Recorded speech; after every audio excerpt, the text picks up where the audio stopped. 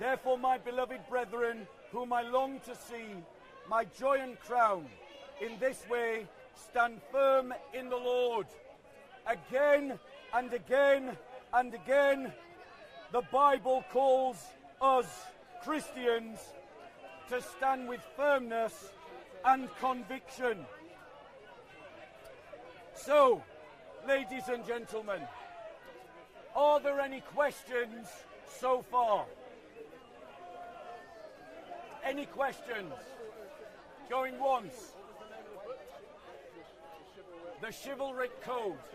If you want to know what it looks like to be a Christian man, go and study the chivalric code. Any other questions before I press on in this presentation? Going once. Going twice. Going 3 times. Okay, I'm going to tell you 4 things that you can do to cultivate this firmness and inner solidity and inner strength to stand on the faith. The first one is that you must know the faith. You must study what it means to be a Christian. Study the doctrines, study the values, study the ethics of our religion. The second thing that you must do is to know the history of the church. Your identity as a Christian, can only be... Bro, don't feed the trolls. They feed on your energy. The more you give them attention, the more they behave like this.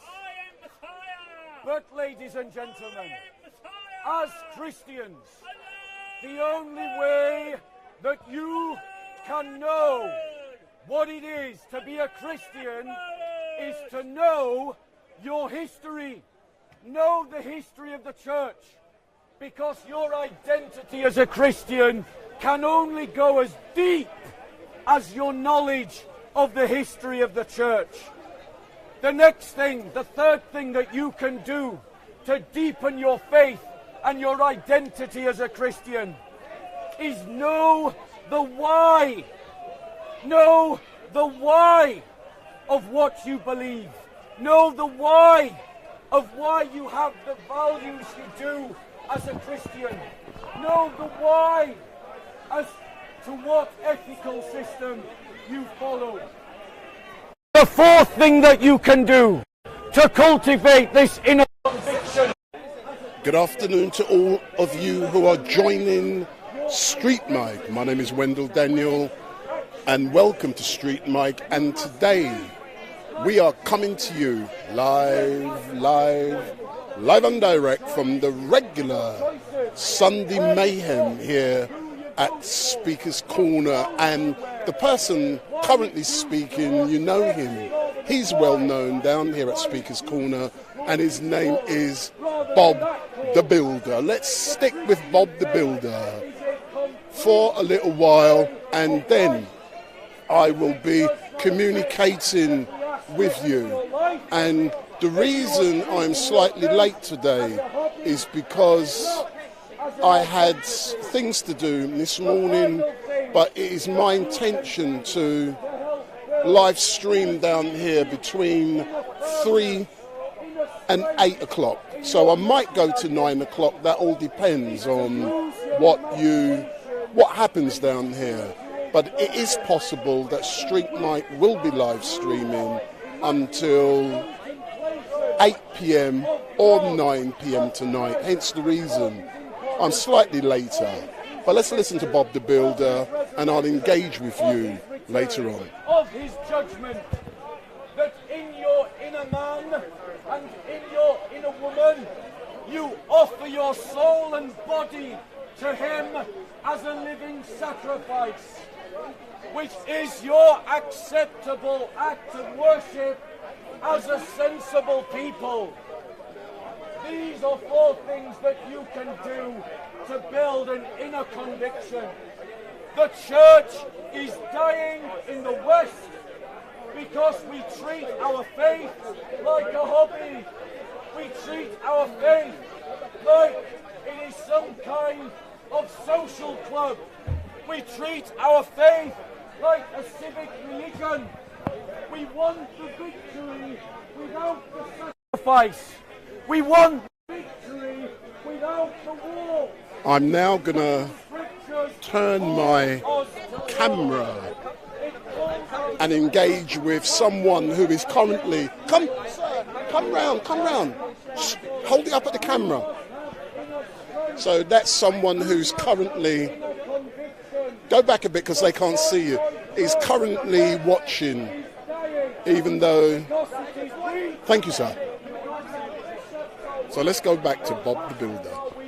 Our priests are weak, and through their sermons and their activities, they have made all of us weak. Any questions on the topic? Any questions on the topic? What are the teachings of Jesus in a nutshell? The teachings of Jesus in a nutshell. To follow him and to become like him. And the way that you become like him is by cultivating virtue in your soul. The virtue of faith, hope, love, chastity, prudence, courage. These are the kinds of virtues that you cultivate within your soul. And by cultivating those virtues, you'll begin to look like Jesus Christ and conform to his image on earth. Any other questions on topic?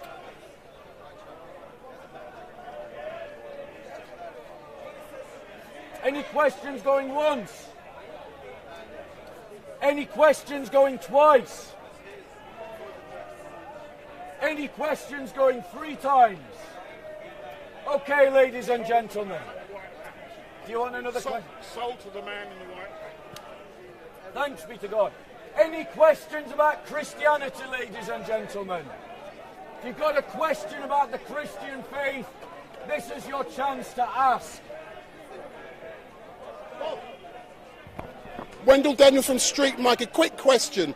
After you finish your presentation... About Christianity. Yeah, it is about Christianity. After you finish your speak, are you prepared to engage with my online viewers about... Ask them to ask a question on Christianity. At the end. Ask them now. No, ask them now. All right, then. Any questions about Christianity, ladies and gentlemen?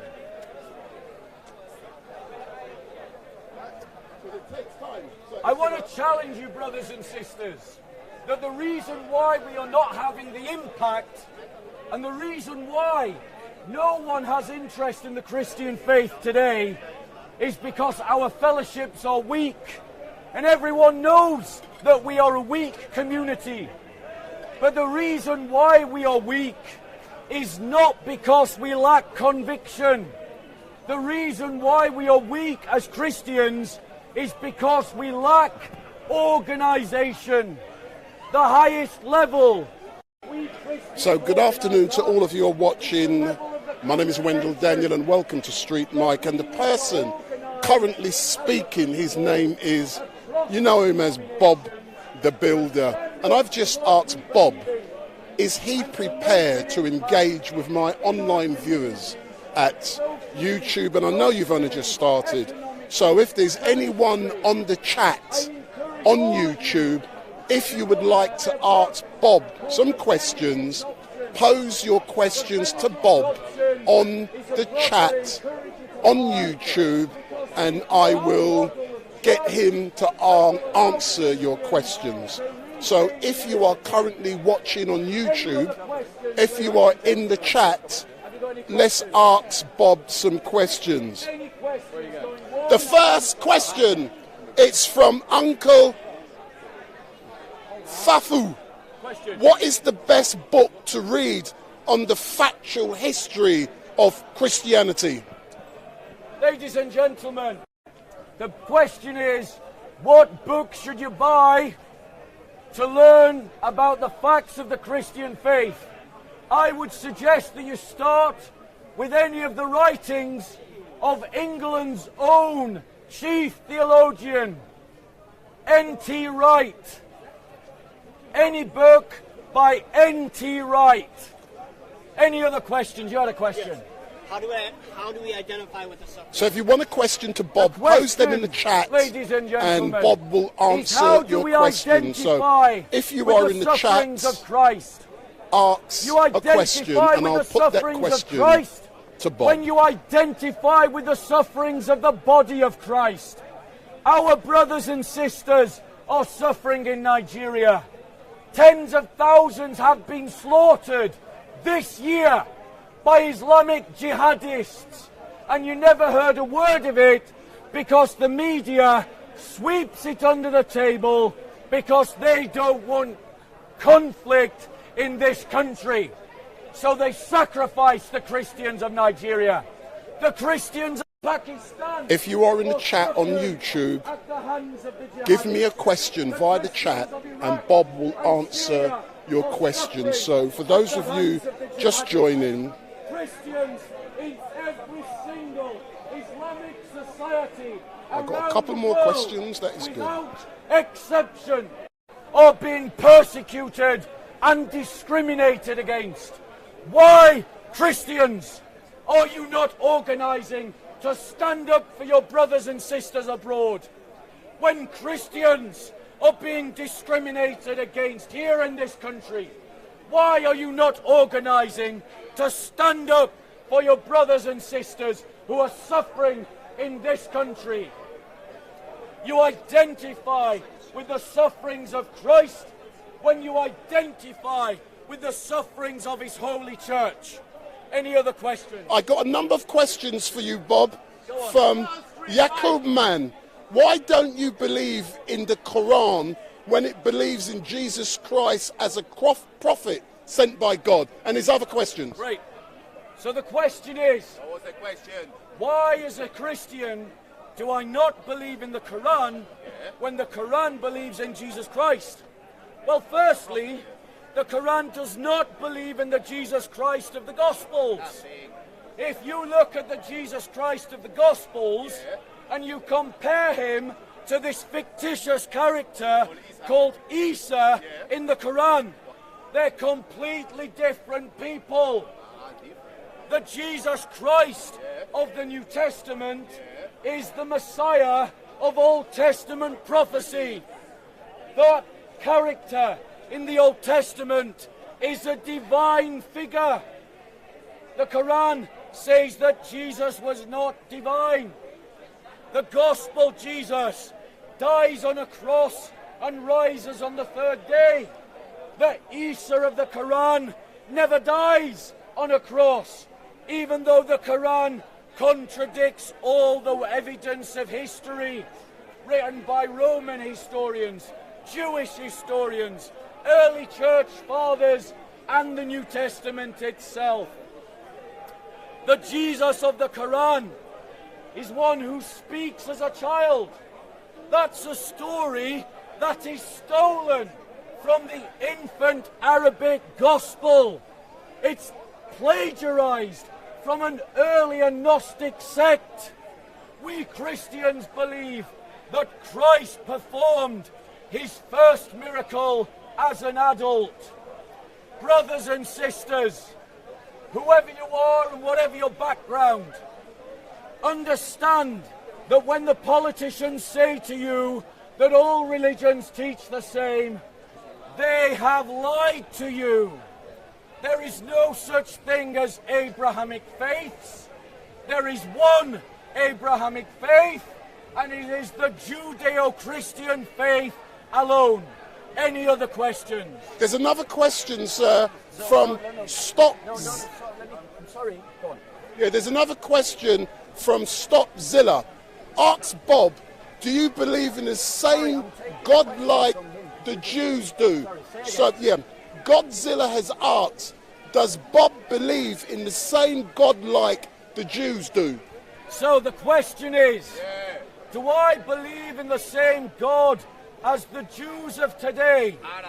No, I do not. The Jews of today believe in a God that their rabbis invented in the 5th century in their Talmud. I believe in the Jewish God of the Old Testament, who was one God in essence in three hypostases.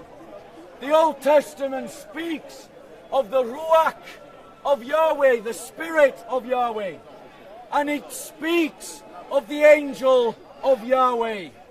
The angel of Yahweh is described as God. The Spirit of God is obviously divine. And the fact that these are of God shows that God himself is another hypostasis. But it says in Deuteronomy 6:4 that, remember, O Israel, the Lord your God, the Lord is one. That means these three hypostases are the same essence. So I believe in the God of the Old Testament. The Jews of today do not believe in that God. Any other questions on Christianity? There are no more questions, so I'll allow you to continue, sir. Thank you very much, ladies and gentlemen, for your time. I'm going to take a short break before I start again. So Bob has just had the decency to engage with my online people on the chat on YouTube. And what is important is that Bob asked specifically for questions about Christianity. Some people did post questions in regards to setting up Speaker's Corner, but that's not something about Christianity. They've also asked about the Muslim mob. That is not specifically about Christianity. But what is important is that we are trying to engage with our contributors down here. And let's listen to Bob. Church. A spirituality of inner strength in our beliefs, a spirituality of inner conviction in our values. And I want to challenge you and put in the comments, how many times have you heard a sermon like that on a Sunday? Why have you not heard the calling for inner strength and inner conviction in your beliefs as Christians? How can we possibly expect to win this battle in the world if we approach it like wimps, soy boys and limp-wristed cowards? You have got to have courage, conviction, determination to win any battle. You have to be determined to win. And right now, too many in the church are more determined to compromise and get along for the sake of multiculturalism and that false ideology of the state than they are willing to defend the Christian faith. I'm going to take 5 minutes and then we're going to go and do something different. Thank you, Bob. Thanks, Bob. No, that's not one, man. That's your one. Thanks, Nick. Just give him a breath back.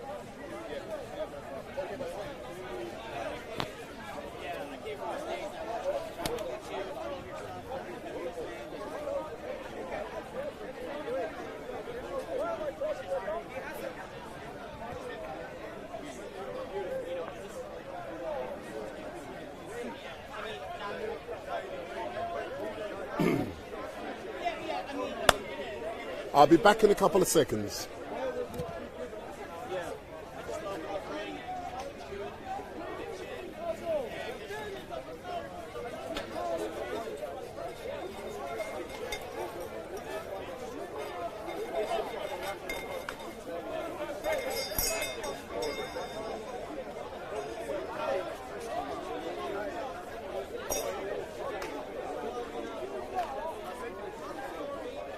Pick up the balance. So I'm now going to ask people, come round here, come round and look. Put my bell down, man, but I'll lick you down the head. You're all right, man. Let me just... So, good afternoon all. My name is Wendell Daniel, and welcome to StreetMic. And today, we are coming to you live and direct from the regular Sunday Mayhem down here at Speaker's Corner. And I'm actually starting a bit late today. And the reason I'm late is because I had things to do this morning. I just do this for a bit of fun. There's lots of things I do professionally that I have to earn money. So I did that earlier on this morning. And now I can live stream technically from 3 p.m. roughly till about 8 or 9 o'clock tonight. I'll play it by ear. But today down here at Speaker's Corner, it is going to be very interesting because I didn't engage with you guys last week online, on the chat, on Facebook and YouTube, but I do intend to do so today. But what is important is that you can see behind me we got people like Bob the Builder. We also have many other heavy guns down here today. I can see Ali is here. I aim to engage with Ali later on, and I've no doubt that many other regular contributors will be down here. We got Hatun, Tash. I hope Omar arrives. I've no doubt that Dust and all of those regular contributors will be down here today. But don't remember, or please remember, if you like Street Mic, give me the thumbs up, make your comments down below, share and follow. And what I did just now is that I went over there and I got my bell, because what you guys must do, ding ding, you must switch on your bell, switch on your notification bell, and every time Street Mic goes live, you will be informed. So switch on that bell, switch it on, and every time Street Mic goes live, you will be informed. I've just pulled out my headphones, I've now got to put it back in, and now I'm back live and direct. But let me tell you a few things about what is going to be happening this week. And before I do so, I'm going to engage with you said you didn't want to talk to me. No, I don't want to be on camera. Can I put your bell? You want a bell? No, come, let me engage with this guy from last. I won't be a minute. Sir, good afternoon. But make sure you bring it back here. Yeah. So, I first met you a few weeks ago down at Speaker's Corner. Why are you back again? You were here last week and you're back again. How come you've returned? I like hearing people's perspectives on things. Hold on. Let me bring my microphone, because people who know me know I like good sound. Say that again. Why are you back again? I like hearing different perspectives and I like playing chess. Yeah. So you like different perspectives, yeah. So I don't remember specifically what it was with you. Hold on, it's coming back now. If I remember, we were down here and you was with a young lady. BC, I see thousand, why did you decide to come back specifically after what you saw occur the first time you had arrived? No. I've been coming to Speaker's Corner from before that. I don't know. I just took. Come round a bit so you're in. Sorry. So you're in the. I just had a period of not coming, but you see them engagements. I don't know. It's a good conversation to have, because when people are telling people what they are and telling people what they aren't and this and that, I think it takes away from the point that you're trying to make really deep down. You're just trying to tell people why you're right and they're wrong. So, I don't know why you're here. You should just have a fight, really, a physical fight. If that's the case, we're not going to speak and listen to each other. So when I saw, even though I disagreed with what the woman was saying, I see a group of men just attacking her, calling her names. It was like, you lot seem like the smaller people to me, even though what she was saying was a bit outrageous. Yeah. So would you agree that Speaker's Corner is no longer a location where you can engage with others and learn knowledge about different areas? It's degenerated itself to become a location where people are more interested in social media, like, shares and follows, and fights. Okay. Or entertainment. I wouldn't go so far as to put it in a bubble and say it's just this now, because you could go anywhere and you will find it, and then if you come here specifically, you will find good conversation and you will find someone to speak to that will broaden your horizons. But lately, what I've been seeing is even down to the time people come later on in the day. Why do people not get up in the morning anymore? People come later on in the day when it's a bit busier. Do you understand? To capture more people. I see people standing up, parading. They're speaking to each other in a manner which you would think is a fight. You wouldn't think it's a debate or a conversation. They're literally like, they're standing, their posture, everything apart from physically hitting somebody else, you would believe this is a fight. I think it's degenerated in a way where a lot of male egos have come and taken over. Do you understand? So when you've got like two of these egos clashing, it's okay. But then when you get a woman involved, they overpower them and do you understand? So it's like they're telling everyone what they should be. They're telling women they should shut up. Do you understand what I'm saying? But like, really, you should come here to listen to people. And if you think people are wrong, you should explain to them why you think they're wrong. And if you're right, they will accept they're wrong. Because the truth is the truth. Do you understand? Even if they don't admit they're wrong in your face, they'll go home and be like, oh, I was wrong. Was you here last week when a gentleman was arrested? I was here last week. I can't remember if I saw anyone get arrested though. Yeah. No, but forget the reasons, yeah. But do you think it is right what you saw happening after he was arrested? For example, people like myself will film that and engage with that to give those watching a perspective, or should you just allow that person to be arrested, taken away, and not even show it? Do you think someone being arrested should be recorded as part of the narrative that shows historically and factually what goes on here at Speaker's Corner? And I'll tell you, sorry for coming in there, yeah? The reason I'm answering that question, some people are more interested in the arrests and the fights than anything else. So sometimes you have to cater for all needs. But you was just going to answer, so tell me your response to the complicated question. I think everyone deserves their privacy and whatnot, and getting arrested is it's embarrassing to say the least. So everyone is entitled to their privacy, but I do think it should be on record when you see anybody trying to oppress somebody else. If you see anybody trying to close somebody's mouth, do you understand? Because we're here for freedom of speech. We all say we're fighting for it. We all say we're liberal and liberated. So anytime you see somebody that is not allowed to speak what they believe to be true and shut down, I think that's wrong. I'm not talking about the specific situation last week. I'm just saying generally. So, and then on the other thing you said, to cater to everyone, because what people want to see, it just depends on what journey you're on. Do you understand what I'm saying? If you're here to document and give the truth to people what's going on, okay, that's what you're here to do. If you're here coming hoping that every week someone's going to say the wrong thing and someone's going to try to stab someone in the face and that, like, I don't know, you need to grow within yourself, maybe. But if I can pick up on the point you've just raised about privacy, that's what I like, what I do.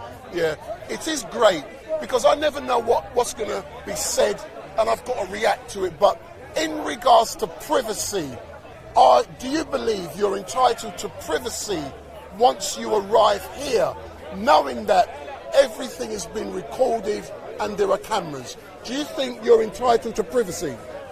I think you're always entitled to privacy. But I think if you want to be private, coming here on a Sunday afternoon is not a good decision. Because it's all going to be flashed around the world. No one's here for privacy. Everyone's here to get their views and opinions across the board, stream it and whatnot. So you coming here for privacy, maybe come here in the evening, but not in the daytime. But you know something? Thank you very much, and it's great to engage with you. And I've no doubt I will engage even more over the coming weeks. But for those of you who are watching, just to let you know, Shamsi has arrived. They don't like me calling him Shamsi. Shamsi is here. You know, I called him over, he didn't come, but he knows StreetMic, we're going to engage later on. Let me just spin the camera. Shamsi, big up there. So there's Shamsi. He's in the house. And there are others in the house today. And I'm going to go back to what I was saying earlier on, but give me 2 seconds. No. In a minute.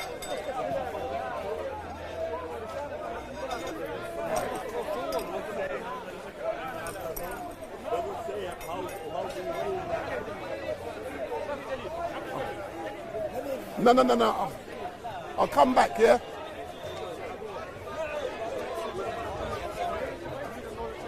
So we've got Shamsi's in the house. Hey, you're Shamsi, you're in the house, man. So we've got Shamsi in the house, and we'll catch up with him later on. And also we've got Ali, and we've got many others in the house today. So there's Shamsi. So all of the regulars are down here today, and we aim to engage with all of them. But let's go back to what I was saying earlier on.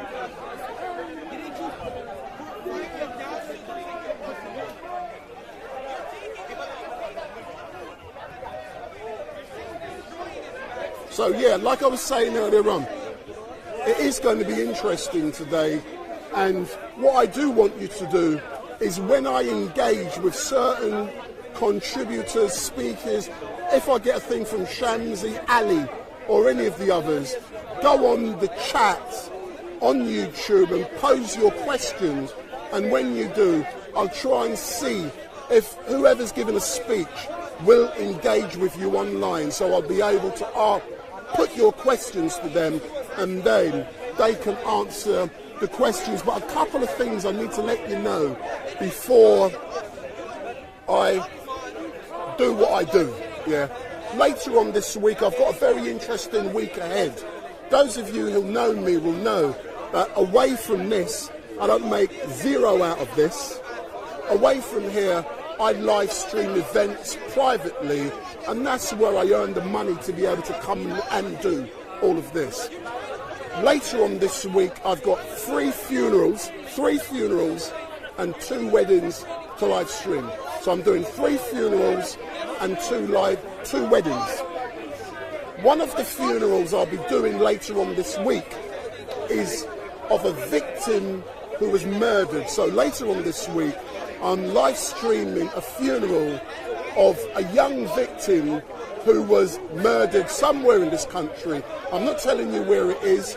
I'm not telling you what the person's name is. But yesterday I had the opportunity to meet the victim's mum. And, you know, we went through all of the details of how the live stream is going to be done, blah, blah, blah, blah, blah. And I'll be doing that sometime this week. But the important bit is, can you imagine your child has been murdered, and later on this week you are going to be burying that person? So I will be covering that later this week, and it is going to be very emotional. But one thing that is important is that StreetMic has agreed with the victim's mum that what I will be doing also is documenting the journey she has gone through since her child was murdered. So just imagine a real film about a mum whose son was killed. I'm not telling you the person's name, I'm not telling you where it is, because one thing we cannot do, because there will be a trial, is that we cannot be putting real information out about the victims, what happened prior to a trial, because there's a thing called sub judice. So all I'm saying is later on this week I will be live streaming a funeral, but what you guys don't realise is that what you see now is the public side of StreetMic. This is the public side where you see. There's a private side where you don't see. That private side is the most important part for me, because it's what pays for me to do all of this. And when I say it's private, the only people who can watch the funeral are the people who the mum has sent the private link to. So that funeral will not be on social media. That funeral will not be on Facebook, YouTube or anywhere. It will be a private event, but StreetMic is recording that private event for a later date for things to be published, and you will see the journey of a mum whose child was murdered somewhere in this country, and the funeral will be taking place. So that's just a little information about StreetMic, and I'm now going to engage with others. But what I am saying is that don't forget, if you like StreetMic, give me a thumbs up, make your comments down below, share and follow. So give me a thumbs up, make your comments down below, share and follow. And what you must also do is two things. Number one, switch on your notification bell, and every time StreetMic goes live, you will be informed. Now, what I also want you to do is to get the YouTube link, get the Facebook link, and share it with at least 20 of your friends, and ask those 20 friends to follow StreetMic. So look at the link on YouTube, look at the link on Facebook, share it with at least 20 of your friends, and ask them to follow StreetMic. So later on, a gentleman who has contacted me, who is a follower, he is coming down here, his name is Oliver, and I will be engaging with him briefly, because he wants to say hello to StreetMic, and he will be here after 3 o'clock, which is now. So Steve, step forward, sir. Hello. So Steve, good afternoon, sir. How are you today? A bit hot, but apart from that, I'm good. Are you hot because of the debate, or the debates taking place down here at Speaker's Corner, or are you hot because the temperature is 30-something degrees? It'll be the temperature. So tell me, over the last week or so, what has been happening politically? Forget Speaker's Corner. Yeah, let's have a proper debate. Yeah, I know you, and I know Pavlo's here as well. So we've now got two heavy guns. We've got Pavlo and we've got Steve. So forget Speaker's Corner. I don't want to talk about religion. I want to talk politics. Boris Johnson. What's your comments on Boris? So thank goodness the clown eventually stood down. It didn't look like he was going to, despite him losing practically his entire cabinet. I mean, what a joke and what a farce that was. So eventually he did have the sense, or someone gave him the sense to stand down. And now, we've got a long list of Shut up, not now, go away, Ali Akbar. F off. You're going Boris Johnson. And we have a long list of candidates for Tory leader and our PM, and I think it must be half of them are women, and a good number of them are not white. So I would say there is a very, very good chance that we're not only going to have a woman leader of the Conservatives and Prime Minister, another woman I should say, but also quite possibly a woman of colour. And there's Labour. Never had a woman leader, never had a non-white leader. So we can only seem to look to the Conservatives to actually have women leaders and non-white leaders. I'm of the opinion that the race will be down to two people, Jeremy Hunt or who else? Who do you think? No, I don't. Well, obviously they get two candidates. They whittle it down to two, don't they? And then it goes out to the vote. I honestly wouldn't be surprised if both final candidates are women, to be honest. Okay. I don't think, whether Rishi gets through to the final two, I don't think Rishi will win it, even though I think he's doing well in the polls. But of course, it's only, rightly or wrongly, it's only however many thousand Conservative members that will be making this decision, which you could say is suspect. But to be honest, Labour did exactly the same. Blair handed over to Brown without a general election. So when members of the Labour Party start screaming for an election, absolute nonsense. They don't do it themselves. So anyway, I honestly don't know. But I think Kemi Badenoch will have a chance. I think Liz Truss may have a chance. I think, I can't even remember her name. Is it the Buddhist woman who's the MP in Fareham? I forget her name. Suella Beaver. I can't remember. Anyway, I think she'll have a good chance, despite me not knowing her name. Have you noticed, unusually, Pavlo is very quiet? So, Pavlo, step forward, sir. What is your assessment of what has happened this week with Boris Johnson and others? I kind of thought for a second to just interrupt for a short bit Steve's speech and just say I wasn't expecting Boris Johnson would get thrown out. I was not expecting. Look, he held on for so long. He held on with so many scandals coming up. I thought, okay, there's no way something bigger will come along the way. But I guess, eventually there was the straw that broke the camel's back.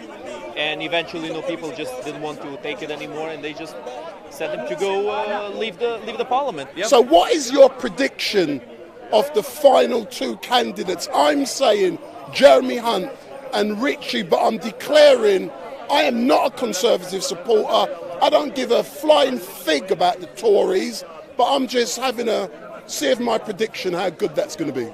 I think Rishi Sunak probably. I think he's the one who's gonna move forward. Now, I'm personally not entirely sure who should be the best option at this point.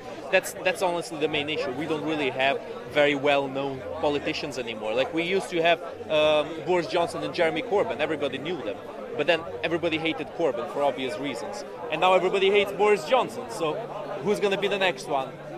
I'm not sure. Who cares? But moving on, and then I can catch up with some of these heavy guns. Heavy guns. I call them the Mr. Ali, so I'm just going to turn the camera around, and there's Mr. Ali. A shirt and a jacket, and the temperature's nearly 30 degrees. What's that? It's showing class and style. Really? Is that what you call it? Should I ask him? so let's talk specifically about Ukraine and what is happening back home in your own country as I move the camera. So the situation right now in Ukraine is similar to the last week. Not that much has changed. As I said, I think I said this before. The way that NATO will tackle Russia has changed from a tripwire way to something more active. They're going to send a lot more troops to Estonia, Latvia, and Lithuania so that they can respond to any kind of an offensive if Russians decide to do it. If Russians are stupid enough to do it. Other than that, it's a bit of a pity that the UK has this chaotic situation with their structure of power in the parliament. There's a fight starting in the background. Like proper fight. Hold on, let's watch. Hold on, I'm coming back. Let's check it out. I guess there's some kind of a fight almost. I have no idea. I have no idea.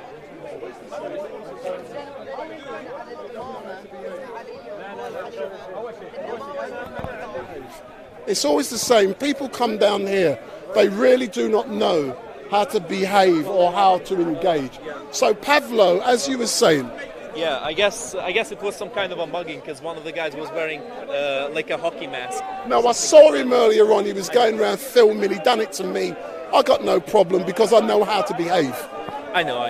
I'm just joking because I don't know why people would wear these masks around here. I mean, I know why they would wear them, but it's obvious they're gonna wear a woolen hat on it. Yeah. Obviously, they wear them so that their identity isn't seen. But it's kind of a scumbag move because it draws attention to themselves. Not only that, look, it shows that they don't intend to be recognized. It shows that they want to do something they don't want to be recognized for, which is usually something very bad, like stealing something or hitting someone or starting a fight. It's just not behavior I respect, not behavior that I personally like, and I think it poisons speakers quite a lot. But let's go back to the conversation about Ukraine. So tell me more about what's going on back home and Ukraine, and then I'll cap some religious debates. Yeah. So the Ukrainians are now learning how to work the new artillery, function with the new artillery that's been provided by the Western countries. Get some more light because it's a bit dark. Yeah, sure. Why not? Let's get a bit of light. Some vitamin D. The Ukrainians are learning how to use the new artillery that are being provided by the Western countries, which is very good news because when they figure out how to use it properly, when they are trained enough to use it properly, then they're gonna have the quality edge over the Russians. Not the quantity just yet, but the quality is gonna be way on the side of the Ukrainians because their artillery is gonna have a much higher range. And what is artillery about? It's mostly about the range. It's mostly about the firepower, the range, all that stuff. If the Ukrainians can hit the Russian artillery before the Russian artillery can hit theirs, it's a no contest in terms of artillery fights. That's what I think. Also, the Ukrainian artillery, when they'll learn how to use it properly, it will have a much higher accuracy than the Russian artillery. A quick question before I allow you to finish. Are you happy to engage with some online people in the chat room? Let's do it. So for those of you watching in the chat room, if you move back a bit, if you stay there, if you want to engage with Pavlo if you want to ask Pavlo any questions, but please be respectful. Put your questions in the chat room. I'm going to put a microphone on him as well, but put your questions in the chat room and I will put them to Pavlo on your behalf.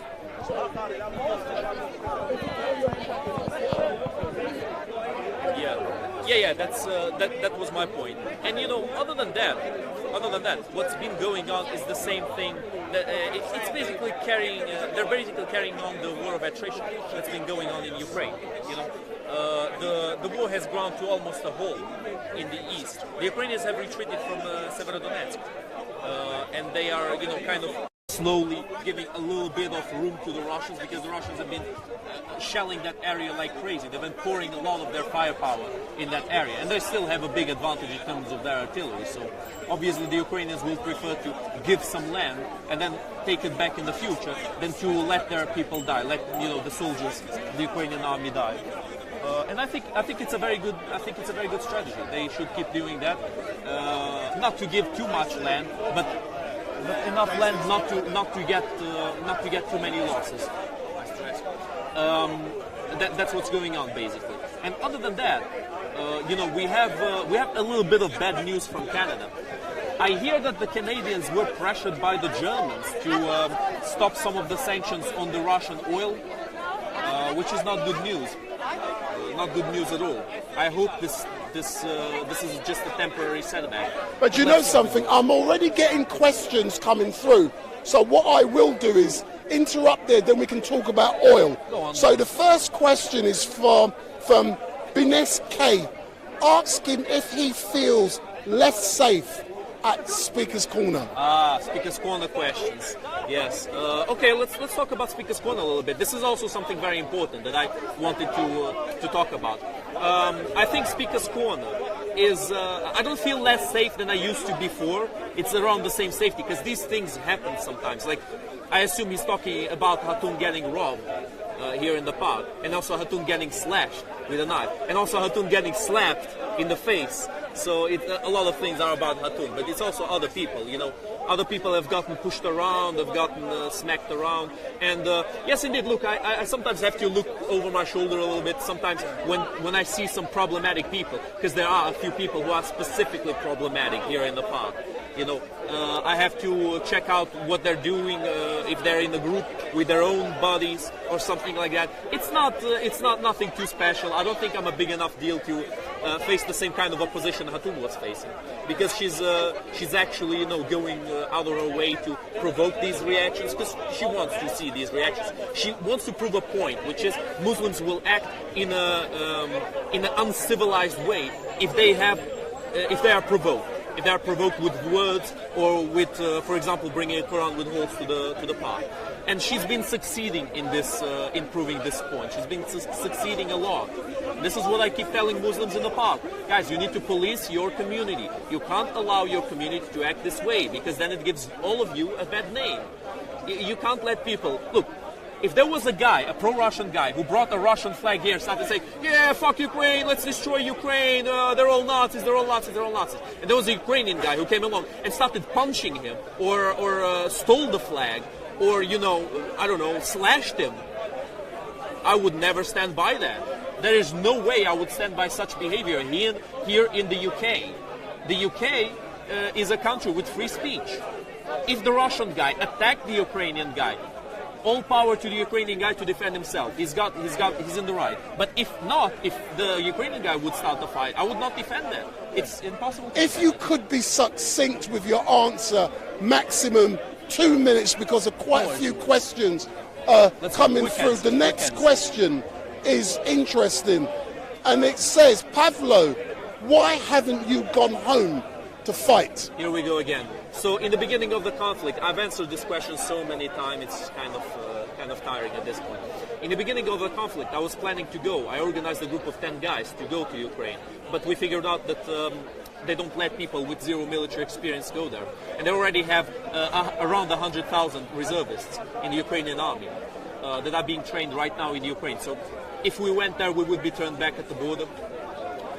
which is exactly what happened to some people, like friends of friends who told me about it. I have a friend of mine who works in charity in Portugal. She told me that a friend of hers, who's from France, went to Ukraine on his car and brought provisions, and he was turned back at the border because he didn't have any military experience. So, yeah, that's the answer. So, no, I'm interviewing him. So, Greg Vandenberg to Pavlo, big up Ukraine from Cape Town, South Africa.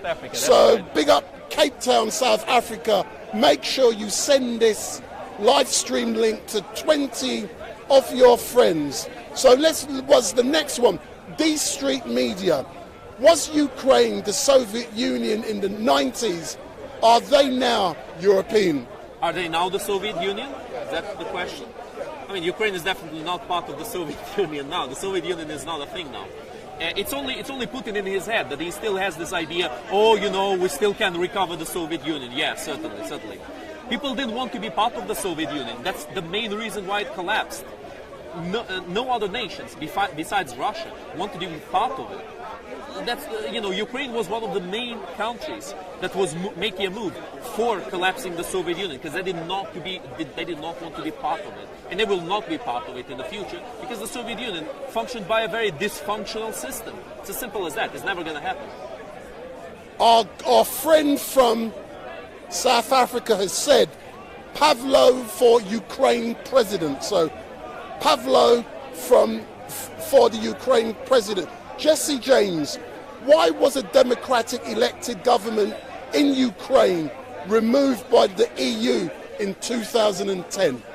So many loaded questions, so many loaded assumptions. So first of all, it's questionable whether or not it was a democratically elected government because the previous election, Yanukovych was blamed of voter fraud and it was proven that he was committing voter fraud. On the second election where he won, he was blamed of voter fraud, but nobody did any investigation.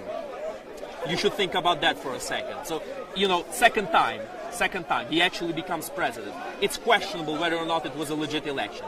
But even if we accept it was a legit election, what happened in Ukraine was not the EU toppling Yanukovych. It was the Ukrainians protesting against Yanukovych, doing a U-turn on his policies. Because Yanukovych had promised the Ukrainian people to get economic union, to be part of the economic treaty with the EU, not even being part of the EU, just an economic treaty with the EU.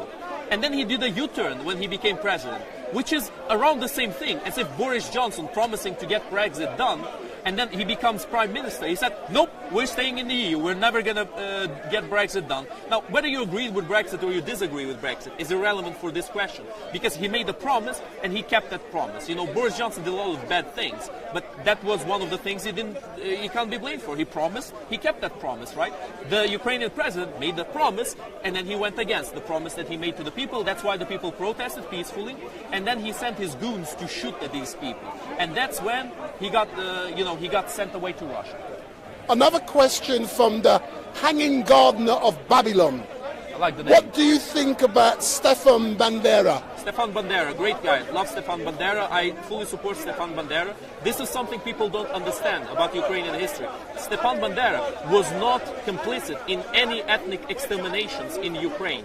There were some pogroms that some people from his group committed. That's true, and I condemn that. I condemn the extermination they did on thousands of Polish people in Galicia, Volhynia. I condemn that. But Stefan Bandera was not part of that. Stefan Bandera was in jailed by the Nazis at that time because he got armament from them, and then when they figured out he wasn't ideologically complicit with them, that he wanted to rebel against them and make an independent Ukraine from the Third Reich, they put him in jail. That proves that Stepan Bandera was not complicit ideologically, and more than that, after he came back to Ukraine, he provided fake passports to Jews in Ukraine to defend them from what remained of the German invaders in Ukraine. So Stepan Bandera was a great guy. Another question from GPAC. What happened to Pavlo's channel? I like his content. It's still there, My channel is called Pavlovian Response on YouTube. It's still there, you can still see the videos that I posted there. I might post something new, although I haven't really been finding inspiration to post anything, that relevant. If I post something, it might be something about Ukraine, might be talking about the situation in Ukraine or something like that. But other than that, I'm probably not going to post that much. Maybe sometime. You let StreetMic do it on your behalf. Eve, Ted Hunter, why are Russia targeting residential and they said they weren't? That's a very good question. It's because that's the way the Russian military does things. With other countries' militaries, there's such a thing as human rights. Now, they're sometimes violated, that's true. But at the very least, when you are called out with human rights violations, you need to face some kind of backlash for them. Even the Americans, with all the human rights violations they did, they faced backlash. For example, the Vietnam War, they had to pull out because of the protests that were happening in America. It's obvious. In Russia, there's no such thing. If you protest against a war in Russia, you get put in jail. And it is the standalone doctrine of the Russian military to bomb the cities into submission, to destroy and completely level the cities to the ground. That is their main doctrine, to scare the people into submitting, to kill as many civilians as humanly possible so that the military of the other country feels pressure by their own civilians to stop the war and just surrender or face extermination. That is the way the Russian military does things. That's the way they did it in Chechnya, where they killed thousands of people, thousands and thousands of people. They leveled Grozny to the ground. And now they took the remnants of the Chechen forces and completely distorted them into Islamic extremists who are these Chechens who are following Russia right now. Where every time that they are shown on video, they say, oh, we're going to go until Berlin, we're going to go to Berlin, Allah Akbar, which are not a representation of Muslims. And I think Muslims should be very, very outraged by seeing this kind of views of their people.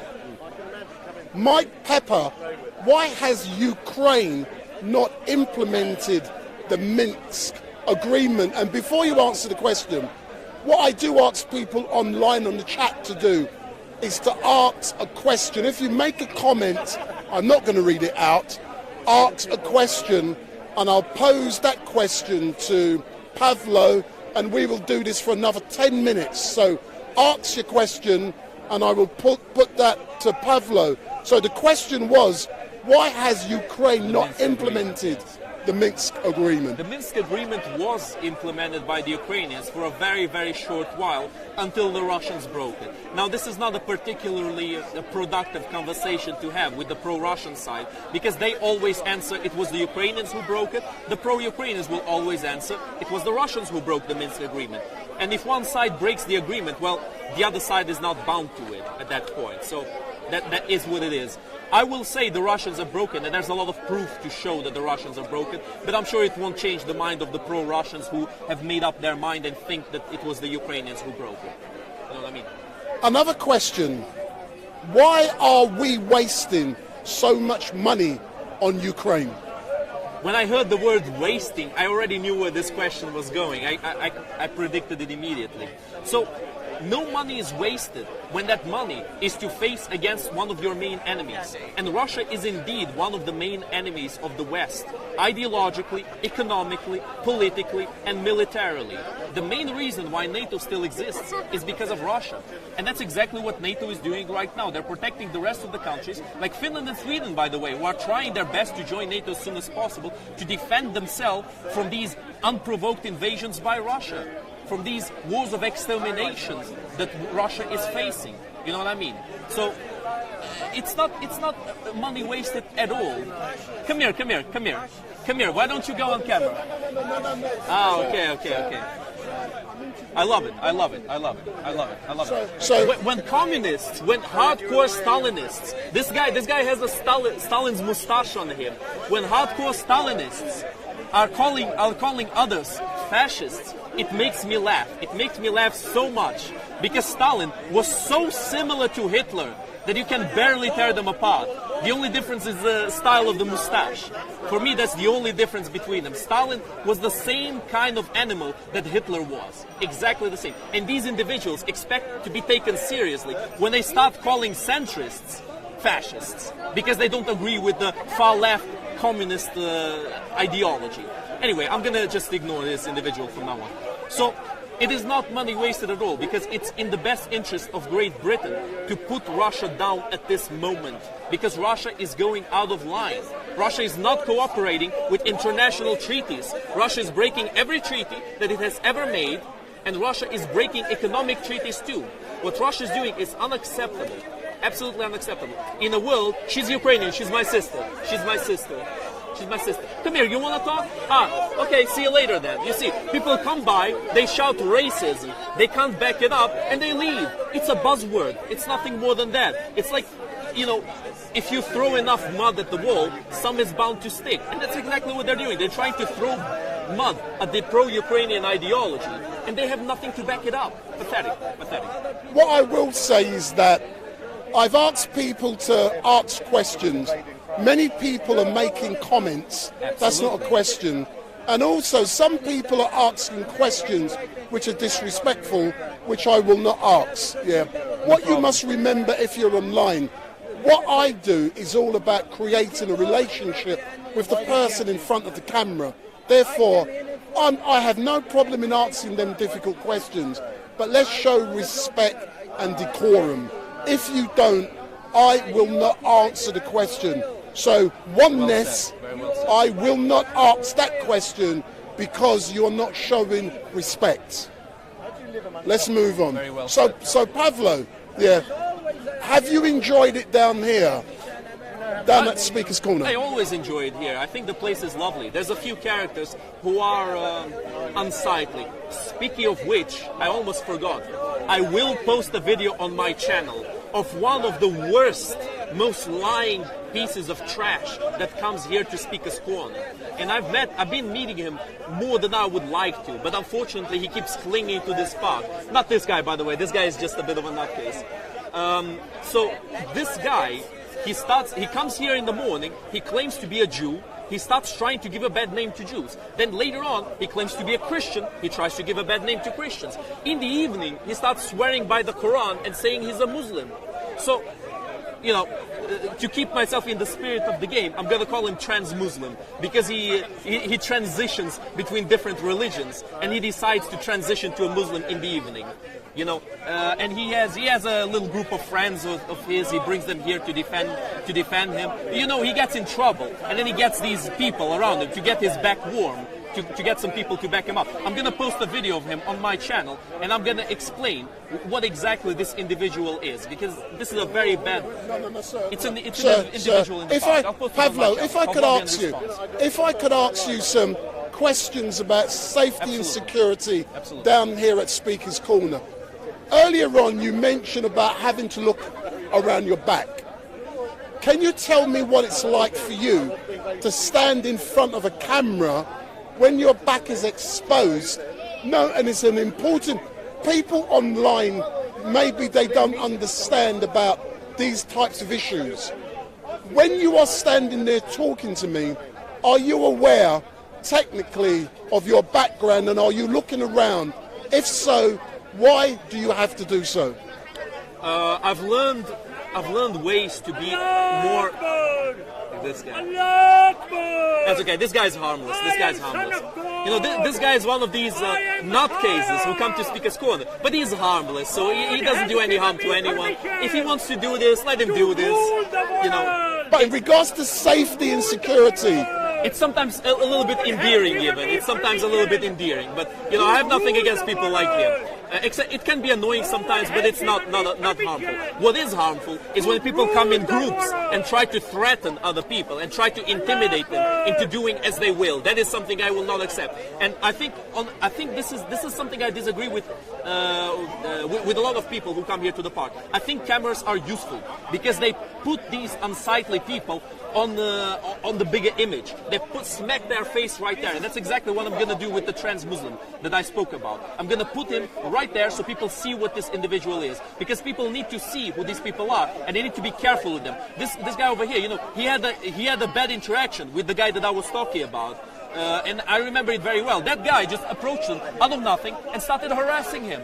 Out of nothing, with his buddies, they surrounded him and started harassing him. Unacceptable behavior. I don't care what your ideology is. You can be a communist, you can be a fascist, you can be a Muslim, Christian, Jew, whatever. You come here, you behave yourself properly. You don't start hitting people, you don't start pushing people around, you don't start trying to, dox people or to harass people or to complain to make fake complaints to the police. And some people came to me and they said that's freedom of speech. How? How do you expect a fake complaint to the police where you're lying to the police to get someone put in jail? How is that freedom of speech? Zero understanding of freedom of speech. Unbelievable.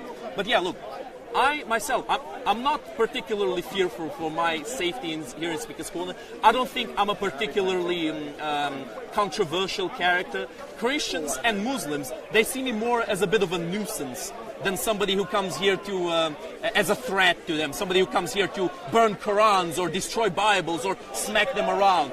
Because that's exactly what I'm not here for. I'm exactly for the opposite here, to prevent that kind of behavior. So I think Christians and Muslims don't really mind me most of the time. I've met Christians and Muslims who have recognized me from outside of the park.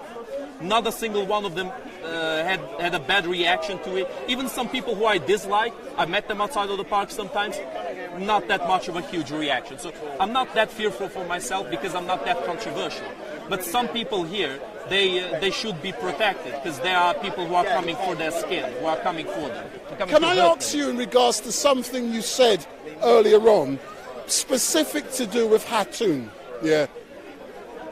I like Hatun from the fact that she believes in something and she's willing to argue her point of view. Doesn't mean I agree with her. And from my point of view, it's important that I recalled what happens here, regardless if I like it or not. But do you believe that Hatun, and I'm asking you a specific question, is trying to be a martyr here at Speaker's Corner? Despite what it might look, I really don't want to agree with Hatun. I don't want to support her. Because what she's doing is obvious provocations. And it's a bit of scumbag behavior, I'm not gonna lie, it's a bit of scumbag behavior. But on the other hand, the fact that she got the reaction that she got puts her in the right in this situation. Because it's an unbelievably out of proportion reaction. Her getting slashed, robbed, and beaten for making holes in the Quran, which is her property, is unacceptable. She could have gotten... Soon, brother, soon. Love this guy, a friend of mine. But I don't agree with what Hatun is doing unless the Muslims react in the way that they've reacted sometimes. If they react in that way, I have no choice but to side with her. Because she's getting physically attacked for a insult, for a provocation, for criticism. And that's never something I will defend. It's just not. And she was put in jail a few times for false allegations made by people here in the park. More specifically, Uncle Omar and Candyman and his buddies. They've been making these false allegations all the time. And this guy who I call trans-Muslim, he's been part of these false allegations. Every time he comes here, he harasses young girls and he makes up lies about people. So I don't support Hatun. I defend Hatun's right to be as she is. Yeah, sorry. I don't think she deserves to be attacked. That's my opinion of her. What I'm going to do, I'm going to come around and I'm going to pick up on something which you've just said. Last week, as you know, an incident occurred don't worry about him, involving Hatun. 2 weeks ago, she was arrested. Last week, she made a specific allegation to the police that the person who stole her Quran was in the park, and then Kevin, he then said that he's going to make a citizen arrest on that person, and he eventually was arrested. I had the opportunity to film what was going on, but when I left the park, something very important happened when I got home, and YouTube contacted me. And they said they had received a specific complaint from someone in the park that their image had been used on a stream. No. And because their image had been used on a stream, they were withdrawing consent under the general rules of data protection. And that is the law. A person can do that. When that happens, YouTube has a duty to inform the person or StreetMic that this person has made a complaint. They then give you the opportunity, to blur out the person or do whatever. So they told me specifically where the person had appeared on the video. That's what's important. And they told me it was at this point in time. I looked at the point in time, and the mistake the person made, because they made a complaint and they told me where they appeared, I was able to go specifically and look at that point. And guess what had happened? Hatun had alleged that someone they were in receipt of their Quran. The person then admitted they were in receipt of the Quran. That person realized what they said. It was online, and they then raised a complaint with YouTube that they wanted it edited. Of course. The point that was important to me is, why would you want something removed unless it was true?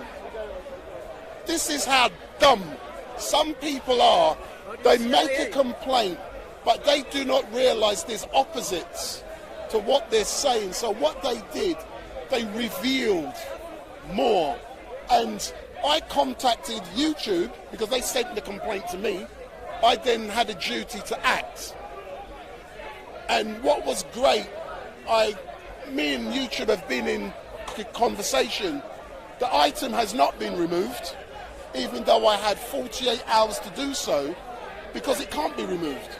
But what it has done is highlighted the person, where they are on the video, and what was said. So in my opinion, what Hatun has alleged is true, and the evidence is, and the person actually went on the chat and said that they do not give consent, and the person says it's been dealt with. And I got their name and details. Can you believe that? And you've already said the name. It's surreal. It's surreal. It's surreal. It's surreal what's going on. Some people are too stupid to be criminals. It's stupid. I tell you what, some people are too stupid to be criminals, but they still try to be criminals. Now, as I said, there's been an individual here who was parading the stolen Quran in his hand as if it was a badge of honor. Yeah, more than one person, in fact. Who are parading the Quran as if it was a badge of honor. Look at this Quran that we stole from the evil It's kuffar. evidence. We're the righteous guys, right? We're the good guys. We do the righteous stealing, not the bad stealing, right?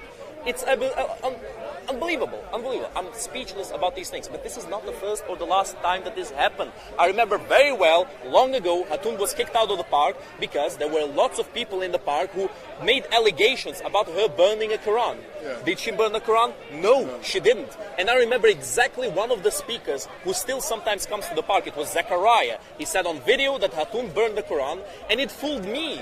It fooled me because I was naive in those days. Yeah. I thought they would not just lie like that as a community overall. I thought important Muslim speakers in the park would not lie like that, but they do.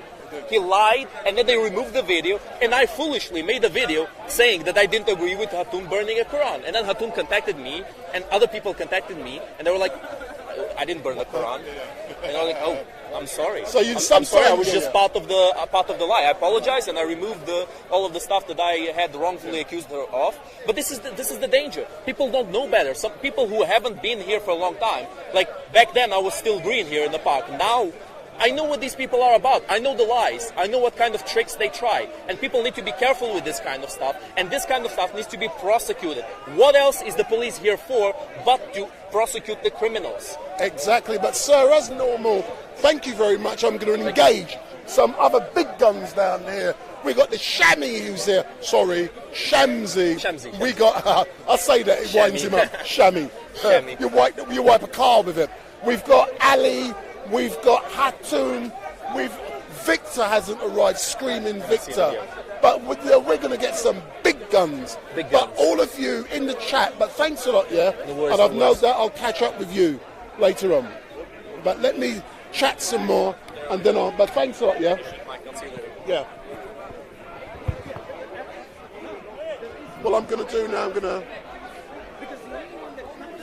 Give me a couple of seconds. I'm going to put my microphone on to make sure I get crystal clear sound, because for me, sound quality is so important. And what I will say is, all of you on the chat on YouTube, thank you very much for engaging and for giving Pavlo those questions.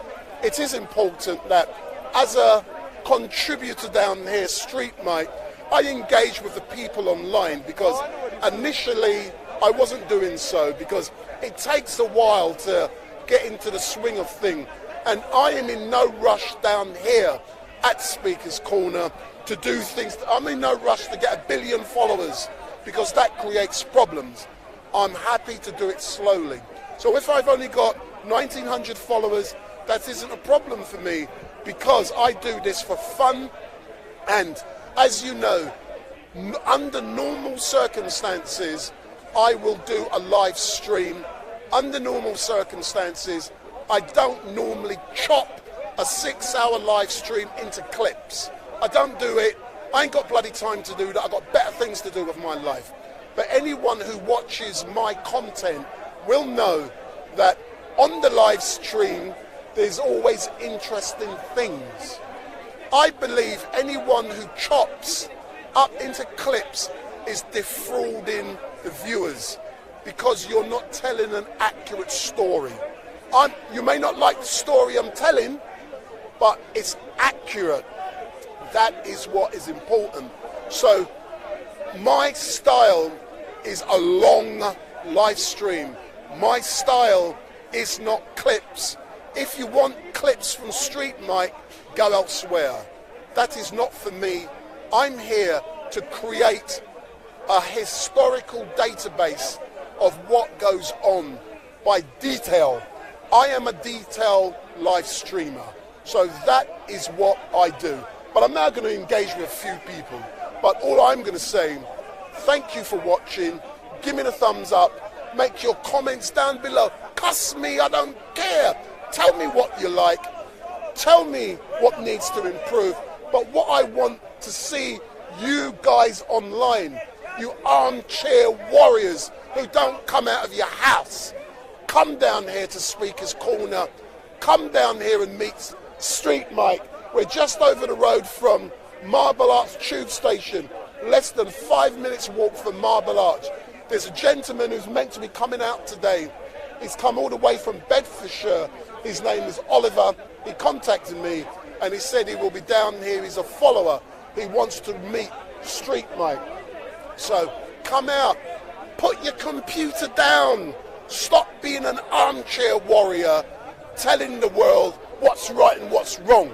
Come to a real situation here at Speaker's Corner, and you can see for real what goes on, and you can engage with people, and also you can see the risks I take, the things I have to do to engage with people. And those of you who cuss me on occasion, doesn't matter to me, but I do welcome all of your comments, good or bad, it doesn't matter. What is important is that you can engage, and I will try my best to get your questions to the contributors. That is so important. But finally, give me the thumbs up, make your comments down below, share and follow.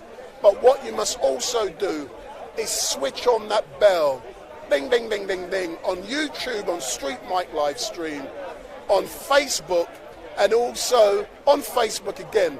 But there's a shadow ban going on Facebook. You can upload, but they're not sending the information out. It's called a shadow ban. So if you go on Facebook, you may only see I get like 100, 150 views for this. That's because there's a shadow ban. What that is, they don't send you information out. They're technically banning you secretly, shadow banning. But share this link with YouTube with 20 of your friends. So share it with 20 of your friends. Tell them to follow StreetMic, and we can build up a nice little following on StreetMic. But I'm doing it slowly. I'm interested in quality content, quality sound, and quality visuals. that takes time. It doesn't matter I get 100 views, that's irrelevant. What is important is quality. I do this professionally, Monday to Friday. I get paid lots of money. I'm going to cuss a few people who are of the opinion I get paid for this. I will now make a statement. If I ask you to contact Google or contact YouTube, and under the Freedom of Information Act, ask them to confirm if StreetMic or Wendell Daniel receives any money from YouTube or Google for doing this Speaker's Corner. If you provide the evidence that I do, I will shut down StreetMic LiveStream here at Speaker's Corner. So I'm challenging you detractors who are warped, who ain't got a clue how this works. If you believe I get paid for doing this, contact YouTube under the Freedom of Information Act, get them to confirm if I get paid for doing this, if I get paid for doing this from YouTube or Facebook, I will close this down as soon as you provide the evidence, because it ain't true. And I'm telling you what you need to do to get the evidence. Under the Freedom of Information Act, contact Google, contact YouTube. So we're now going to engage with others down here, and thank you for watching. In the beginning was in the beginning, so which means right before time. Hello, darling. And how are you? Come on, let's engage. Let's engage. Let me get some light on you. Wow, I'm pretty reflective at the moment. You don't want to see eyes bleeding. So if you step forward. So I always see you down here at Speaker's Corner with a camera. What's your name and what are you doing? I'm not bending down like that. That's a big enough mic. My name is Kay, and I am here polemising Islam, promoting the truth of Christianity, tearing down false arguments, as the Bible says, and other things. Just live streaming usually, and allowing people from the comfort of their own homes to. But tell me something. As a live streamer, why is it important for you to be down here capturing what goes on and giving the truth to your followers?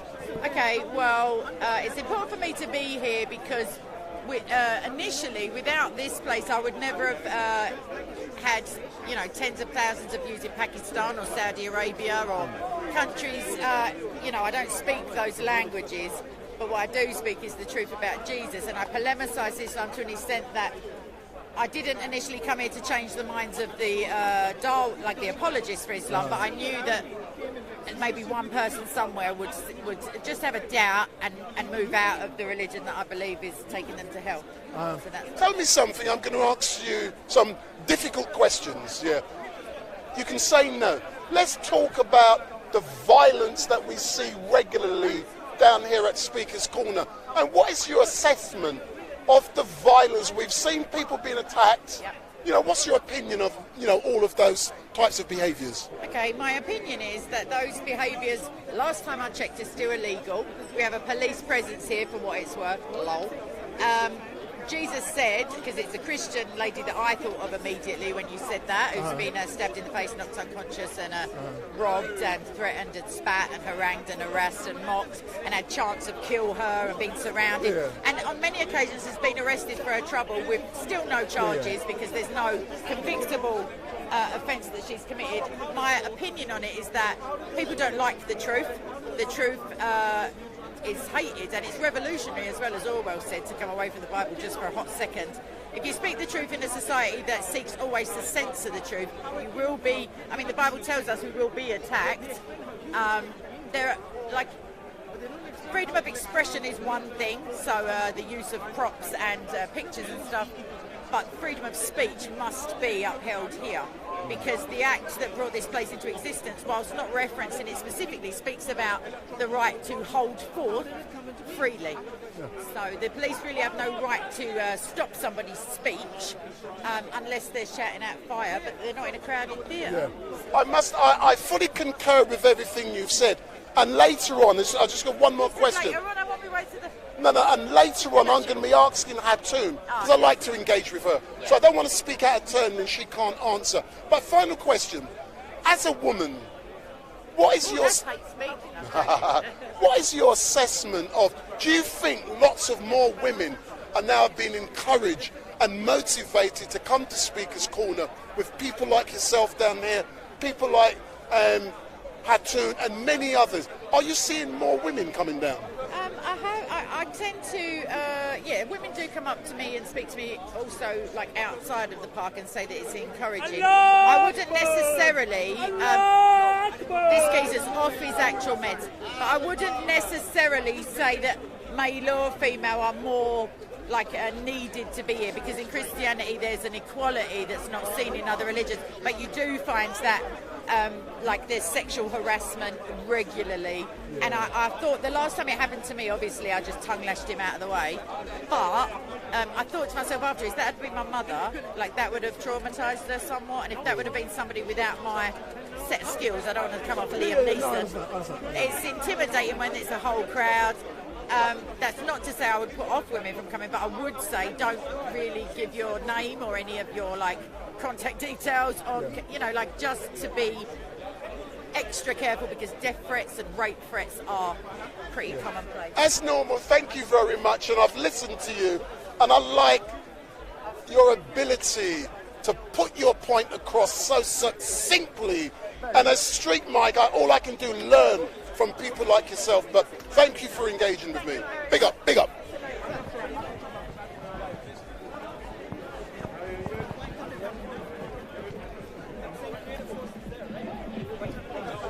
Are you Oliver? No, I've just got because I'm live, I'm looking for someone called Oliver. But.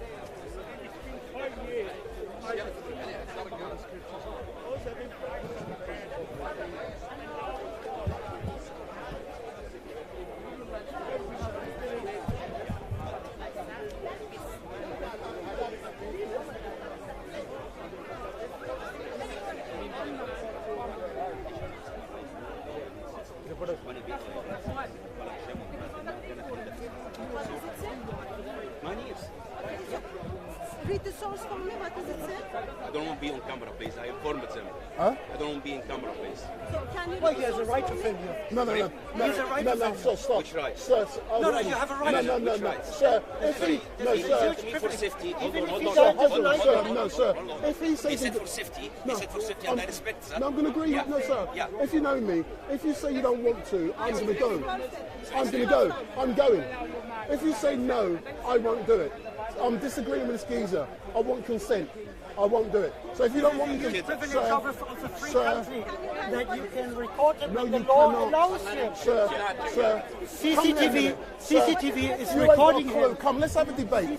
Sir, you don't know the Akbar! law. Move around here. Let's have a discussion. I will on law. prepare new Sir, you don't know world what you're talking for about. Jesus. Sir, you don't know what you're talking about. I will Come round and I'll prepare new demonstrate to world you. for Jesus. Because, sir, I'm going to demonstrate to you. You don't know what you're talking about. Okay, go ahead. Let me show you. Let me demonstrate to you. Yeah, it is correct. Yeah, that anyone can film anywhere. Exactly. Now, listen. The bit you are overlooking is there is a law about implied consent under the general rules of data protection. Not existing. Listen to me, Not sir. existing. Sir. You make it up. Sir, let me finish. If not, I won't engage with you. I'm going to make it up. I'm giving you the opportunity. Yeah. If you are down here at Speaker's Corner, you, sir, you can film anything. Yeah. If you put it on certain platforms, there are laws you have to comply with. On YouTube, sir, and also on Facebook, you have to comply with consent rules. Yeah.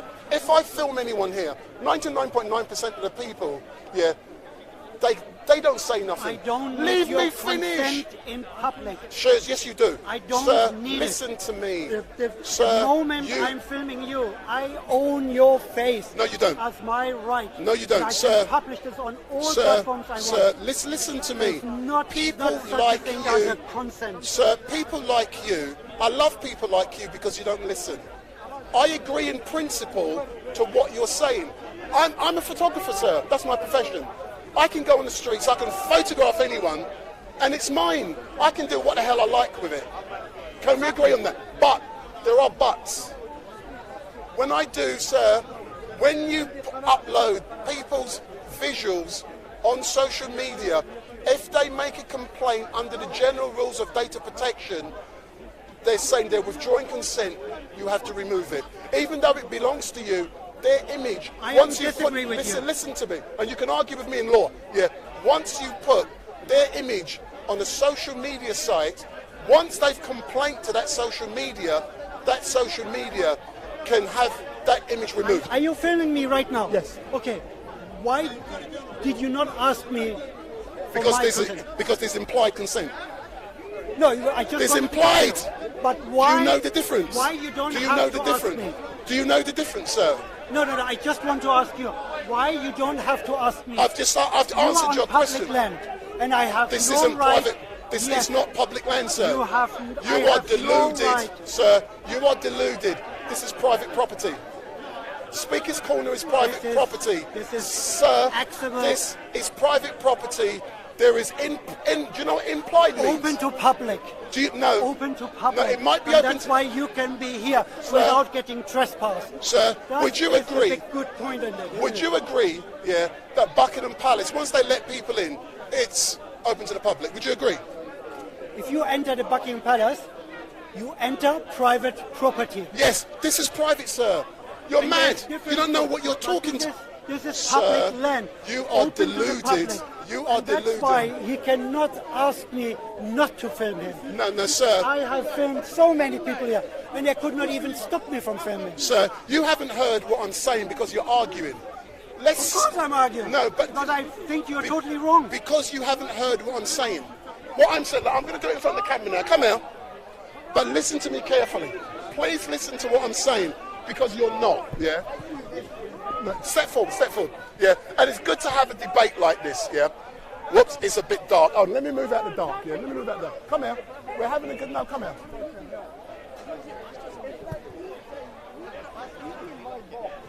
Yeah. But if you please listen carefully to what I'm saying. Go ahead. Yeah. What I'm saying is, yeah, can you see yourself? Yeah. I can see myself. What I'm saying, yeah, when you and I are here, I can film anyone. Can we agree on that? Can we agree on that? We can film them. Yeah, that's correct, yeah. And that's what we're doing now. That is not what my argument is. What the argument is, the difference being, are you live streaming at the moment, sir? No. I am. That's the difference. Okay. So I'm live streaming, so my visuals are going onto a platform. Yeah?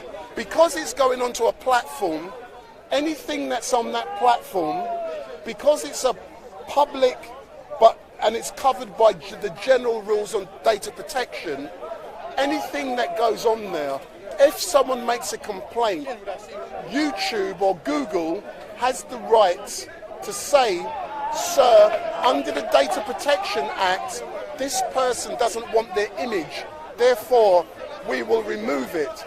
And they have the technology to blur out, to remove it. The difference being, this would only be happen if it's a child. No, that's not, but sir. It's not with grown people. Sir, not with, no. Sir, listen to me, because I'm going to end this conversation. Yeah, let's agree there are issues to do with safeguarding concerning children and consent. That's we know that. I'm not talking about children. I'm talking about adults. Yeah, and adults can withdraw consent about being filmed. Sir, about half an hour ago, listen to me. About half an hour ago, sir, I told the people online, but I knew this anyway. I had a situation last week, yeah, where someone withdrew consent, sir, after I had filmed them. YouTube contacted me and they gave me 48 hours to remove that segment from their platform because consent had been withdrawn. Hence the reason I used the word, don't worry about him, implied consent. It's implied because I'm assuming you're happy with that. But as soon as you say no, and if you've got it on your phone, you can do what the hell you like with it, it's yours. But once you publish it on a platform, you have to comply with rules, sir. Okay, so what has happened with CCTV on the high street? I'll tell you what's happened. Under the data... I don't give consent to the streaming platform or to the CCTV room to film me in case I want to do that. They still would film me. No, sir, you are deluded, yeah. This is the way it works, yeah. CCTV on the streets, yeah. The law permits councils, the government, and blah, blah, blah, to video record. Anyone can be video recorded, and they are. Say, for example, yeah, someone then requests footage. Exactly. No, listen. If someone requests footage of themselves, they are permitted to have that footage. Fine. No, listen. Let me finish something. What happened if a camera were over there? This guy said, I don't want to get filmed, but I request the film material from the council, wherever. This guy would be in my post. I had this film material of him, sir, in my hand, and I could do whatever I like with sir, it. Right? You're mixing up issues here. No, I'm sir, not. Let me finish. It is so great, sir. Sir, I do this. Yeah. Freedom of press. No, sir. No, sir. Yes. If under the come round and people can see you. Yeah. Under the data protection, if you request footage of yourself walking down the street, please listen to me. Yeah. That footage will be given to you. What will be pixelated out is the footage of other people. Have you ever made a request, sir? Yes, I made once a request. And did you when get I the had footage? An issue with some police officer. But did you They get had the body footage? cameras and I got Answer the the question. Did Yeah, you get the footage? And it was not blurred out. Yeah. Nothing behind me, nothing No, left but behind. sir, They moved sir. around, nothing happened. Let me explain, yeah. If you can clearly identify individuals, police officers part of their job, so they won't be blurred out, yeah. If there's people, incidental people in the background that you can't really see, they won't be blurred out. If, like me and you now, I will be blurred out. You do not know what you're talking about, sir. No, I don't think so. This is right because you know how much work would be behind to blur out everything before you get the tape. Sir, probably you want the tape for something else, and that's why you never get blurred out. That's sorry. Sir, let's disagree, and I'm going to move on. I don't believe you. I'm disagreeing with you, sir. Fine, me too. And come, sir. Yeah, you want to talk? Yes. Come round, sir. Yeah. I'm live streaming, so I've seen you've tried to engage with me on a number of occasions. But as you can see, when I'm here, I'm doing a million different things at once. So is there something we need to chat about? Yeah, I want to speak about, I like to speak about the faith I believe in. Well, let's stop there. I don't do this, yeah? I engage. I'm not here to promote you. Okay. I don't do that.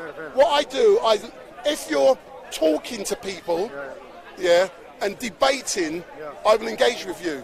But I'm not here. You want to promote yourself. I don't do that. I'm not promoting myself. No, I'm not doing that. We start again. I'm not doing that, no. I'm saying... Let me see you and I'll engage. I won't debate right now. I'll engage with people, don't worry. Okay, let's find something. Come.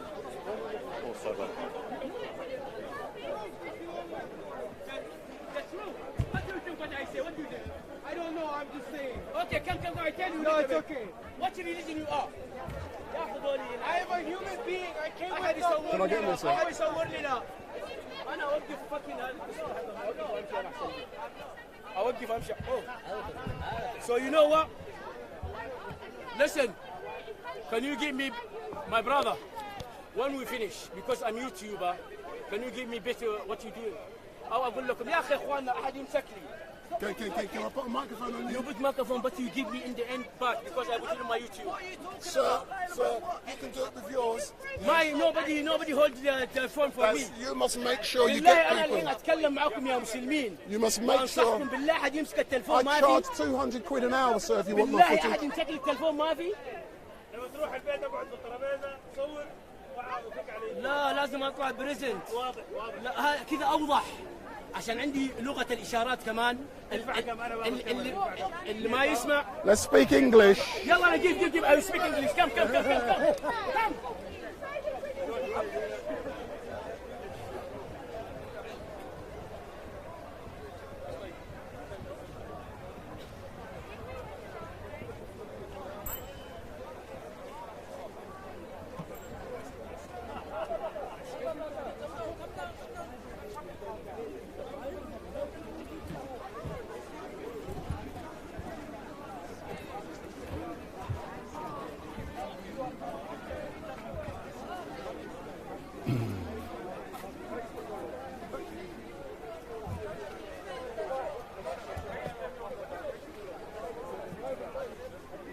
One thing I really do like about Speaker's Corner is that you meet a number of people down here who have things to say.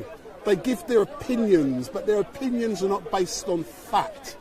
They've given you what they think is the truth. Just like I said to you guys earlier on, specifically to do with the debate I had just now about consent. There is implied consent. Please understand what that means. As soon as I stick a camera in someone's face, I'm of the belief that they're allowing me to do it, and 99.9% of people have no problems with that. As soon as someone says no, the issue then becomes, because I'm live streaming and it's been uploaded onto YouTube or uploaded onto Facebook, they are covered by the general rules on data protection. Therefore, if someone does not want their image put out, all they have to do is to make a complaint under the general rules of data protection to YouTube or Facebook, and YouTube and Facebook has a duty to remove. The gentleman is arguing about he can film anyone. Yes, he can. I can film anyone. But it's what then happens to that image. Once I film it, the copyright belongs to me. But when you do it on social media, that then becomes the problem. And I've had the chance to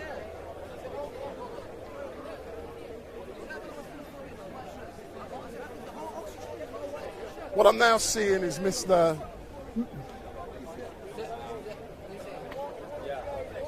a quick couple of questions, easy questions.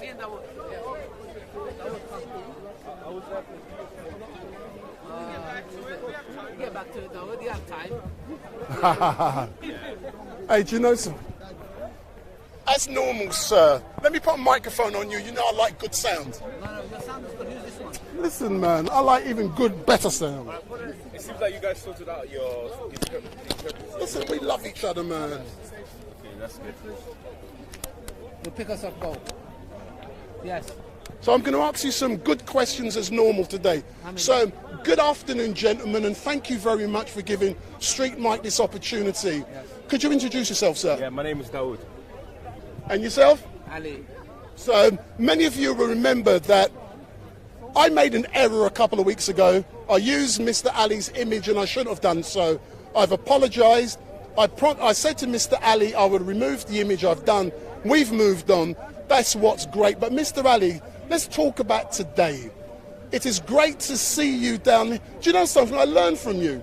You're not down here with a camera. You're just chilling out, relaxing, and talking to your... homies. Homies, yeah. Tell me why that is so important for you, sir. I think it's important for both of us, because we're from the Salam team, me and Dawood, that we don't come here just to be on cameras. Yeah. I like genuine discussion off camera. And most of the time it's off camera, yeah. Because when the camera comes on, ego can kick in. Yeah. And that's why, you know, I'm a bit careful. So that's why I usually ask people, do you mind being on camera? No? Like, okay, no problem. Because at the end of the day, it's not all about the camera, you know. We should do stuff and help people. I've had a discussion with a couple of people that have deep concerning issues. One was suicidal. And I thought to myself, well, I mean, can you imagine me saying, oh, do you want to be on camera? No. Oh, sorry, I don't have time for you. How devastating is that?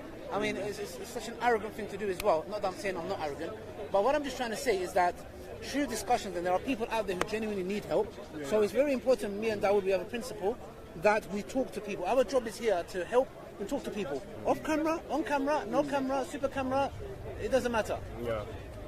Tell me more about that principle of talking to people. But I'm interested in the off-camera discussions because I've seen it in the last couple of weeks, but people online may not see that. Yeah. And I believe it's important to talk to you and understand and learn, because I'm all about, just like you, educating people. So tell me about how important and what skills and techniques do you use in listening? It's such a beautiful thing to do, because it really improves you as a human being as well, because when you come here and you talk to people, you have to start with the precept, I want to understand the human being that is in front of me. So that's the first thing you do. You want to understand who you're talking to, who the person is, what he's going through, in order to have the best possible conversation. Because sometimes what happens is that when we have a conversation or a discussion or a dialogue, what happens is that one person speaks about themselves more than the other, and then it doesn't become about exchange, but it becomes about telling people something. And I feel like it really takes away the quality that you may have had if you had allowed the person to talk to you. And we have examples of the Prophet Muhammad sallallahu alaihi wasallam. It is said that whenever he would talk to people, he would turn his entire intention, his shoulders, his eyes towards the person, and paying attention to the person and hearing out what the person is saying, because he was, if you like, in the activity of engaging and uplifting human consciousness to the highest. He says, I came nothing but to perfect human mannerism, and the best of manners is to listen and then to respond to what it is that you're listening. And sometimes on camera you don't have the chance to do that, because you have to, oh, he said something, I need to reply quickly because there might be a misconception, so you're constantly that's sort of. How do you deal with someone specifically when you speak to them and then they reveal that there may be a mental health issue that may be causing them to maybe want to harm themselves? And how do you deal with something like that? To be honest, different people deal with it in different ways, but to be honest, number one, obviously they need to seek professional help, but with us, I have to analyse the person I'm talking to. So I'm like, I have to see, are they saying things that are, if they say things where it's a bit concerning, then I would assess that situation. I would even move them away from cameras, because definitely it's not a place to be on cameras. If you have a mental health, or if you're suicidal, or if you mention that at one point you was attempted suicide, the first thing I would do is move away from cameras immediately, because it might be that someone says something or I say something that might trigger an emotional history that might, so I have to be very, very careful with these people. So I would take them and just have a nice discussion, and I think it would be mainly nothing but love and mercy, because you need to understand the person you're dealing with is emotionally distressed. He doesn't understand logic. It's not, hey, it's not time for that. It's time to reassure him of who he is, and reassure him and give him some nice words of encouragement, because these people are made to feel down, unwanted, ugly, unattractive. So you need to reverse that and make them feel that they are a person and they have more to offer society than their outer appearance. So I would personally show them a lot of love and mercy. So we had a friend of ours called Isa, may Allah have mercy. He passed away at the outset of COVID. And one thing I've learned from him, and I will carry this for my entire life until until I have to go. And one thing that I've noticed about Isa was that whenever I left him, my spirit was very high. I felt also very high, and I was like, I struggle with this because I'm a very sort of passionate person, so I go with my emotions. But I also want to be a person that when you leave the conversation with me, that you feel as high as possible, uplifted, and not because it's me, but it's because because we both facilitated that experience. That also when I leave, feel also uplifted. I feel like it's such a skill to know how to do that. Exactly, and not everyone can do that. I mean, just to relay on this, and I'll be very honest with you, that's why there is a certain individual or individuals in this park which we, and I'll be honest with you, very, very, I've warned against. Yeah. You know, when. And I'm going to come to one of them in a minute. Especially when Isa passed away, he was not even buried, and this individual, this, I don't even know what to call him. His first response was to warn against him. I mean, it really puts the perspective of how could this be possible that this is the same person that follows the Islam that I follow, and he's a Muslim like I am. And I'm not saying I'm anything special, but how his conscience made him justify that he can warn, or in our religion, backbite a person who is deceased and his body is not even cold yet. And that you are there doing a video of, hey guys, yeah, he's passed away, okay, but don't watch his videos. I mean, like, to me it was sickening. And it showed me that not everyone who follows Islam and calls himself a Muslim has mercy. And this is why God Almighty, subhanAllah, Allah subhanahu wa ta'ala, you know, one of his names is the most merciful. And he ascribes us to not oppress others. You know, forget those who are alive, but also the dead, the deceased. We shouldn't talk ill of them. You know, even the Prophet Muhammad, peace be upon him, let alone a Muslim, when a Jewish person his funeral was passing by, he stood up. And they asked him, why are you standing up? He's a Jew. He said, was he not human? Yeah. And this is to a Jew, let alone to a beautiful person like Isa, may Allah have mercy on him, who was like someone who was bright up the day. Yani he would bright out the day. He was a beautiful, like being around him was my, how can I explain it? Like I loved every second of it. Yeah, same, so same. to have someone like him to come and warn against him, to me just showed that not everyone that says La ilaha illallah, they have etiquettes. Has Iman truly entered one's heart when he has no mercy on the dead, let alone the living? Can I ask you, do you mind if I engage with a few people online, they can ask you questions? Do you mind if I ask them to post questions on the chat? I don't mind. I've got 2-3 minutes more. Yeah, Adam, before that, because it's going to take a lot longer than that. Let me ask you the final question. Maybe we can do it at another occasion. Can I maybe ask you, I've got no problem if you say no, in regards to an incident which happened last week and a Quran being presented with holes in it. Do you have anything to say in regards to that fact? Well, to be honest, like I said before, if this was done towards any other religion, you would have seen the same results and the same, be it attack. We're not justifying it. We're saying you're dealing with human beings. If I go to a predominantly black community and say, you are an N word, if somebody comes and punches me in the nose, am I going to be like, well, I wasn't expecting that. Why did that happen? What stupidity. What a nonsense.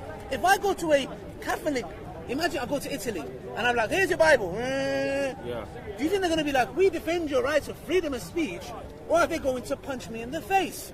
They're going to punch me in the face. So the point is this, when this vile woman, she's got holes in her brains, I mean, you can see it, this vile woman, why is it that when Muslims behave in that way, which they shouldn't, no one should, why is it made to be like, oh, they're attacking freedom of speech? My friend, I dare you, go and insult Churchill in a predominantly white nationalist area and see what happens to you. And they'll come and talk to me about free speech. This is why we call it hypocrisy, double standards. You do it to the Muslims, you're like, shh. We bomb you, we kill you, we draw your Quran. Shh. Who the hell do you think we are? And who the hell do you think we are? And I'm not condoning anyone to attack a violently. I was about to say that. But I'm saying, how are you surprised for these things to happen when you are provoking the Muslim community over and over again? And also we're not, like you just said, we're not equating Muslims to white nationalists. But what we are saying is that, so you've given up the intellect, because we're talking about a book here. Okay, so you've given up the intellectual pursuit to criticize it, and now you have to drill holes in it. Exactly. It just shows you that clearly you've failed to challenge the book for what it is. And for anyone who's watching, I feel like we live in a society which I am very proud of sometimes, because like I have family members who like grew up in this country, who goes to school in this country, who have teachers who wear hijabs, who have teachers who do all sorts of things. I think we're a very national community, and it's beautiful. I don't want people to look at this and think like, And there could be always improvements, right? But I don't think we should live in a society where one group of people, or one person in this regard, provokes people, you know, and plays with the emotions of human beings to an extent where, you know, you want that reaction. Because when you drill holes in a book, you're not expecting people to come to you and be like, okay, let's discuss this. By the way, where did you buy the drilling machine, right? That's not going to happen. You're expecting uproar. You're expecting, like, physical reaction. And from that point of view, it's very malicious and very evil, in fact. And you're not here for the well-being of everyone else. It's an egotistical thing, almost. You know, your ego. As normal, thank you very much. And all I would like to say, if you want to add anything to close, and you have the final say, thank you very much. StreetMic reporting at Hyde Park with Dawood. Over to you. Big up, big up, big up. Thank you very much, sir. As normal. Thanks a lot, yeah. So, as normal, we have Mr. Ali who's down here, and he always engages with StreetMic. And I'm now going to put my microphone on. And as you can see in here, let me...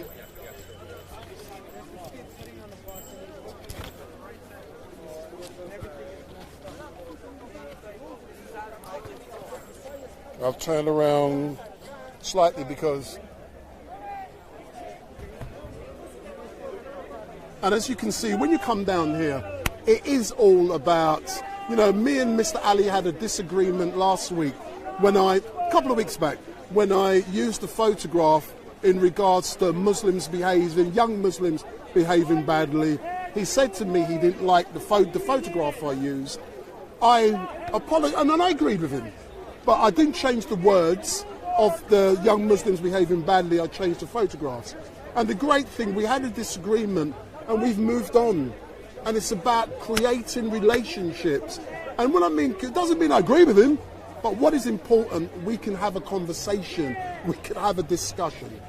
But please remember, what I want you to do, give me the thumbs up, make your comments down below, share and follow. But what you must also do, switch on your notification bell, and every time StreetMic goes live, you will be informed. So switch on that bell, ding, ding, ding, ding, ding, ding, ding, and every time we go live, you will be informed. But what I also want you to do is to share StreetMic with 20 of your friends. So get the share button, share it with 20 of your friends and tell them to follow StreetMic. So share this video, share this YouTube link, share this Facebook link with 20 of your friends and ask them to follow StreetMic. What I'm now going to do, I'm going to capture some more people down here. And just in the background, let me move. There's a concert going on down there. I don't know who's there today, but Mick Jagger and the Rolling Stones was there last week. We've got all heavy guns. When I say heavy guns, you got big people. So I'm now going to move around, get some more people I haven't engaged with, but today we should be live at Speaker's Corner roughly until about 8 o'clock at least. Could be 9 o'clock. I'll wait and see what goes on. But I do want to live stream here till at least 8 o'clock. And what I'm going to tell you, for those of you who don't already know, later on this week, I will be live streaming a funeral service of someone in this country who was murdered. So later on this week, I will be live streaming a funeral of a young gentleman, a teenager, who was murdered somewhere in this country. I'm not revealing the name of the person, the victim. I'm not revealing where, but all I can say is that I had the opportunity yesterday to meet the victim's mum, and you know, we discussed many things around the live stream. But one thing I will be doing is making a documentary film about the journey the mum has gone through. So can you imagine, you're informed that your son has been murdered, and later on this week his funeral is taking place. So I'm working with the mother to make a film about the journey she has gone through. And that film will not be released for quite a while because there's a legal process currently taking place in regards to a criminal trial because someone has been charged with murder. So you cannot be releasing a film. The live stream, or even though it's live, StreetMic live streams in two ways. You are seeing what I do publicly. This is the public face of StreetMic. 90% of the stuff I do isn't public. 90% of the stuff I do is private. So that live stream is private. You will not be watching it on Facebook. You will not be watching it on this channel. It is private. The only people who can see it are the family and her own family and friends who the private link is sent to. So if you're looking on StreetMic LiveStream to see the funeral, but I'll be live streaming of someone who was murdered, you're not going to see it. It is only done in a private way. But I'll tell you more about that because, like I said, I'm making a film about the journey the mum has gone through. And yesterday she told me, you know, what that was like to discover that your son, teenage son, was dead.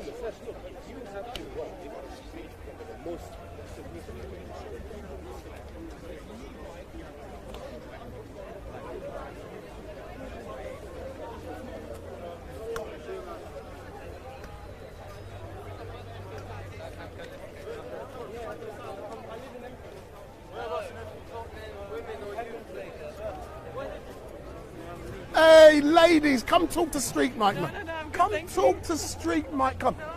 You do, don't you? Where have you been? Oh, if you're saying you're incognito, you must be police. So how come you ain't got my phone number? Let me see how incognito you are. Take my number and ring me. And I can see how incognito. Huh?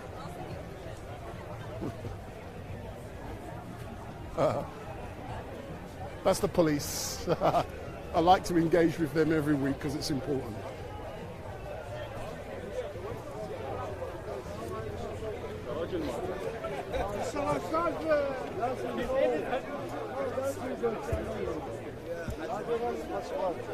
So, you know, carry on, it will still keep growing. Yeah, it's coming down. Just don't give up. What do you want? If you want. Can I get in there? 76, only one will be going to Jannah and the rest are going to be in the Nar. He said from my ummah, that means all of the 73 sects are going to call themselves. How do you know that you're the one going to Jannah? I'm asking by following Quran and Sunnah. How do you know that you're following the Quran and the Sunnah? I'm asking you. So I wouldn't know. Somebody else could tell me. What? I wouldn't know. You mean? So he said, how do you know? No. I'm asking you. I'm asking you. How do I know? Yeah. No. You're asking me. How do I know? I am doing what I'm doing. Yes. How do you know? If you put it what the right you're way. doing is I read the Quran and I read the Hadith. And what do you deduct from the Quran and the Hadith? Yeah, it's very clear. It's very clear what? You're being too broad right now. I don't think there is anything that okay, let's say for example, no, it's not a waste of time.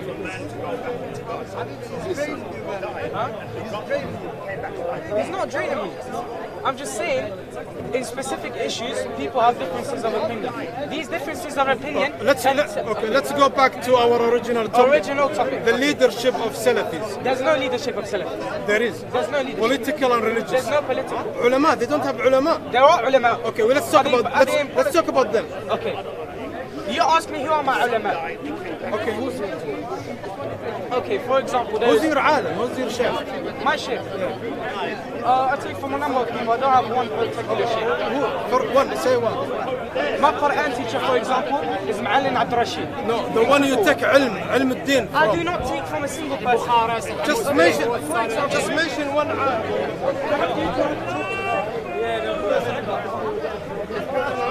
Yeah?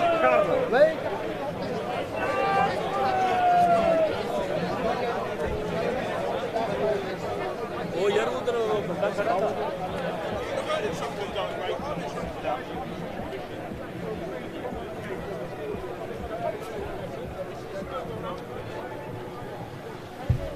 me, sir.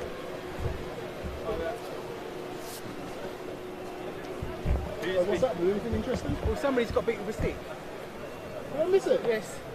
No. I got it on camera. And you didn't give me a piece of the action? He was over there in that crowd. It happened on this side. Is it? Well, where are they now? That's it. Yeah, he'll email you later. Thank you. Is it this gentleman? Yes, he worked over there with a stick. Yes. Excuse me, sir. Wendell Daniel from StreetMic. This is what I do. What's your first name? My name is Wendell Daniel from StreetMic. Oh, let me put that on there. See, he's got the footage. I've got the interview. Nah, I don't do that. I don't clip, you know that. I don't clip. I haven't got a camera. So, sir, if you move forward a bit, Walk forward. Stay there, stay there. Yeah. So, good afternoon, sir. My name is Wendell Daniel from StreetMic. What's your name if you're looking at the camera? My name's Greg. Greg. So, Greg, it seems like I've missed something that's important that's happened, and the police have just pulled off. Can you tell me what happened to you that StreetMic missed whilst I was interviewing Ali? I saw a chap standing on the railing behind us. He was dressed in white. He looked quite agitated. I went up, and there's an elderly man, a Christian man, that was speaking, and some might say heckling, but that's what you're allowed to do at Speaker's Corner. And the chap was working himself up and getting more and more angry. So eventually he reached down, which is on camera. You see him reaching down and pushing him on the head. And I said, don't do that, stop that.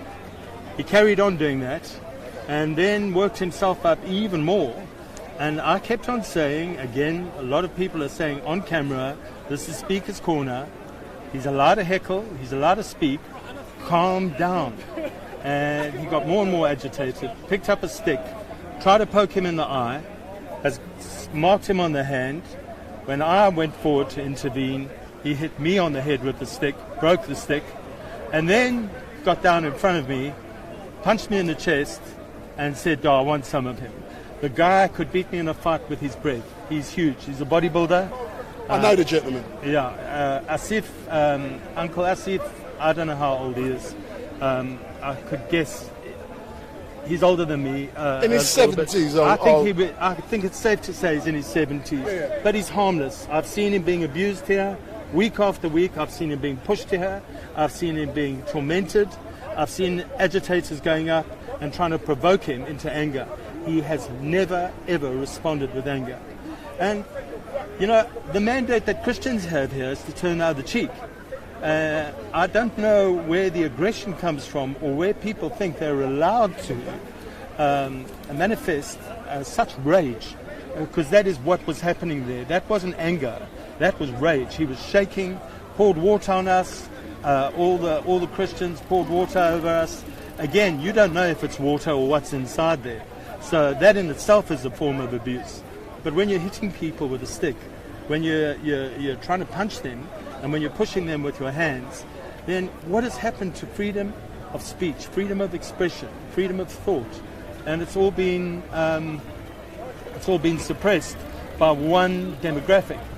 Now, my big problem with this is that when one person is committing all the anger, the bystanders must get involved. The bystanders have got to stop a fight taking place. That didn't happen. I've got it on camera, I'm moving my phone around, and I'm filming people laughing. And I'm wondering why people think it is funny to hit an old man on the head with a stick, to try and poke a stick into someone's eye. Why you would think that is funny. Can I maybe answer that question without stopping you? In your opinion, in answering that question, is it correct that many people who come to Speaker's Corner, they're not coming here to listen to intellectual debate, they're not coming here to be educated, they're coming here for entertainment? Yes, I think the cameras make a big difference to the way people act. So if you're coming here to preach or to discuss politics, and you're prepared to say the same thing off camera as you are on camera, then yes, I agree with you.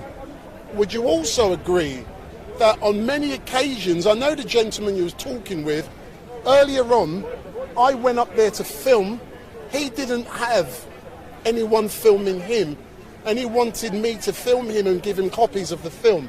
I refused to do so. But the point being is that I see people coming here at Speaker's Corner, and their interest is engaging purely for social media, follows, like, shares and comments. So events are created so that people have a laugh and joke and they can get views. Do you think that happens here at Speaker's Corner? Yes, I think everyone has an ego, everyone has pride, and I think all of us are susceptible to ego, and we want to be seen, we want to be visible, we want to have likes, we want to have those things. When I see a humble person, don't care what religion they are, I don't care what their worldview is, when I see a humble person being bullied, I feel the same rage welling up in me. So I have to actually pray and control myself not to get involved in that same like for like rejoinder to what's coming at me. So the Proverbs say, and there's an irony in this proverb, the proverb says, do not answer the fool in his folly unless you become like him. And the next verse says, answer the fool in his folly unless he becomes wise in his own eyes. So when you speak about Speaker's Corner becoming a place for cameras and people not listening to learn, I try my hardest to get involved with discussions and debates with people where if they can present me with a cohesive, logical, good worldview, I will move from my worldview and go over to theirs. But the conversation that I had today with a Syrian doctor, and it's on tape, the guy is actually my brother. I've said I would give up my life to him. So did Hatun. Hatun was involved in the same discussion. She said the same thing. We would give up our life for him. He was such a nice guy. He just wanted to listen and speak. Turn your head 180 degrees and you look at someone hitting someone else with a stick, not wanting to listen, not wanting to learn, then you ask yourself, they should not be allowed here. They should be allowed to swear at me. They should be allowed to call me names. I don't like that. I hate it when they blaspheme the name of my God. I hate it when they trample him underfoot. I hate it when they blaspheme his name. But it's Speaker's Corner. The law says they've got to do it. Now, we should be able to do the same, likewise.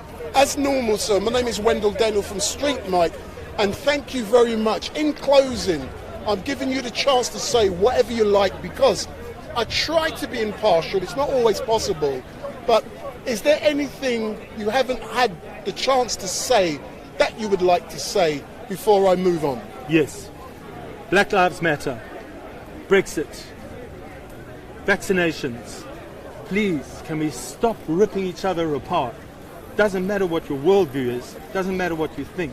We do not need violence. We need the brotherhood and the sisterhood of human beings to be able to come together and have a rational, cohesive debate, discussion, without tearing each other apart and destroying and cancelling people that have a different view to you. Thank you very much for your panel. Excellent, sir. Thank you very much. Thank you. Wendell, it's nice to meet you. Thank you. Don't nick my microphone. So I missed all the fun. Come in live stream, you can watch it back. Huh? I don't watch none of it back, you know that. Don't get a chance, man. See, I'm good. I could have robbed you. I could have teethed your wallet, make sure it's still there. Let me catch. Where is? What part of Barbados are you from? Say that again? What part of Barbados are you from? What part of Barbados? Oh, no. You can't say that. Go there. No. I'm from Carrington Village. Carrington? Oh, Pakistan.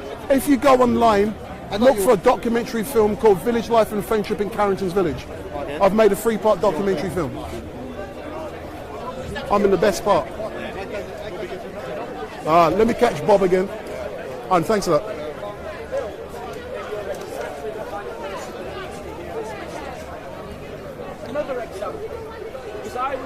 speaking to a brother today over at the cafe while I was getting my cup of tea. And we were talking about the evangelism in the park. And he was saying how he had had this successful conversation with someone who was really resonating with what he was saying about the resurrection of our Lord. And so I asked him, the answer is always yes. So I asked I always ask. So I asked him that, what is he doing any follow-up? And he said, my follow-up is with the Father. Now, once again, a spiritual catchphrase has prevented the Christian from thinking about how to build effective evangelism. And there's too much of this anti-intellectual, emotional catchphrases that are going off in the church. It's going off in the church. And what I appeal to my brothers and sisters to do, I appeal to you to do, is to stop using emotional catchphrases that prevent you from planning and thinking and organising. If you can't plan, think and organise, then don't say some catchphrase that prevents you from doing so. Because you're hurting the church and you're making it harder to do effective evangelism. It is not disbelief to say to people, it's not disbelief to say to people that we can build revival. It's not disbelief to say that we can construct revival. We can, because the Holy Spirit works through the body of Christ. So plan and think and strategize. Stop using emotional catchphrases as an excuse for you to do what needs to be done. Thank you. Any questions? Going once? Going twice? I heard you talk about how the Jehovah's Witnesses were being kind of effective. Yeah. Any other ideas for the... So I want to describe an effective model of evangelism to you. Christians love preaching, and Speaker's Corner certainly has a place for that. But the reality is, in a consumerist society, preaching like this isn't well received. For any one person you might bring to faith, the reality is you're putting off hundreds. You're putting off hundreds. Because people live in a consumerist society. We need to adopt our evangelism to the culture that we're in. We expect missionaries who go abroad to do that. Why aren't we doing it in the West? We need to adopt an evangelism appropriate to the culture. So that means that what that looks like is you set up a table. I'm not going to turn you away buy from a Bob for a sign few for seconds. the front of the table that says, let me get some discover light. Christianity, explore Christianity, learn about Christianity. And then you buy good Christian literature, not childish cartoons. I'm now pulling away from Bob for a reason. That are written for and 10 let me interview this gentleman in front of you. In front of me. So good afternoon, sir. If you come forward, come forward. If you stay there, perfect. What's your name, sir? Martin. So Martin, if you look into camera, how did you discover StreetMic? Oh well, actually, I was looking on YouTube, just typing in Speaker's Corner, because some weeks I can't get down there. And your one came up. You had a 6-hour feed or 4 or 5 hour, long feed. So if I'm not here, it's you that I watch, because then I can find out what's going on, like with Hatun and some other big things. That's the way I get to find out what's going on. And then you were talking to different people, asking them what had happened. So it means I get an idea from different perspectives what had happened. From your point of view, sir, and I know some people don't believe this, I try to be impartial. It's not always possible. And what I mean try, impartiality, I'm engaging with everyone. I don't care what religion you are, to me it's irrelevant. How important is that for you in telling a story here at Speaker's Corner about what goes on, engaging with everyone? Well, it's incredibly important, because there's a lot of channels or YouTube videos here. For example, Bob the Destroyer, I call him Bob the Destroyer. His channel is Soko Films. There's a couple of them here. So what they're going to put out is their Christian message. There might be some people that put out, but we need someone like you that can just film and go, this is what's happening, not pro-Christian, pro-Islam, because those are the two big religions that are down here, or not pro-flat earth, which we've got over there, or veganism or something like that. You're just going, look, this is what's going on, and you ask different people. So that's important. I need an impartial idea of what's going on, because otherwise Bob could edit his channel to put things in, they could all edit, because they all got an agenda. They all have an agenda here. And if all your agenda is to just deliver the news, what's going on, then you're the channel. But as you know, I'm a live streamer. So what I try to do, I'm live streaming today technically between 3 o'clock, 8 o'clock, 9 o'clock. So potentially 5 or 6 hours. During that time, you're getting everything. Yeah. And because you've seen me before, you know, how do you look through the content that's so long? What do you do? Well, I can't watch it in one go because No, of course. But I just go from the beginning. So, like on my lunch break, I'll put it on in the background so I'm listening to what's going on. Sometimes you're deep in a discussion that's not really that interesting to me. To me, a Christian and a Muslim batting heads isn't massively interesting. Important to you. Because the outcome of who wins still doesn't... I'm an atheist, it still doesn't get anywhere. So I don't really tend to listen that one. Sometimes I skip, I'll be honest, I skip over that a little bit. I expect you to. But, I skip a little bit, see what's going on. But you've got everything and you can have a choice. Exactly, yeah. So if it'll come to Bob, I might listen to a little bit of Bob, but then if I want to listen to him, I can go on his channel if I just want to listen to him for some strange reason. But how about me engaging with people like now? How important is engagement in a channel for you? Like people discussion like this? Yeah, because it's really important, because then I get an impression of what the feeling is here today. Like, because you're asking people what they think, what they've seen, who they've come across, and people that haven't been here before, this is the first time, you get an idea of what they, a picture of how Speaker's Corner is. Yeah. I'm now going to do something that I always do. Yeah. All I can say, sir, I did engage with you earlier on. I asked you if your name was Oliver, because someone by the name of Oliver who looked similar to you says he's coming down here today. Okay. And I said to introduce yourself. So I was assuming it was you. But in closing, sir, is there anything you would like to add to those watching that you would like to say? And you can say whatever you like. Okay. What I would say is definitely come down here. If you've never been down here, you've only heard of it, just come down out of curiosity. That's what got me down here. You don't have to get into big heated debates. You don't have to scream and shout. You can just walk through, listen and walk away again.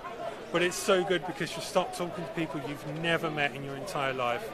And you'll get into, you'll think, I'm only going to talk to them for 5 minutes, and it'll be 2 hours later, and you've covered everything, and you're exhausted. But you'll come back next week because you want the same thing, the same drug, the same. I come here 6-8 hours. It's like an hour. Yeah, but I mean, I'm an atheist, atheist Satanist, lots of different things. I come down here as in my way to protest peacefully against what a lot of these Christians and a lot of these big religious people push down on people. My uncle came here and he used to come down here and protest, and he was actually one of the people that began the sit down outside South Africa House for Nelson Mandela. He was one of the original people that done that, so that inspired me to come down here and try and do something. So my peaceful protest is to sometimes heckle the big... What it's all about. But that's my peaceful protest. It's non-violent and it's completely... so that's my way of doing it. So if you've got something down here you want to be a part of, you want to come down here and there's something you really believe in, then this is a good place to come down, because we need a mixture. We don't want it to just all be religion.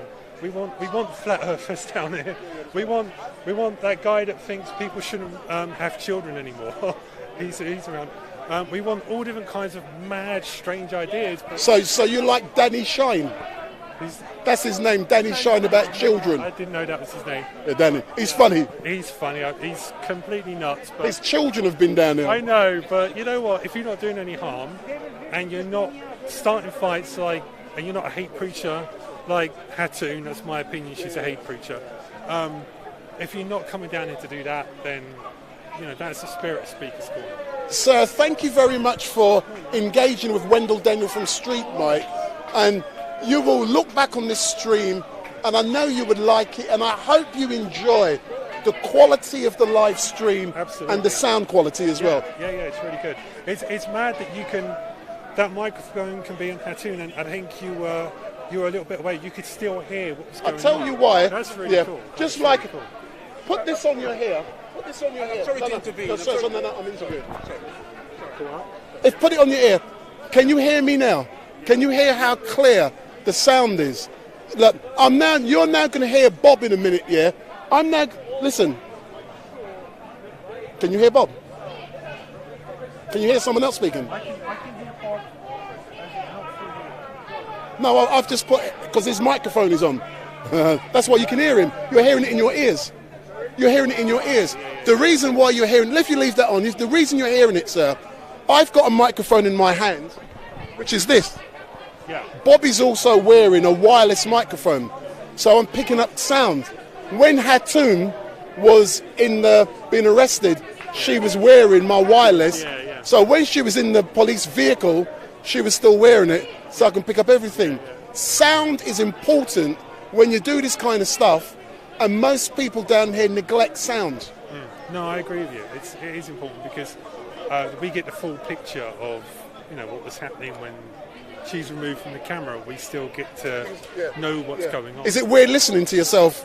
It's really weird because I'm getting a delay, aren't I? But now you know why it's so clear. I monitor it and change it.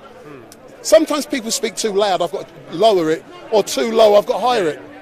So that's why now you understand why I'm always wearing this.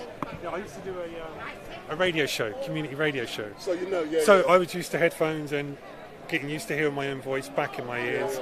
It's a bit weird. Excellent. Thank you very much, sir, and enjoy your day. Thanks a lot. So we're now going to go back to Bob the Destroyer.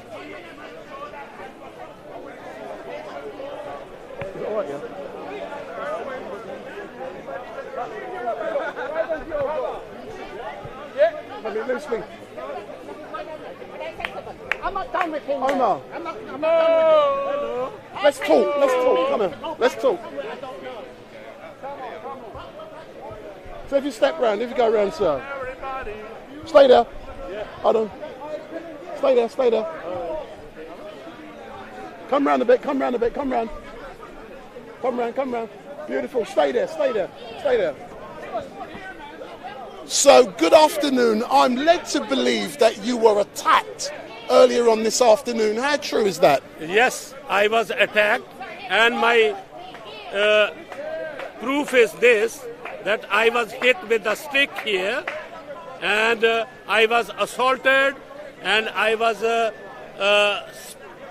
spitted water on me. So I was badly assaulted by a Muslim. Can you describe to my viewers the sequence of events that led to you being assaulted? The sequence was this, that a gentleman, a Muslim guy, he called me and asked me the question about Jesus. I was explaining about Jesus, that Jesus never said that he hate black, he hate white. In fact, Jesus said, all those who love me, follow me, and acknowledge my death on the cross, they are going to paradise. If I stop you there 30 seconds here, are you willing to engage with my viewers if they ask you questions? Are you willing to, yeah? Yes. Yeah, give me 2 seconds. So, to all of you who are watching on the YouTube chat, please pose your question to this gentleman in front of me. So if you have any questions, and what's your name? My name is Asif, Uncle Asif. Uncle Asif. So Uncle Asif, if you've got any questions for Uncle Asif, post those questions in the chat and I'll ask Uncle Asif. So if you continue, Uncle Asif, what do you have to say? Sorry, say it. No, earlier on you were saying about what happened and speaking about Jesus and then you getting assaulted. You were telling me about the sequence of events. Yes. So tell me more. So I was explaining about Jesus, that Jesus loves every color, every race, every people. All people Jesus loves. But in the Quran and in the Hadith, Allah hates the black people. And I give the reference from Sahih Muslim and Sahih Bukhari that when Allah created Adam, he struck his right shoulder and the white offspring appeared. And Allah was happy about those white offspring. That when Allah struck Adam's left shoulder, the black offspring appeared, and Allah said, these black are the fuel of hellfire. So when I said these things, the guy started beating me with a stick, and friend of mine, he jumped in and rescued me, and then that guy started fighting with him also. Then he climbed up on the railing again and filled his mouth with the water, and he started spitting the water on everybody. And look, my clothes are still wet. So how are you? Have you been injured? Yes, I am injured here. Have you made a report to the police? If Yes, not, why not? I did. And what is the police going to be doing? Police said they are going to evacuate the man from the park.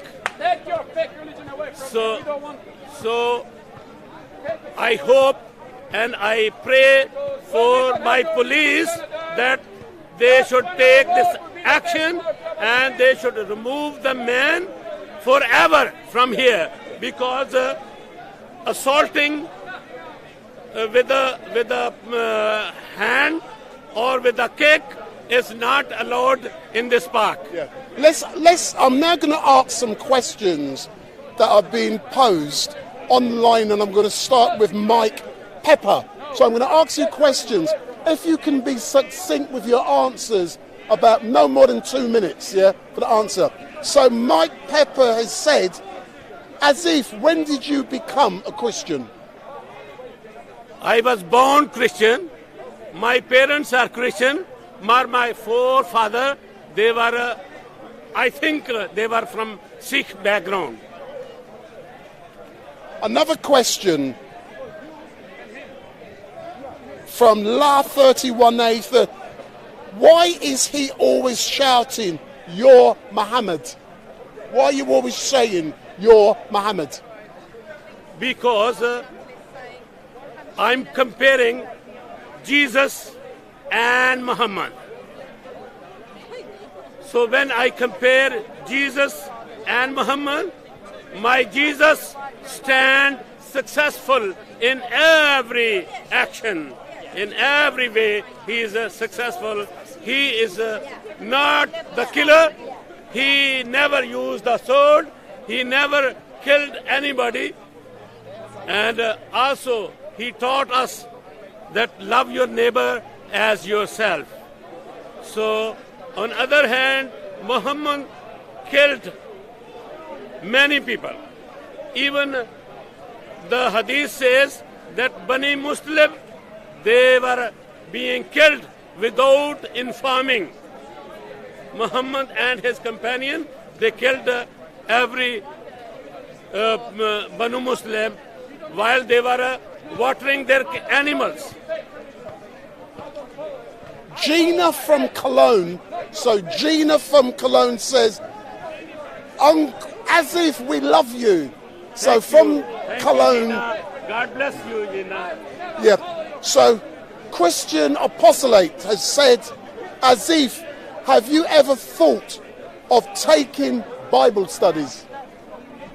Yes, I'm taking Bible study every day, and on every Friday evening we are having a session together. We are discussing whatever we read all together. Then we online we share our thoughts with each other.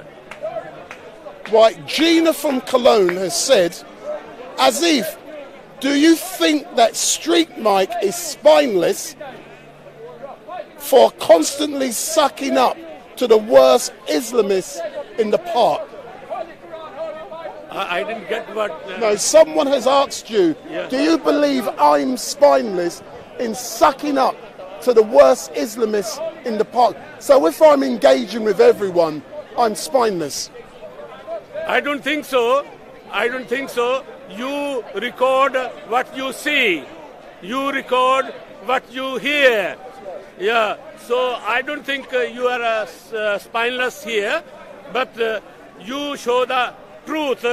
If I, as a Christian, I'm misbehaving and I'm not following the rule of this place, you are recording that one. And also you are recording the behavior of the Muslim if they are not following the rule of this place. If they are violating the law of this place. So you are recording that. So here's a good question. Stop Zilla. Asif, how does you keep screaming but keep your voice intact? So they believe you scream but your voice is always intact. How do you do it? Whoever have asked this question, this is my passion, and when I speak with the passion, even though no gathering is around me here, but my voice is still with the passion. When I'm asked question about Jesus, automatically my passion is about Jesus, and my voice is more louder than my words. Here's another one. Have you ever had a supernatural experience?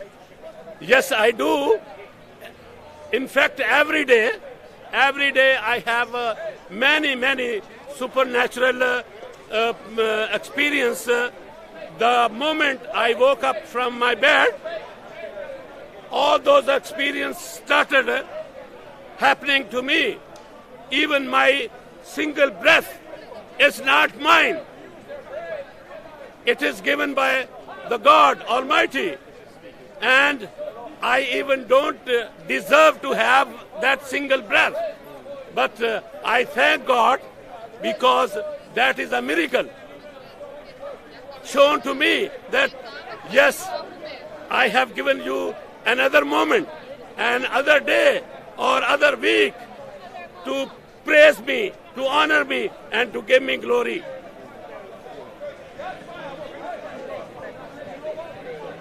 Here's another one.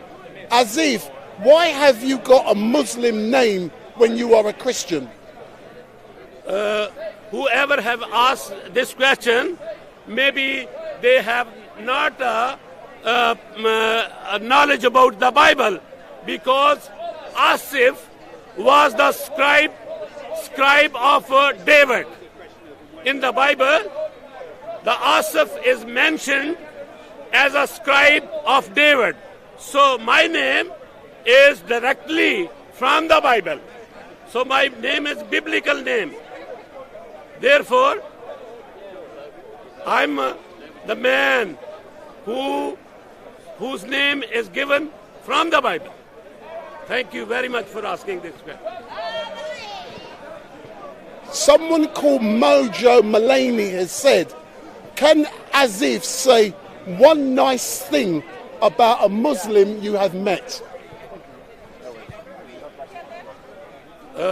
Yes, I will say when I will read any good thing from their hadith and from their Quran. So far, I have not read anything good from hadith. For example, Muhammad is a pedophile. It is not me saying. It is the hadith saying that Muhammad married Aisha when she was 6 years, and he consummated marriage when she was 9 years. And in Quran, when Allah is mentioned with 3 daughters, it is not me saying. It is the Quran saying that Allah is having 3 daughters, Lat, Manat and Uzat. And those 3 daughters are explained by Muslim scholars that yes, pagan people, they were worshipping those 3 daughters of Allah.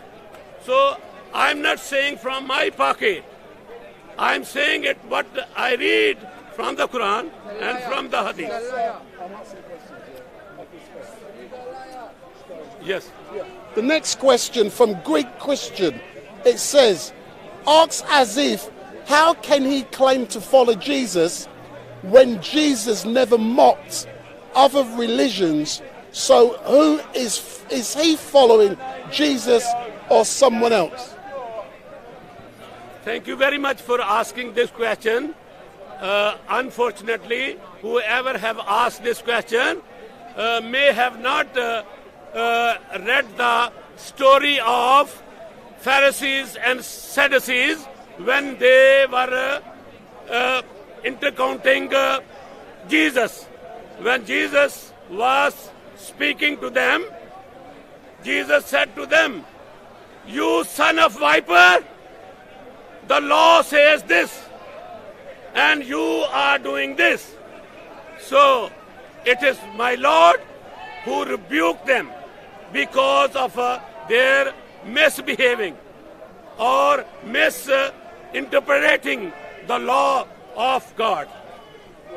The next question, and I'll do 3 more questions. The first one, ask him if he thinks of the plight of Muslims in India. Sorry, say it again. Do you think of the plight of Muslims in India? I haven't heard the polite Muslims in if the Muslim are the religious people, then they are not polite. Whether they are in Pakistan, whether they are in India or anywhere else in the world, they cannot be polite. Excellent. As normal, thank you very much, Azif. And that was brilliant. I'm now going to engage over there to see what's happening because there's a fight.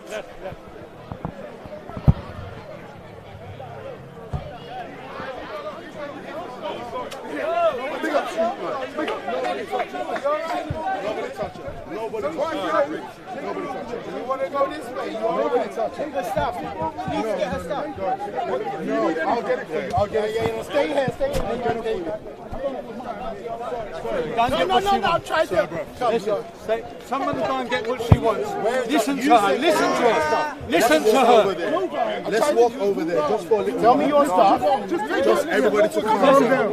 Darling, come. Ask her what she wants. Please come. Please come. Sir, please.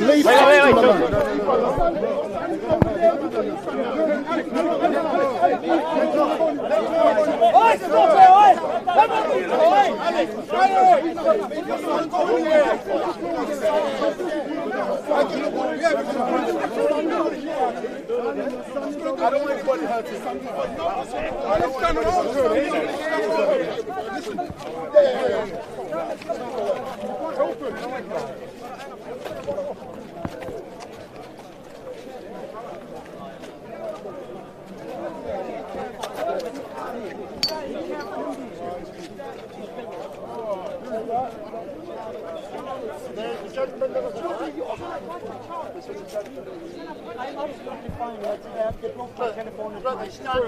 Start on my tripod.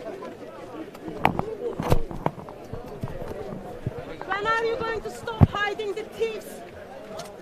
When are you going to stop protecting the thieves? Shut up. Hatun, I was trying to protect you, yeah? Don't play the victim!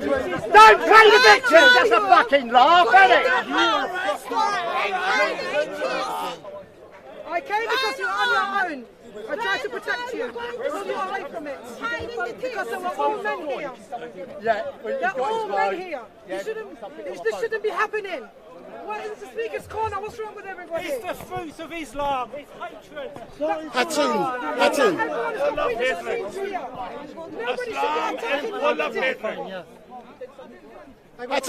Hatun. This is Speaker's Corner. Muslims need to stop. Muslims need to stop. You need to stop. Those of you who are causing people to be hurt, those of you who are causing physical damage, you need to pull yourself together. I know British policies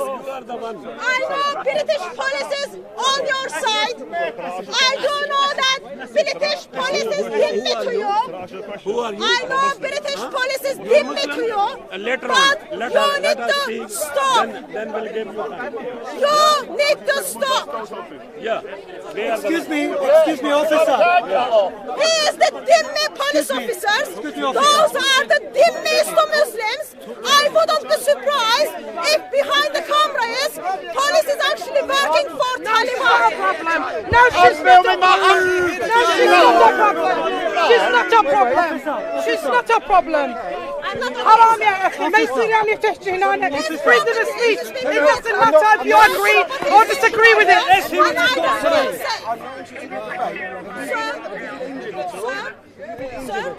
Did you listen what I'm answering your question now? I'm answering your question now. His property has been broken, my property has been broken, and there are physical assaults at Speaker's Corner because police is Dhimmi to Muslim community. Because police come alongside of Muslims. Do you want to come and speak to my officer? I'm standing here if you want to over here, if you want to come I am standing here if you want to speak to me. Why not? Why not? Why are you afraid of these people? I'm not afraid of them. Then speak You here, want to sir. speak to me and make an allegation? I am making allegation to the police here and we'll be for waiting Mr. for you. Muslims of Speaker's Corner who are stealing, breaking things. And also coming alongside of the thieves of Speaker's Corner. Excuse me. Who stole something from you? Do you know the person? Yes. Muslim. Tell us who they are so we can go and get them. So we can go and get them. We're gonna get them. We're going to the police. The police are not doing nothing. Of course. Obviously they're not doing nothing. I do acknowledge that there is no reason. It's fine. It's fine. Reason for that is. They're not doing nothing. They're arresting her. I've now put a microphone on Hatun, so Hatun is now wearing my microphone. شبيك انت؟ شبيك انت؟ شبيك انت؟ لا بديدك شبيك انت؟ لا بدين شو راح تسوي؟ انت ايش بتسوي؟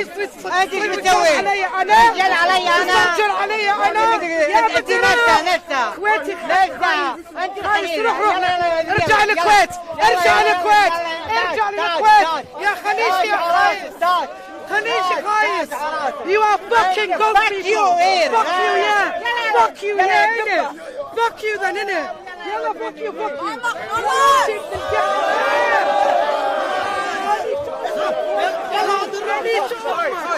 I will fuck your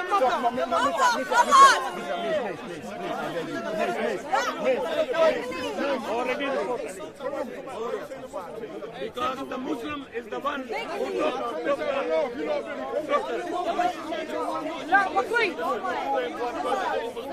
all Muslims are That's one person. They don't like it. I'm from their side. I'm a Muslim, and I can't speak up. What's going on? What's going on? You think you got the right to smack me? Think you got the right to smack me? You think you got the right to just hit people you don't like? Behind their back?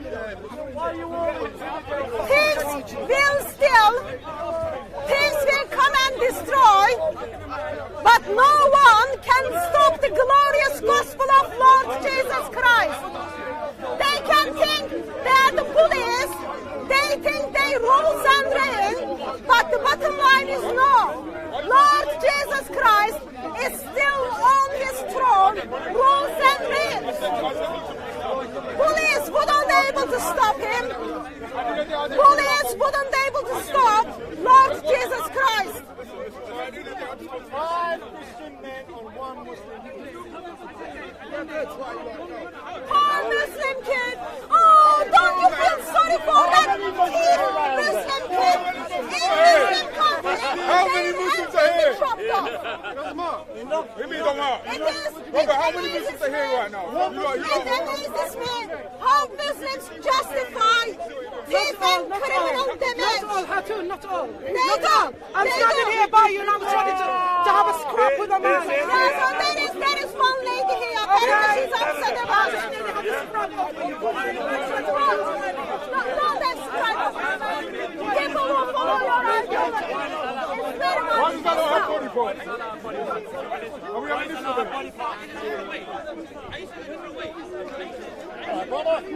No. All these Muslims, I'm a Muslim, and I'm talking to all the brothers here.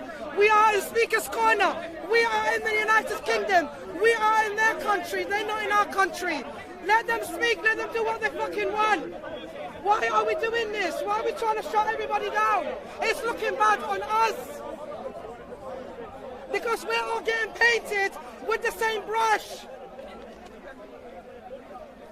It is called brush of Islam. She has the right to talk. She has the right to believe in her religion. Freedom of speech, freedom of expression, yeah? Just like we're allowed to stand here and say Jesus is Jesus that. She's allowed to stand here and say Ahmed this, Muhammad that, Allah this, Allah that. She doesn't have any love for religion. She just has her own opinion. It doesn't matter. It's Speaker's Corner. It's Speaker's Corner. No, yeah, she's not Muslim, man. She's not Muslim. Why? Because I'm defending Hatun. Yeah? Because I'm defending Hatun. I'm not fucking jihadi like you, yeah? I'm a fucking Shia, not a Sunnah. Just a minute ago we were having a quarrel. You tell me, don't touch me, you dirty whore. Yeah? Because I'm a Shia. Said that to you? Yeah. Where to go? We can't even get along between us.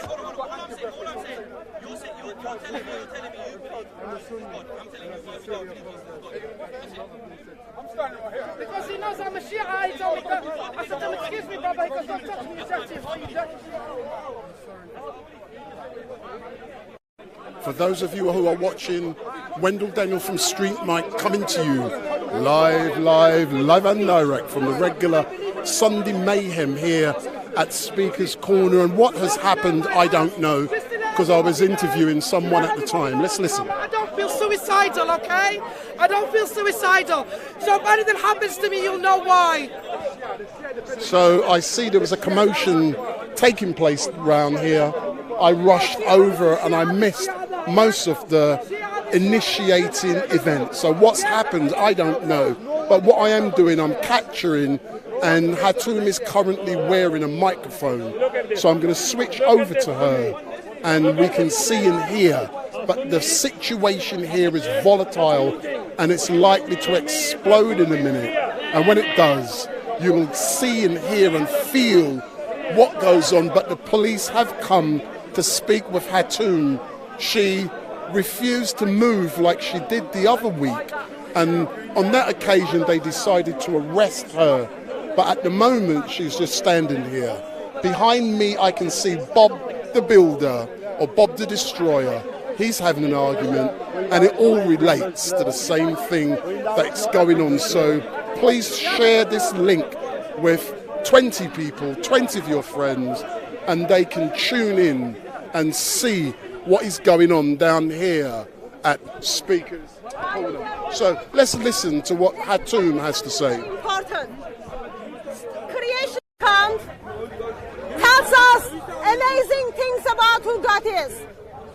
In Genesis account, we were told God is so kind and so generous. In Genesis account, in the account of creation, we are told God is triune and He creates humans in His own image. Out of His kindness, out of His generosity, God is also willing to have relationship with humans.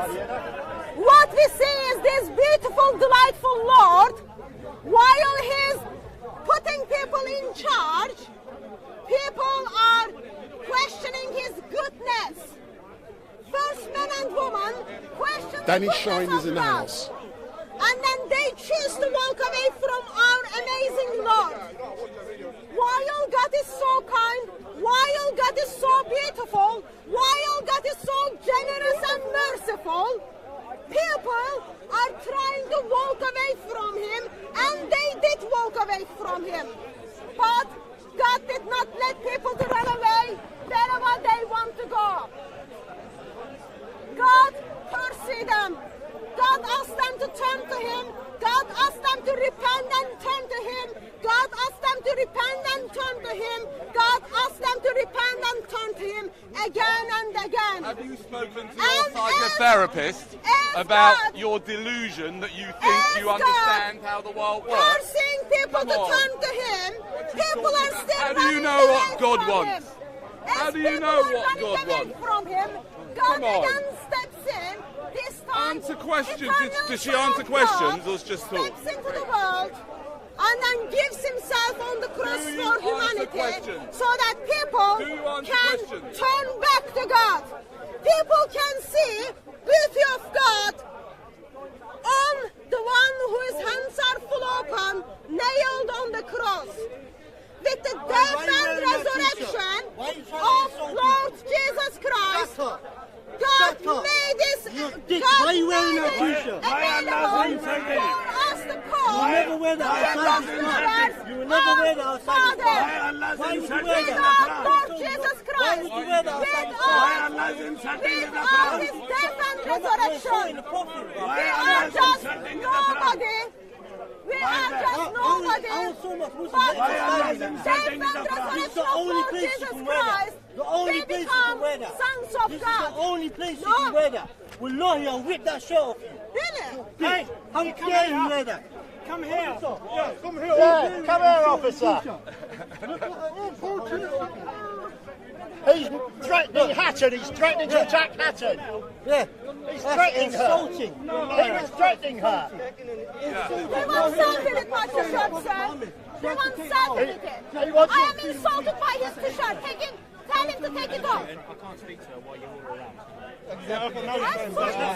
Everyone who is wearing white and black and red. Hibullah wa Rasuluh. Don't ever wear that again. Don't wear that shirt. I'll come back next week. No worries with the same t-shirt. Good thing is, I have two. I can wash it and wear it again. Don't you love the climate? You can simply wash it and wear it again. It's called recycling. What? Oh, I am sorry. I forgot. Police officers are dhimmis. I forgot that. I forgot maybe behind the cameras they are working for Taliban.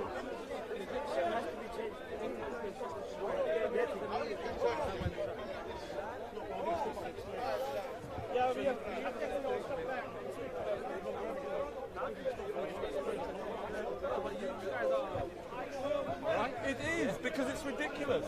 This idea about people getting Another sad day. Muslims are, Mr. Policeman, please save us. Mr. Policeman, Muhammad cannot save us. Allah couldn't save us. Please save us from that 5-foot woman who is wearing the t-shirt of Muhammad. That option remains should she want to take advantage of it. Turn the camera over there. Make sure we know who is that gentleman is over there. Thank you. Who wants Thank to you, come officer. I close? appreciate that. I wouldn't be surprised. Mr. Policeman, bow down, stand. Have you ever thought what they have done so far for the broken phone, for the German guest? Capture that man with the hoodie. He's coming to fight. We don't mean in a good way. He's coming to fight. I'm so convinced by what you lot are doing to leave this. I'm not so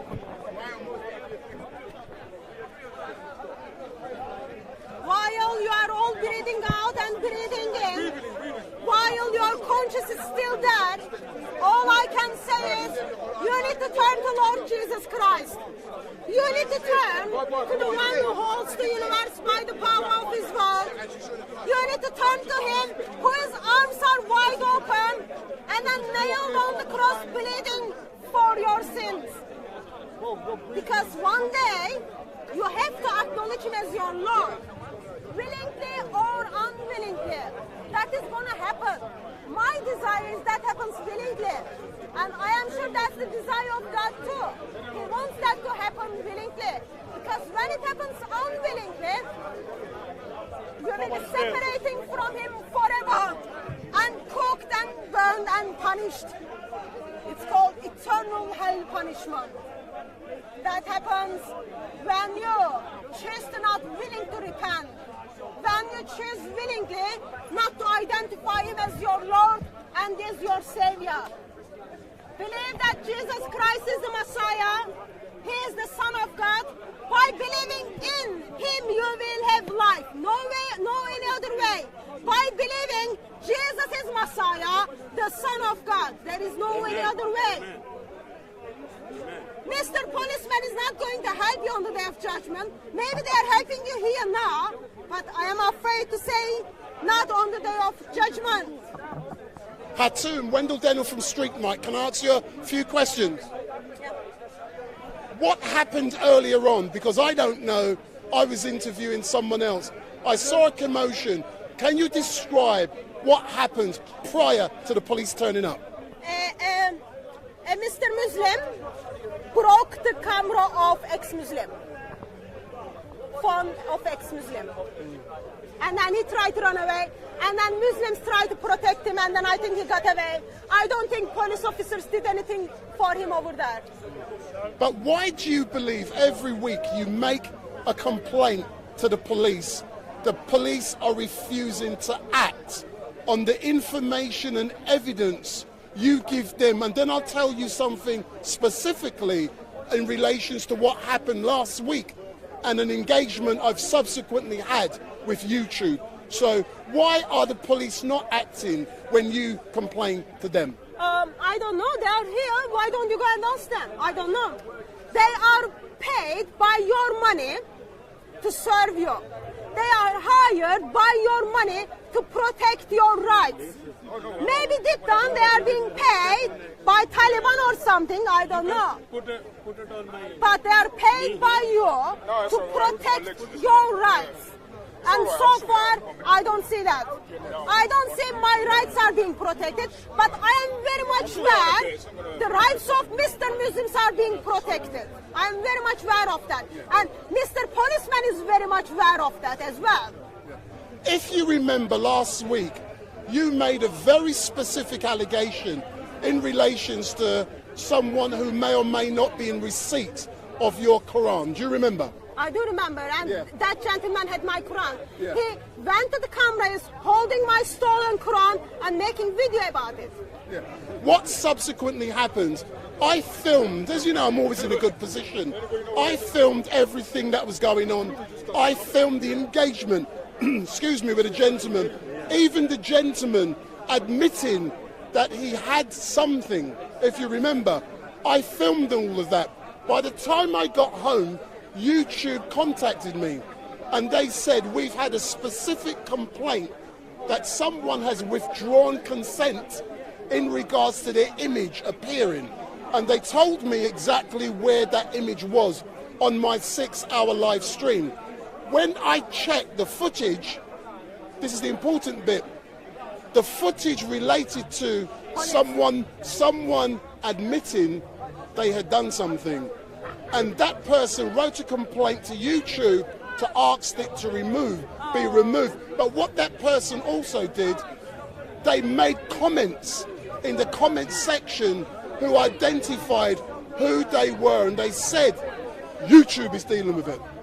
So why would someone want their image to be removed after admitting they had your Quran? What do you think that is?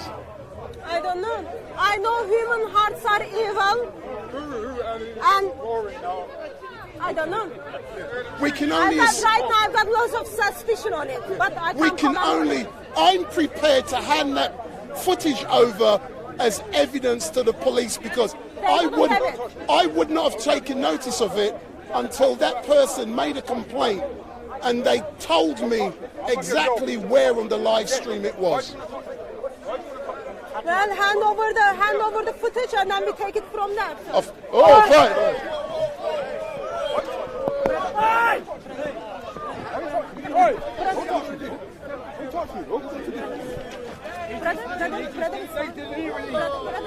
Brother, it's fine. They want you to react. They want you to react. Brother. Blood fire. What's the matter with you? They want you to react. Brother, move back. Let's move back. Let's move back.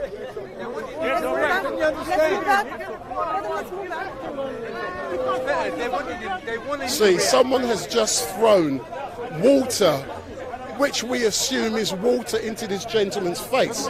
What makes it worse is that that could have been anything being thrown into his face.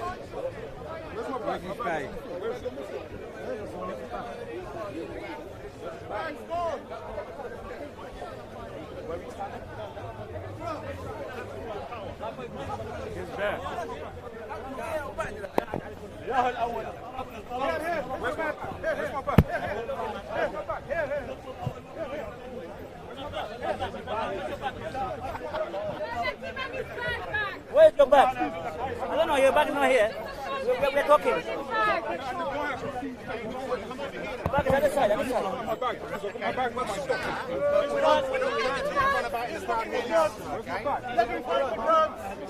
Where is his bag, man? Give him his bag, guys. Give him his bag.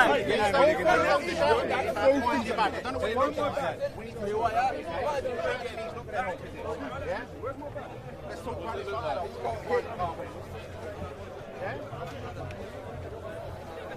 So, what is your value? We'll take your deals out. You probably need to stop walking for a moment. A couple of times. Sorry, buddy, you sounded way too close to me there. You're all right. I think I'll picture that. That is false. I don't know. I don't know.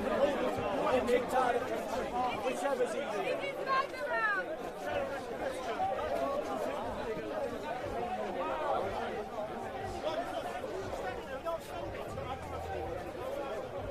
Officers, can I ask what is your plans? Are you going to turn blind eyes to the assault just happened? Is that the plan, ma'am? I've seen an assault just happen. You didn't? No. Oh, bless your heart. Bless your heart. I am sure if you ask for the footages, people will provide for you. I'm sure they will. Yeah, do so that before people get away. And I loved your ignorance face. Very good ignoring people. Let people turn away, yeah? Mr. Policeman.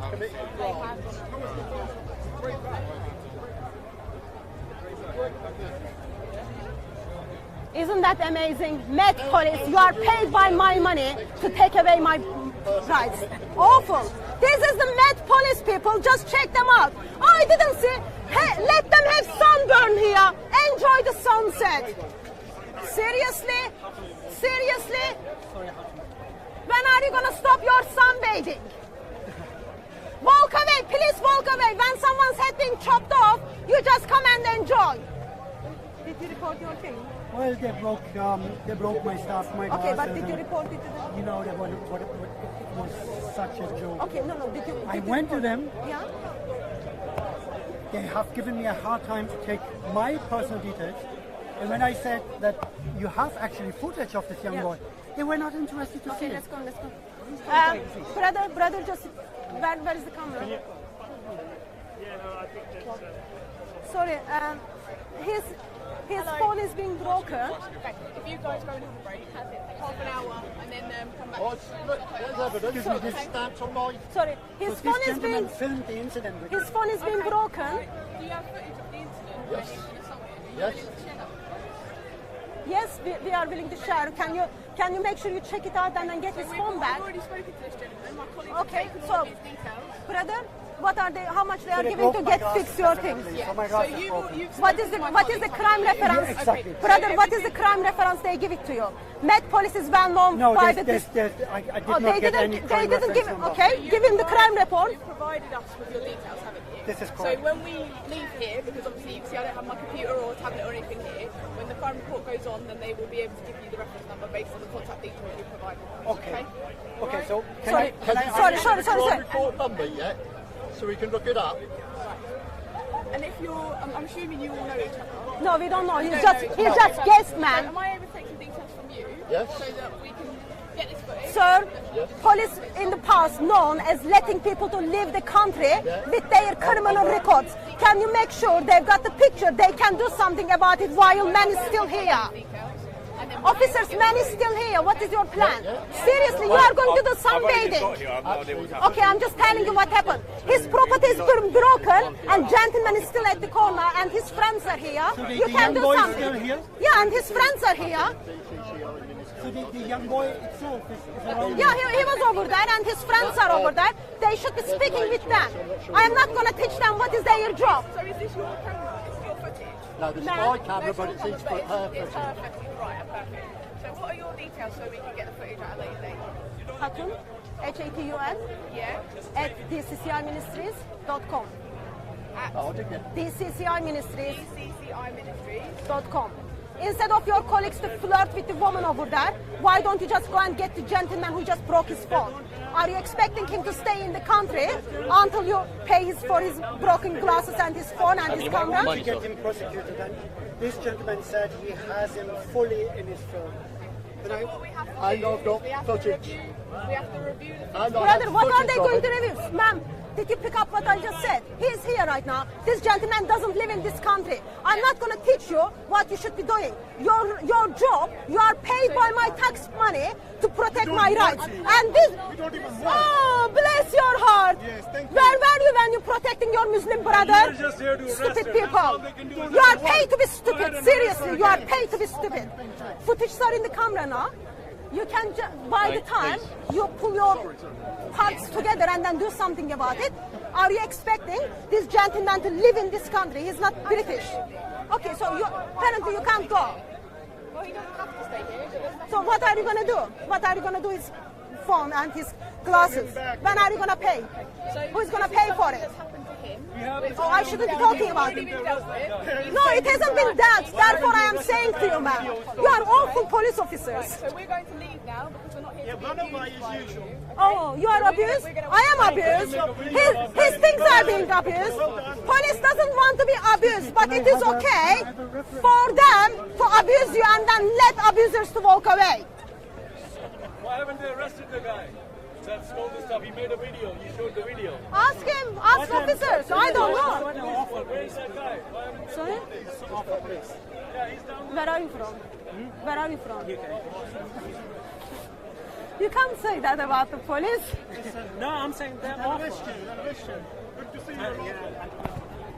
For all of you who are watching, my name is Wendell Daniel and welcome to the regular Sunday mayhem down here at Speaker's People Corner. are able to And the young lady in run front away. of the camera, let me switch over so you can't hear her no more. Her name is Hatun Tash. We've seen so many activities going on down here. She's the person who was stabbed on July the 27th last year. She was arrested 2 weeks ago, and we've had other incidents taking place down here just now where water or liquid was thrown into a gentleman's face. And the problem is down here is that you don't know if that's water, chemicals or any other stuff. And this is what is beginning to unfold here at Speaker's Corner. This is a rat-infested location with so many people coming down here, and all they're interested in is creating events for social media. So you throw something at someone, someone is recording it, and then it's uploaded for views, and it's a shame on what is happening down here at Speaker's Corner. And this is one of the bad things about this location. You know, it starts off well, we engage with Bob the Builder and so many other people down here.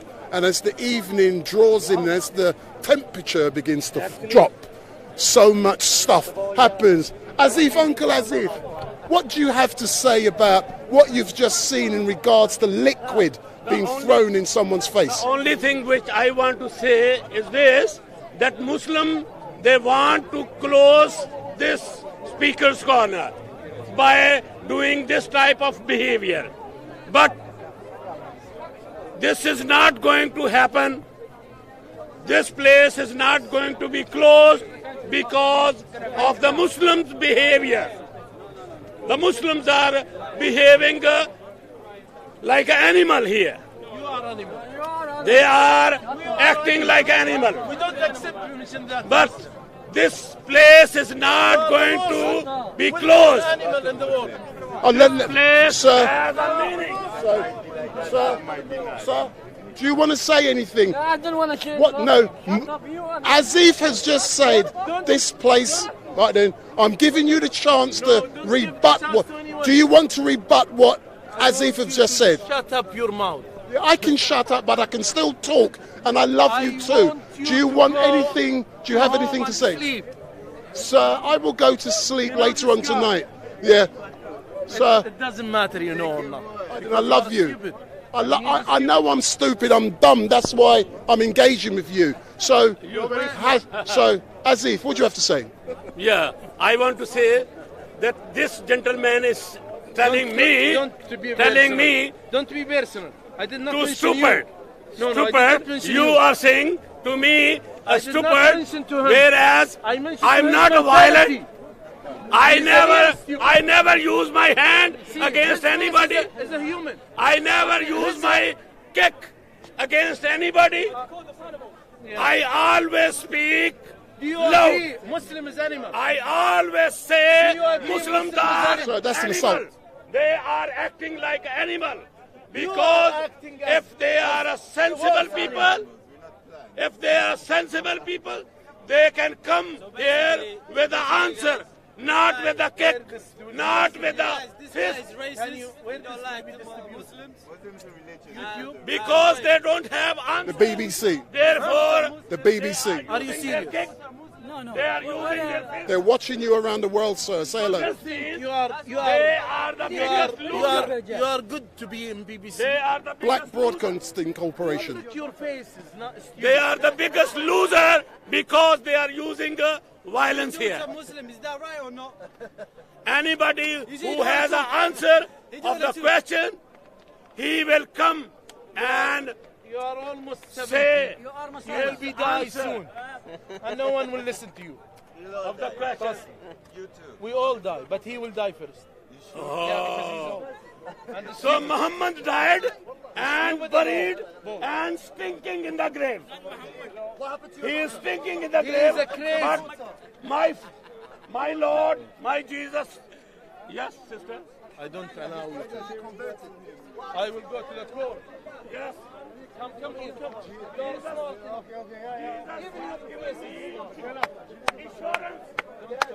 Insurance of eternal life.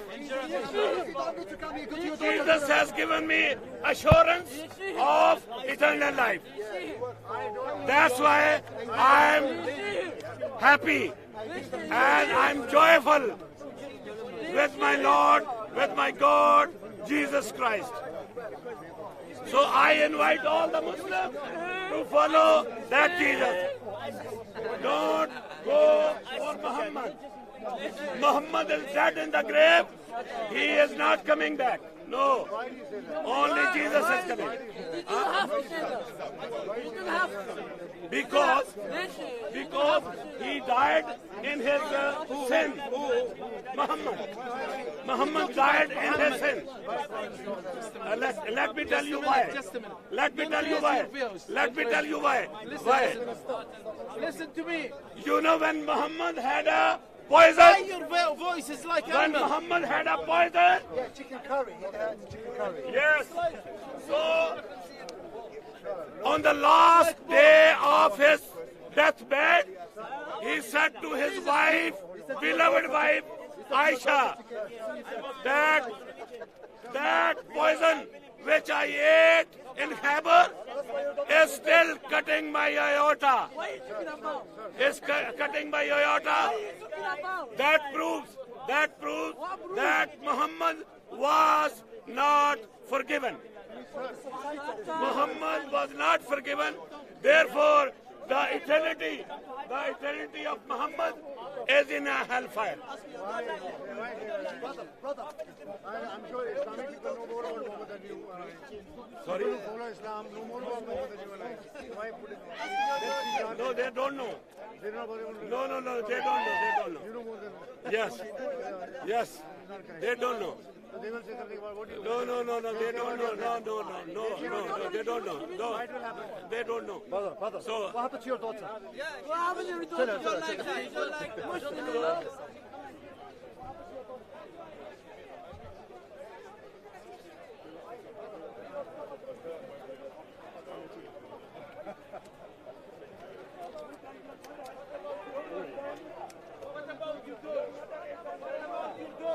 Your mother is enjoying mother. Go tell your mother. Your daughter now is Go Muslim. tell your mother. Your daughter is a Muslim. Yeah. You don't say those things to them. You preach Christ. Yes. And only Christ. This is only Christ. Only Christ. Only Christ. Only Christ. Only Christ. Only Christ. Yes. And him who risen. Yes. He's risen. Don't insult their mother. Yes. Don't you dare insult their mother and their father. Yes. Who? You. Don't insult their parents. You did. You think you're lying. You're lying. You're lying. You're lying. And I'm leaving you with that one. Thank you so much. Thank you. Okay. Okay. No. Honestly, I'm here to preach Jesus.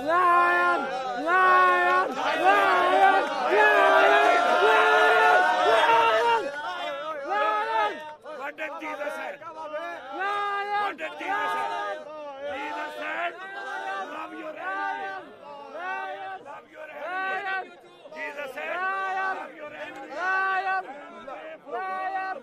Who are even hitting you? Who are hurting you? Have compassion on the person. He said, nothing, have compassion on the person. He didn't realize what he said, forget it. No, you're lying. Drop it. Why Why Don't tell them to go away. No. Let them come here. They need to listen. Liars. They need to listen about Jesus. I'm here just to say liars to you. Liars. Look, Jesus Liars. is Liars. loving Liars. and living. Liars. Jesus is loving and living. That's why Jesus is coming back. Good evening to all of you who are watching. My name is Wendell Daniel. And don't forget, share this link with at least 20 of your friends and ask them to follow StreetMic. So share this link with at least 20 of your friends and ask them to follow StreetMic, because I will be live streaming tonight till at least 8 p.m. And if it's still lively down here, I might go to 9 p.m. So what is important is that we capture factually everything that goes on down here. So what? I mean, they came and they preached. Everybody has their own religion. Yeah, they preach. That's true. That's true. That's why. All preach. That's why. That's why what? That's why. That's why your religion was kicked out from Makkah. Your religion was kicked out from Makkah by Muhammad. by Muhammad. Hindus' religion was kicked out from Mecca by killing them, by destroying their idols. Wow. Hindus don't know about it, but this man here knows about it. Hindus were kicked out of Mecca. I don't know. No Hindu knows about it, but this man is so.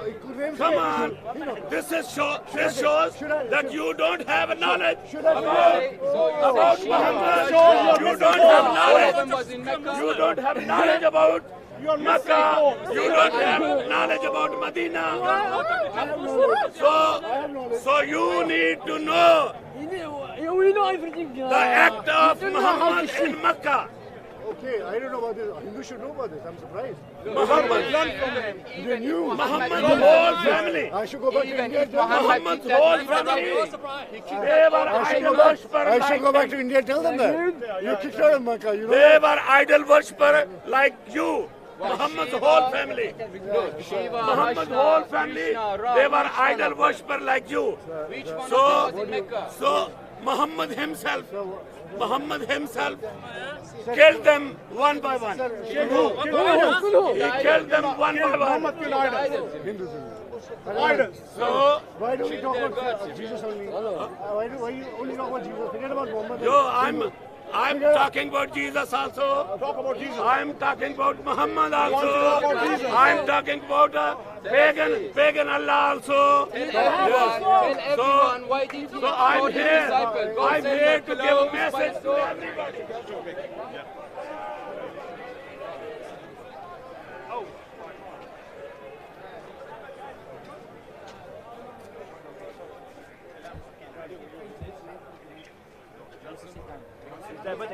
They might need some drink or something. Yeah.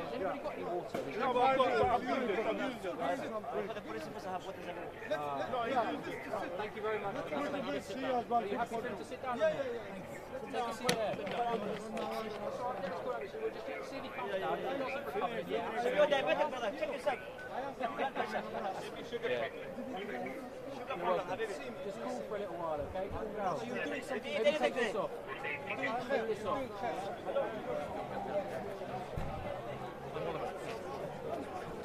I recognise your face now. Is that Oliver? Yes, hello. What? Have you seen what's going on down here today? Yes. How long have you been here? Only about half an hour. Oh, it's been crazy, man. So good. Let me put a mic. Oh, Hatun has got my microphone. So if you step forward a bit, sir. Stay there. Stay. So good afternoon, sir. What is your name? My name's Oliver. So Oliver, let me hold on. I need my mic. Where's Hatun? Hatun's got my other microphone. I don't know. I'll try and do it without the microphone. So you contacted me this morning. I did. And what did you say when you contacted StreetMic? I said that. Well, I'm in the honourable position of being one of StreetMic's subscribers. So I was coming here anyway to London. So I thought, why not take a trip to Speaker's Corner and see StreetMic in person?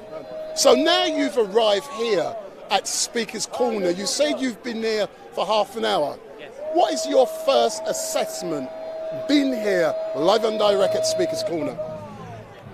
Speaker's Corner is a place where different people can come and express their opinions. I think Speaker's Corner is a special place for people like me to come to learn the trade of debating and so on. And it's good to see the regulars here, but also you need to be aware that there can be divisions, there can be tension, and like we saw earlier, there's some pretty. Yeah. So you know the funny thing, I interviewed a gentleman earlier on because he looked similar to you with the glasses, and as I was interviewing him, there was an altercation involving. And can I just cut away a minute? So, do you mind if I ask you a couple of questions, please? I'm just going to cut away from you, Oliver. Sir, if I could ask you, I think you know me. I try and get everyone's side. Earlier on, I'm going to admit what happened with Hatun, I don't know. I was interviewing someone else. But what I clearly saw was someone's threw liquid in your face. Tell me more about that. Basically, what happened? This individual, he was wearing a black top and he had I don't know what's that. He had a black top and he had a vest. Well, he had a black top vest on and he was a short black man with dreads on his hair. He basically came up to me and tapped me on my shoulder. and he started making suggestions of violence towards you, just goading me on, right? I didn't react, so he decided to unbutton his cap and then throw it at me for no apparent reason. I don't know this person personally, but it seems to me like it's a Muslim. It's regular attendance at this park, and he decided to do what he did for no reason. Unfortunately, this is what Muslims do. What is your concern at the fact that someone has thrown liquid in your face? On this occasion, it was water, but it could be anything. Well, whatever it is, they'll just be done for it. And it will be like, may the Lord deal with them. That's how I see it. May my Lord crush them. But are you not concerned that instead of having intellectual debates down here at Speaker's Corner, what people are now reverting to is physical assaults or some form of attack because they do not like something that is being said? Well, you know, when you're winning an argument, that's when they attack you. When you're the one destroying their worldview and their religion, that's when they want to destroy you. As Jesus said, you'll be hated by all men because of me. So they're doing what Jesus said they would do. They're just literally fulfilling everything Jesus said, the prophecies that Jesus brought up. But I did see after the event, you tried to identify your bag because you believe it may have been moved, removed, or stolen. Right. Is this the bag you're looking for? This is a bag. Like, are you happy you've retrieved it? Yeah, I'm happy I've retrieved it. It was a good thing that no Muslims took it, because if they did, obviously, it would have been a problem for them, not me. But one of the questions I must ask, as a regular attendee here at Speaker's Corner, I've seen over the last 6 months events being created for social media. Are you concerned that cameras, channels, and social media engagement is fueling the bad behaviours that are going on down here at Speaker's Corner? I think it is. Cameras have made the place far worse. Yeah, cameras have made, unfortunately, the place far worse because people, instead of actually coming to arguments with themselves and being able to engage properly, they've instead come with their egos and decide to attack and to show off in front of cameras. So, how do we deal with the escalating problems of attacks, violence down here? How do we deal with that? I think the police need to put lenient and strict laws on the amount of people that attend this park. Not only that, they need to start banning people who do the wrong things in this park. It's not enough that they just allow people to come back day by day and week by week, and continue to do what they're doing without any type of form of punishment. There should be stricter punishments for Muslims because Muslims are the majority who come to this park, and they're the ones that seem to escalate every single instance of violence in this park. But why, let's use your words. Why do you believe it's Muslims, and it's your words, are behaving in the way that's been exhibited live and direct at Speaker's Corner during the last few weeks? Why? Because one, they're of their father Satan, they're not a true religion, and two, because their feelings get hurt frequently by Hatun, by me, and by others who destroy their religion. Anyway, in closing, if you know my style, I try to be impartial. I'm not all the bloody time, I admit that, but is there anything you want to add before I close specifically with you that you haven't had the chance to say? Not really. I would suggest this. Look, Muslims, if we're going to come to the park, try to have more friendly debates, try to engage in debates rather than come here, ad hominem assault and attack people just because they have a different worldview to you. You're only proving you're of your father, the devil. Anyway, thank you very much, sir, as normal. And I can now finish my interview with Oliver. And just recap, Oliver, you've come all, step forward. You've come all the way from Buckinghamshire. Come forward a bit, come forward. And you are a follower of StreetMic LiveStream, specifically here at Speaker's Corner. And my initial question was, what is your assessment of what you've seen going on down here at Speaker's Corner? I think in summary from what I said, following on from what I said earlier, it can be interesting to hear the debates, but also you need to be careful of yourself and your welfare because there can be different. Yes, you are. Yes. But now you've come here for real. How does it compare with what you see at home? Well, funnily enough, I'm actually my passion is politics. I'm a member of the Conservative Party myself, so and it does sort of link in to watching people here. Helps me form political views and judgments. So. But how does it compare? When you at home, I call all those lovely people currently watching on YouTube, for example, as armchair warriors. And this is real. On a computer, on your phone at home, isn't the same as being here. So what is the difference? I think it's more intense. What, here? Here, yes, being here in person. And it's more, whereas on your phone, obviously you can watch on your phone, you can skip, you can rewind, you know, that kind of thing. But here, I prefer, if I had to choose between the two, I'd prefer being here in person, because you meet different people, you hear different arguments, you can walk around. If you don't like a particular debate, you can walk and see another one. Yeah, that's the beauty of Speaker's Corner. Excellent stuff, but you know I'm not finished with you. No. What I'm now going to ask, as you've dropped it, let's talk about Boris Johnson. Yes, of course. And the fact that the dodgy geezer has brought disgrace on the office of Prime Minister, and Boris Johnson has stood down as the leader of the Conservative Party. Let's talk politics. Of course. What is your assessment on Boris's performance as Prime Minister? To be honest, when earlier in his premiership, I thought he was actually quite a likeable person. He has had a few successes, like he got Brexit done when people were saying, "Oh, he wouldn't get Brexit done," but he did. The vaccine rollout was very successful. But I completely lost faith in Boris post just after the Sue Gray report was released. So don't get me wrong, he's got his strengths. I like him as an individual, but I couldn't see why the party could carry on with someone who effectively lied. And but in your assessment, what has he done badly? I think he's handled the whole well. The Chris Pincher affair, he handled that very badly, and I thought he was being extremely arrogant when that whole sort of saga just towards the end of his premiership. But I think we need a new leader, and I say on this channel that I am backing Sajid Javid, because I feel that Sajid is someone who is bright, he's intelligent, he's young, and he can lead us as a party lead us forward. And we need to heal the wound. First of all, we need to heal the wounds within the party, because obviously Boris has created quite a lot of wounds, so we need to heal those. But Sajid is my number one choice. Sajid is mine. Are you concerned constitutionally that all Boris has done at the moment is resign as the leader of the Conservative Party and not as Prime Minister as well, because the issue with him is about trust?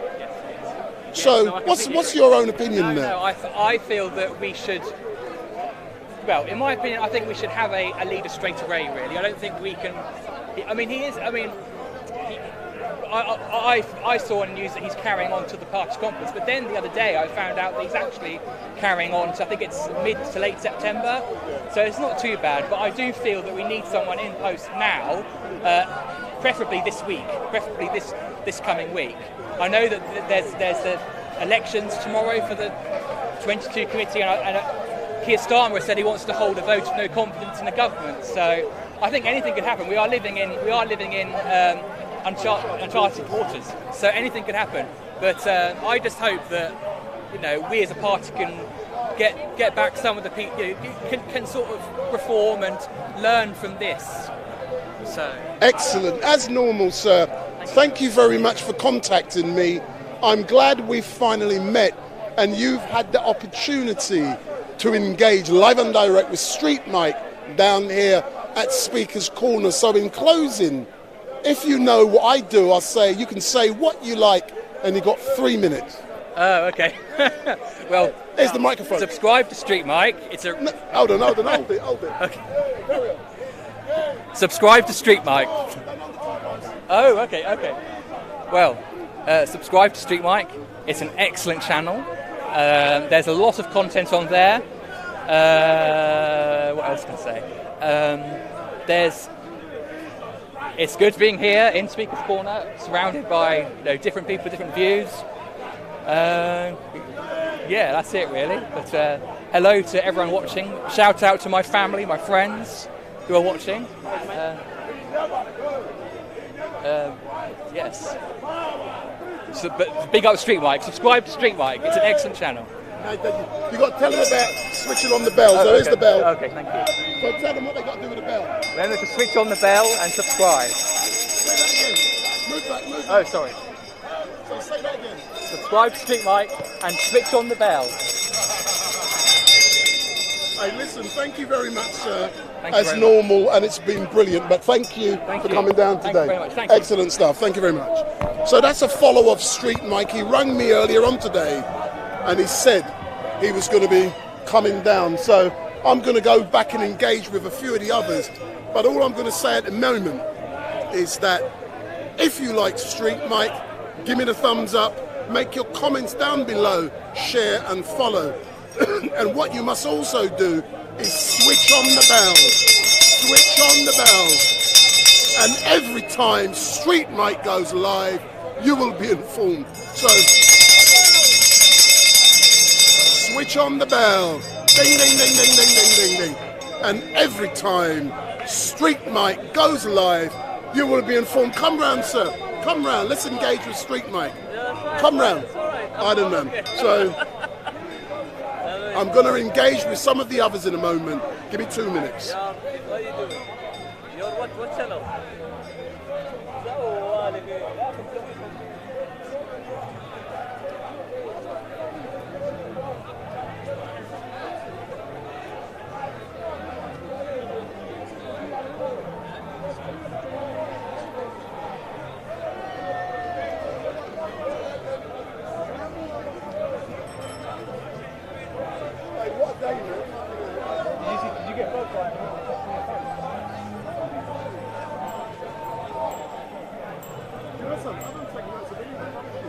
Have you realised? I did, but I don't. One thing I don't do, I don't chase them. It's on the screen. It's on the screen.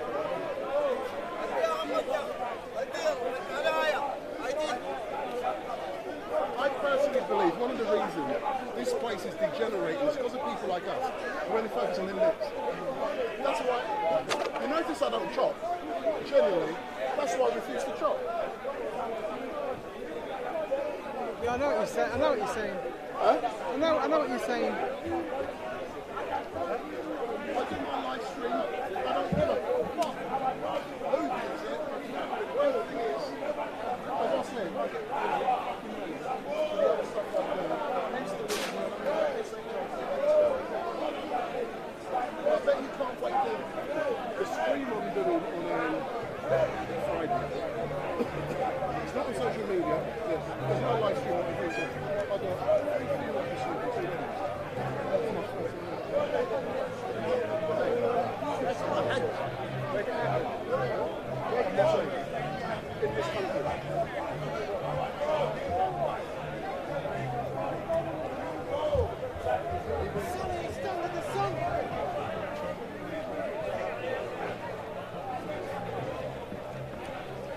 Oh, have you ever seen Danny show? Yeah, I get it. But He said, why real men don't preach?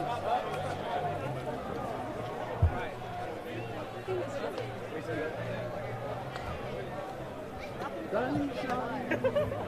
3 times. You've asked him a difficult question and he's relaxed and thinking. He's decompressing because I triggered him. See, I know Danny now. He's a good man. So this Danny's going to answer the question now or whatever. He's had time to think. My relationship with myself is a complicated and very, very dynamic process. It changes in a day, it changes over time. And you know, and I question whether there even is a self, or whether that's just an illusion and a delusion that there is a self there, right? So, I think that, you know, we've been bad.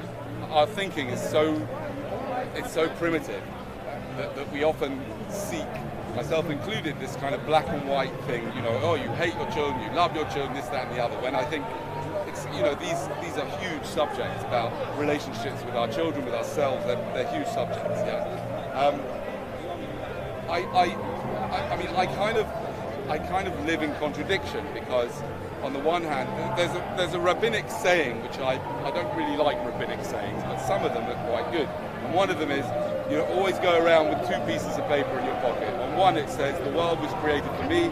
On the other it says, I came from dust and I'll return to dust, right? So I think that paradoxically, I can recognize some really cool and good parts in myself, and at the same time, my kind of general thoughts about human beings is that we are just we're just a destructive, crazy bunch of mammals, yeah. So I kind of live in that paradox, yeah.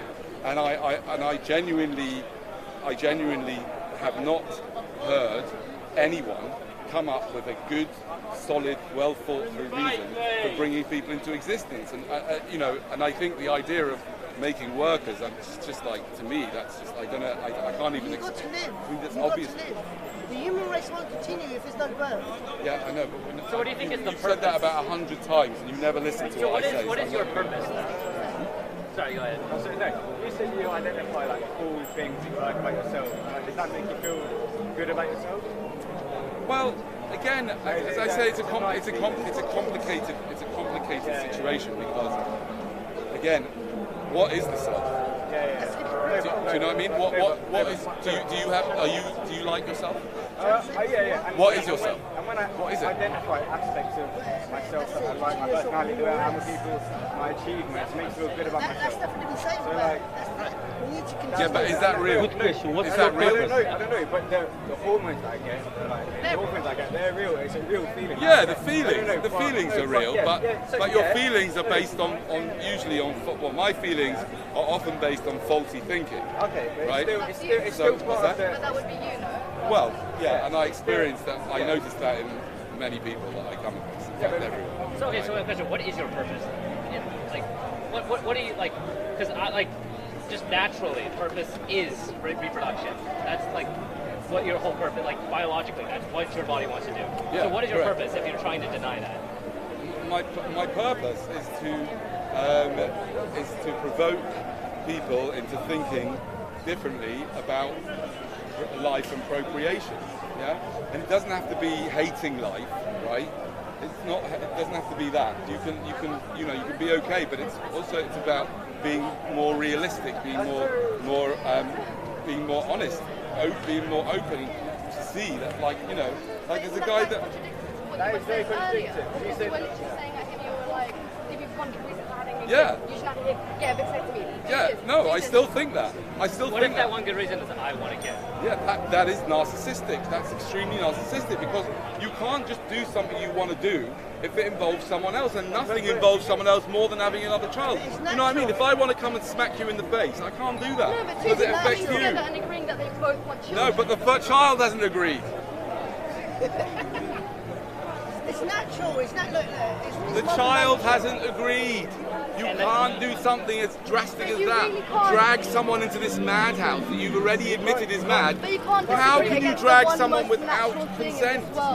What's that? You can't disagree against the one most Yes, you natural can. thing as well. Yes, you can. Everything living in this world does. Nature is abhorrent.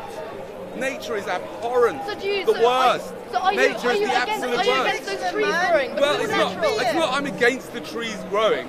I see what nature really is, which is this horrible, twisted, amoral drive to keep on reproducing. Yeah.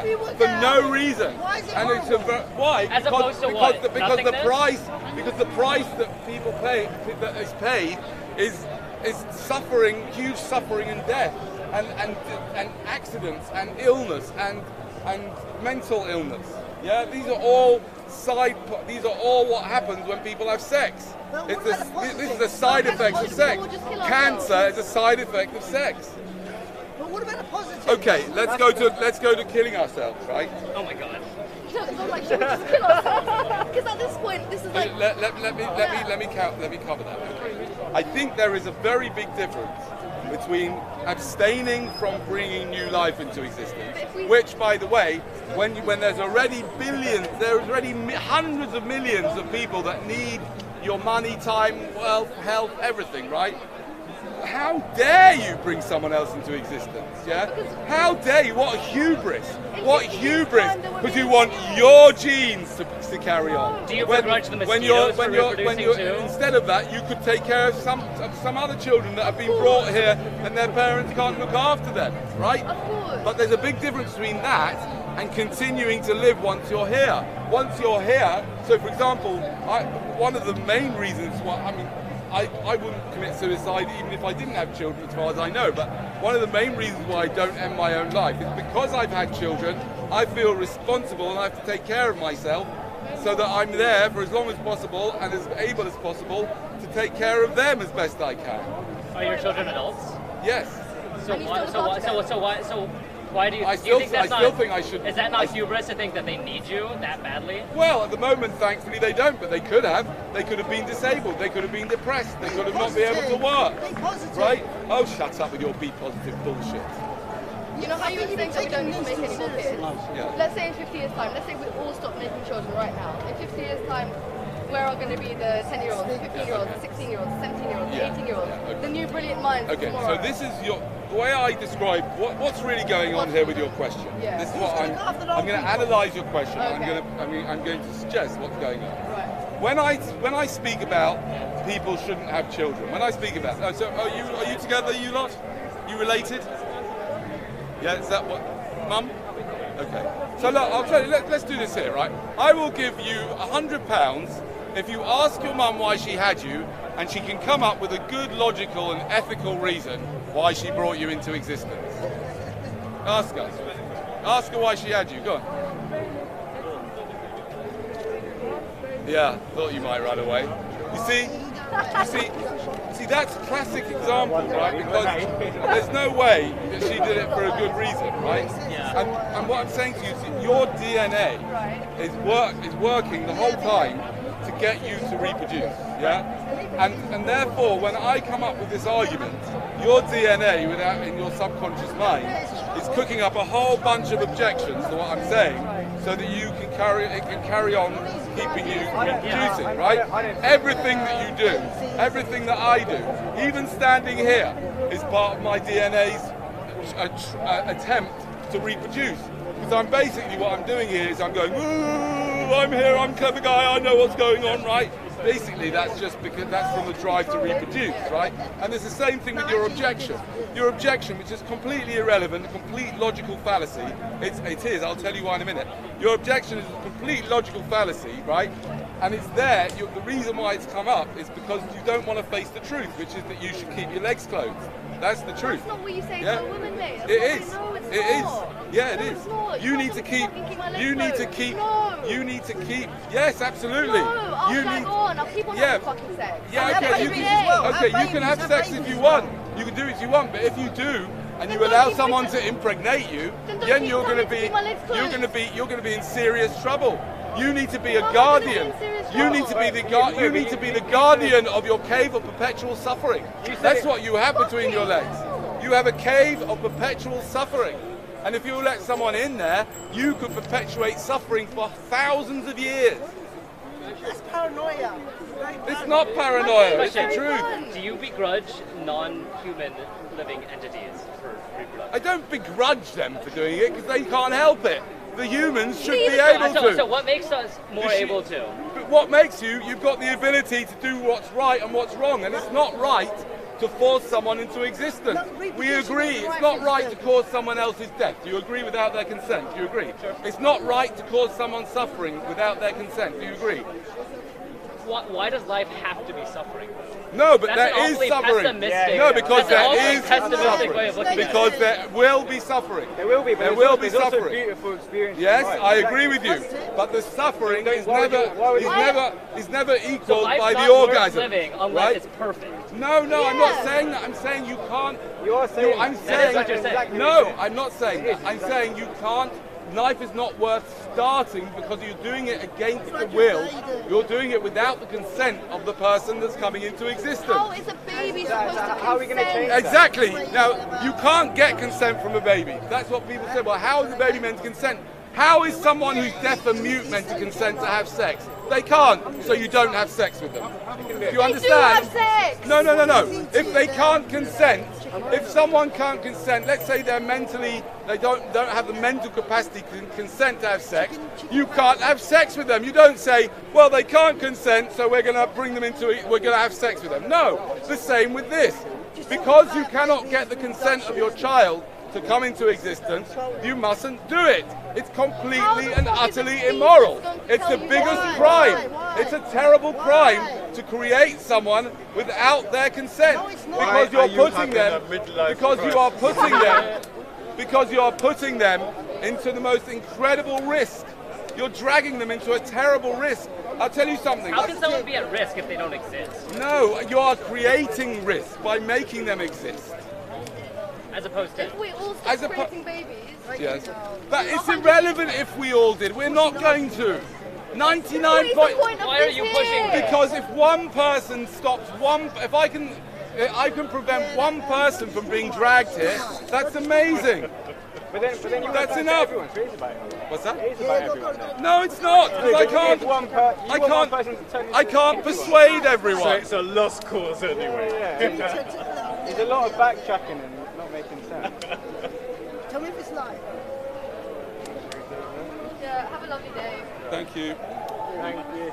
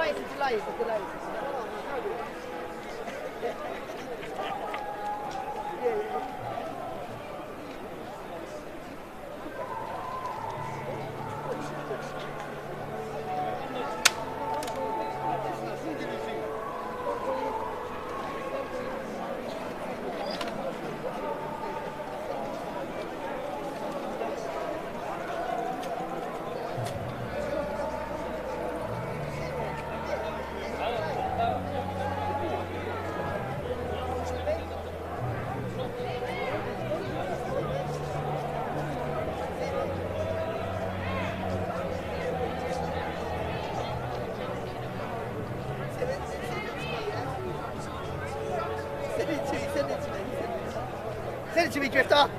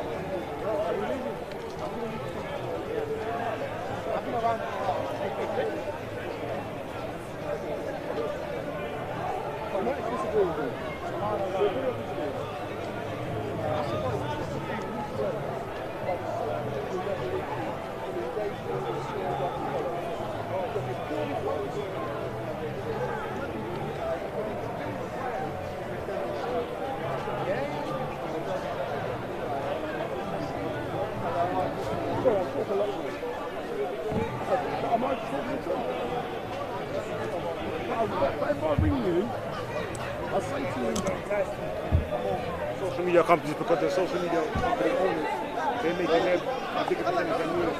You're one individual. All of the money that you make, they get that from all of the. Listen, I want to engage with them. I do my own thing. But listen, I'll ring you, yeah?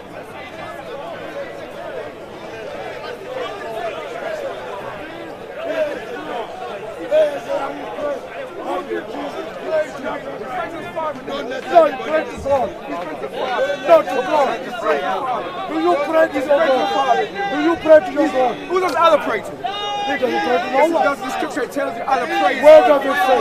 Where? I didn't even come for that. Show me. I'm going to come next week. Show me. I'm going to show you the scripture. Show me. Show me. You guys have all been listening. You know where you're going? Show me. Taking all these people in the pit Show me. that you're going to fall into. Show me. Because you tell too much lies. Show me. And a man of your age, you're helping people slip. You're the one who's lying. You're taking them into the pit.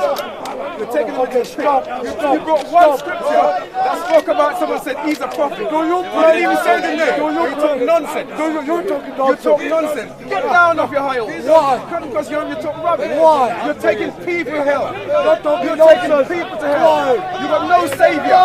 And you want these people to come with you. Stop me. You can say whatever you want. You have no savior. me. Only Jesus saves. Stop me. Only Jesus saves. Stop Come me. down off your high horse. Okay, that's Jesus. You're an evildoer. You take people with you to death. Get quiet. Jesus says, I am the way, the truth, and the life. The only one that comes through me can only be through him. Oh, you're talking nonsense. Okay, stop. You're talking nonsense. You're talking nonsense. What's your hope for the future? Okay, stop. What are you going to do in Jannah? Hey, what's wrong What are with you going to do in Jannah? Where's Where's Jannah? Where's Jannah? Yeah, enjoy outside. Where's Jannah? Enjoy outside. Where is it? Okay, answer the Where's question. Jannah? Answer. How come you can't drink wine down here but you can drink it up in Jannah? Okay, Hey? it's not good. It's not good down here but it's good in Jannah. Drinking alcohol Nonsense. is not good, haram. That's why millions of Christians, when they drink alcohol, You talk they nonsense. die. You're going to die and you're going to bring all these other followers with you. You're going to fall into the pit of hell. You tell him, Allah praise, and they changed it to Allah give you blessing.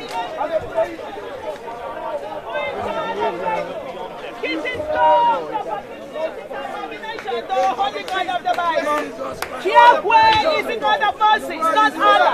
Wake up and you shall God. You lie. You're taking people to hell. Professional You got no hope. And they have no hope either. Have you got salvation? Have you been saved? Have you been saved? Where are you going when you die? Where are you going when you die? Where are you going when you die? Heaven where? You're not in heaven. Where are you going when you die? Nowhere. Just like Muhammad, you're going to be in the dirt somewhere. Nobody knows. You're going to be forgotten. You're taking all these people with you. You're going to cry. You're taking all these people with you. All these years you've been preaching here nonsense. You're talking Jesus is the only Savior. Okay, did you prove it? Hey, 2 ways. You speak, let me speak. You speak, let me speak. Okay, listen. Did you say Jesus saves? Yes. Okay, on the cross, why didn't Jesus save himself? Did Jesus save anybody that died? Answer. Did Jesus resurrect anybody? Answer my question. Jesus resurrected anybody. Answer the question. I'll ask you something. Answer my question. Did Jesus... Alright, what are you going to say? What are you going to say? Go on. Go on again. You told me. Come on, go on. Go on. You... Let's move a bit, yeah? Come. Wherever you want to go. No, go on.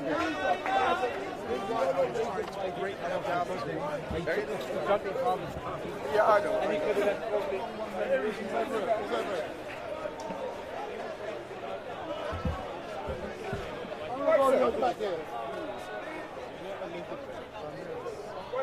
No, now you got a question, yeah? Let's say that question again.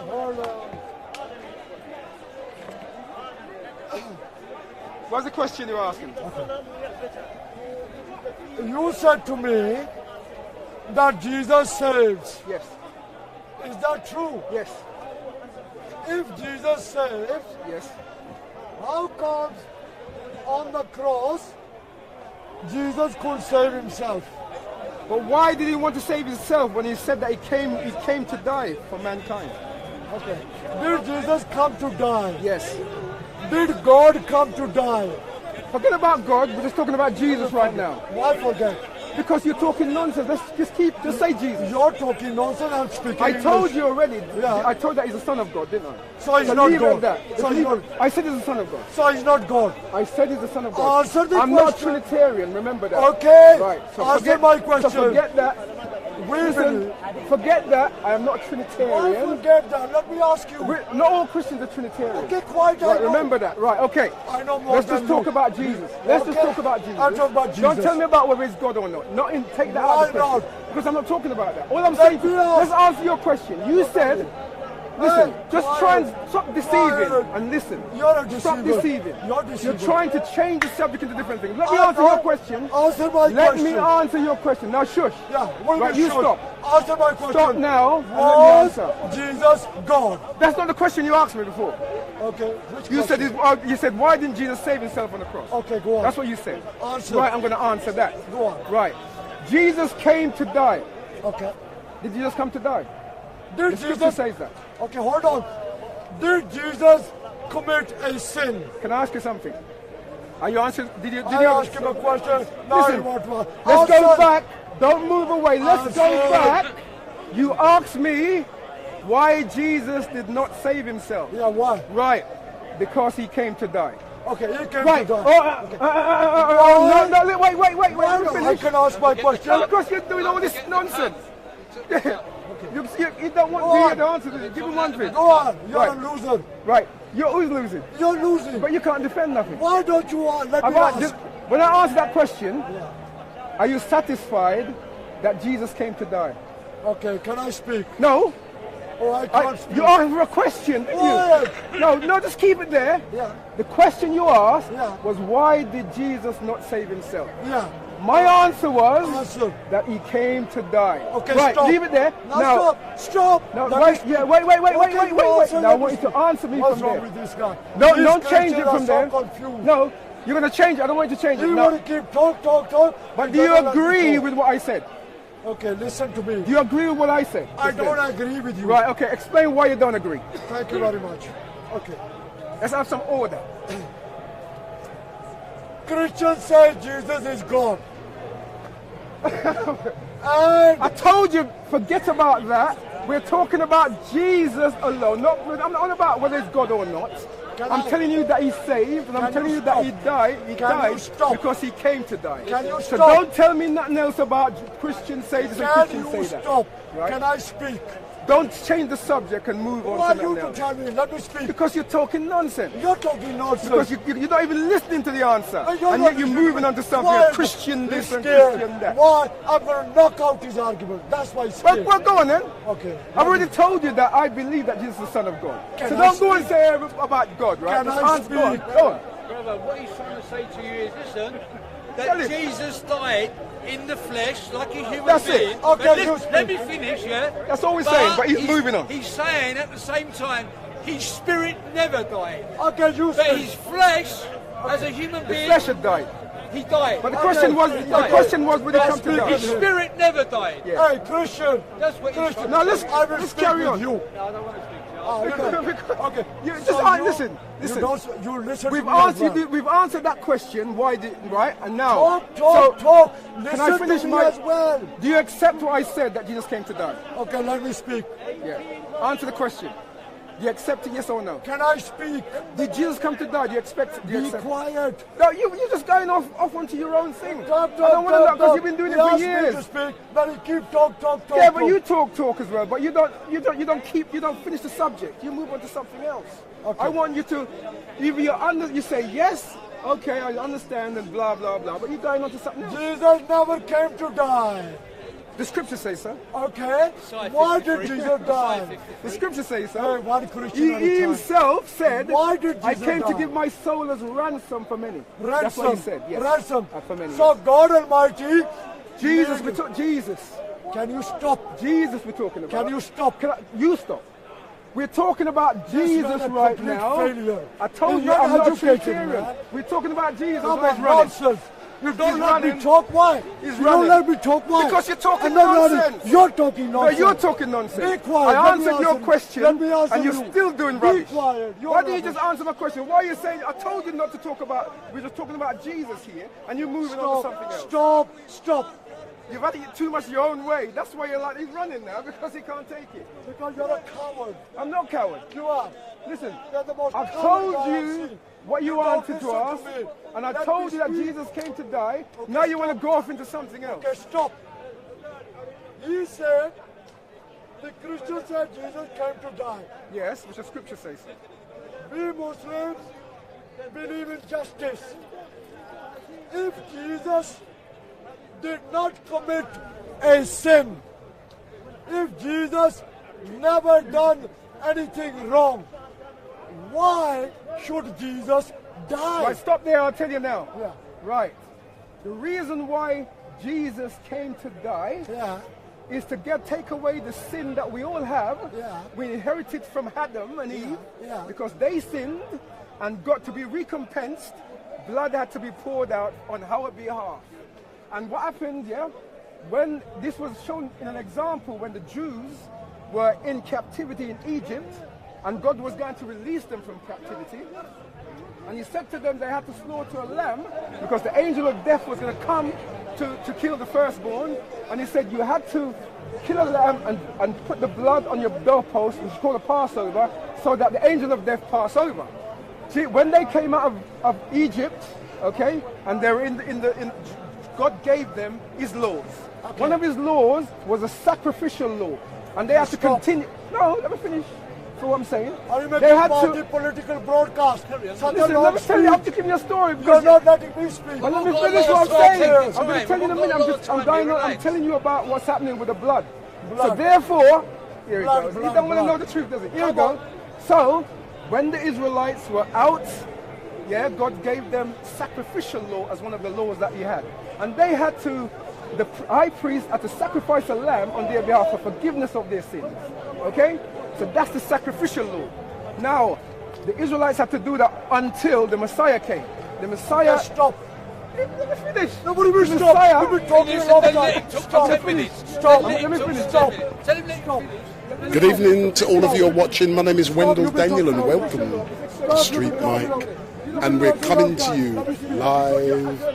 live and direct from the regular Sunday Mayhem here at Speaker's Corner, and we began to live stream down here about 3 o'clock this afternoon, and this live stream is due to end at 8:30 tonight. So at 8:30 tonight the live stream will be ending. And don't forget, if you like Street Mic, give me the thumbs up, make your comments down below, share and follow, because what we do best, we go onto the streets of London, we meet interesting people, and we have an engaging conversation with them about any topic. And today down here at Speaker's Corner, we have seen so many great things happen. We have engaged with Hatun, Bob the Builder, Ali, Shamsi, or Shami I'm going to call him.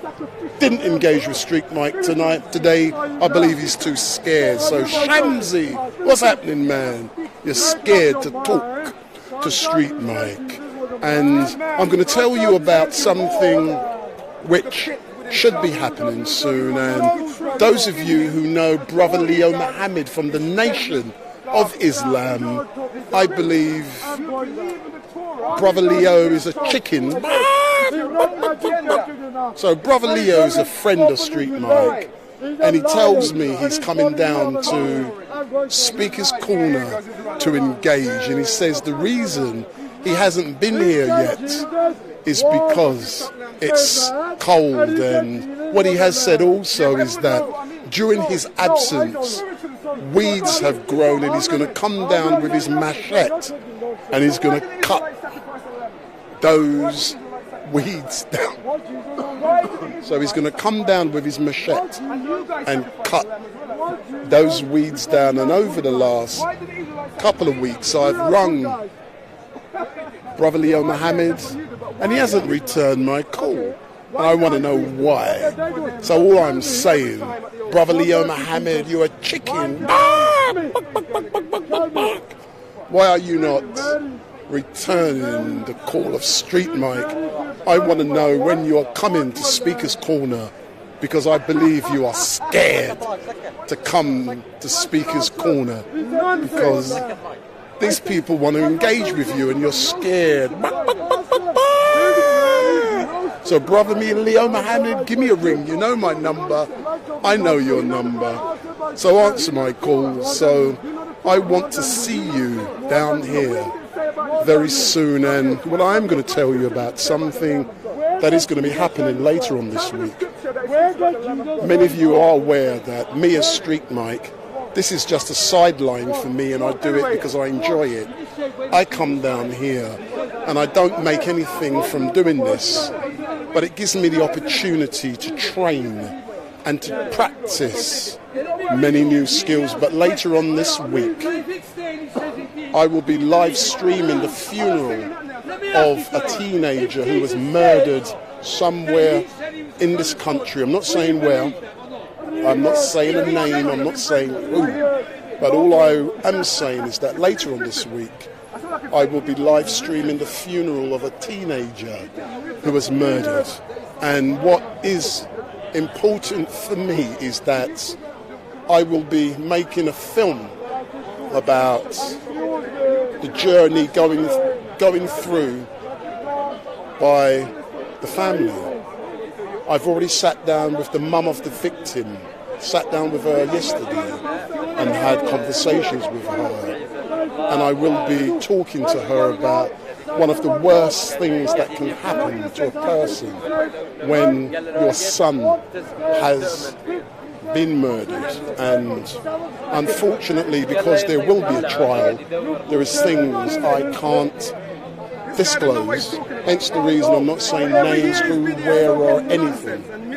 And when I'm live streaming the funeral, as a live streamer, you guys only see what I live stream on social media. But 95% of my live streams are private. It's not on social media, it's on a private network. So when I say I'm going to be live streaming a funeral of someone who was murdered, that's going to be private. You can't see it, so don't be looking on Facebook or YouTube. You ain't going to see it. The only people who will see it are the family of the victim.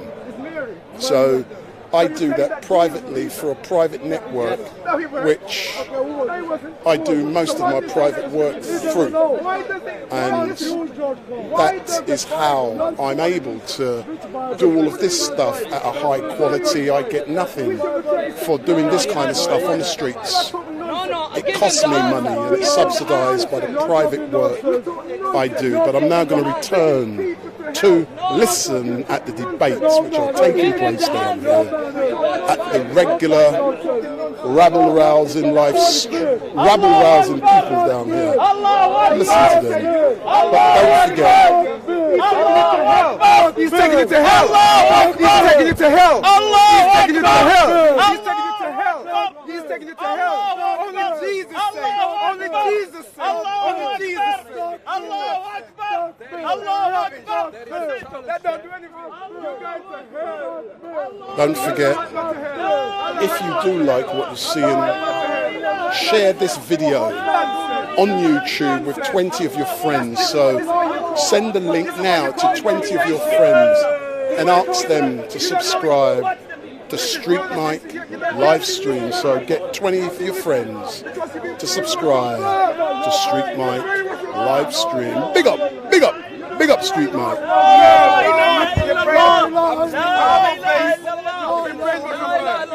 You didn't give me the answer. You didn't give me the answer. You don't need no answer. You don't. We are the illest. He lost. I've already made a fool of him. He lost. I've already made a fool of him. You're the loser. I've already made a fool of him. You're a loser. I've already made a fool of him. Allahu Akbar. We need to see a doctor. Psychiatrist. Let's have a quick interview. Let's have a quick interview. Okay.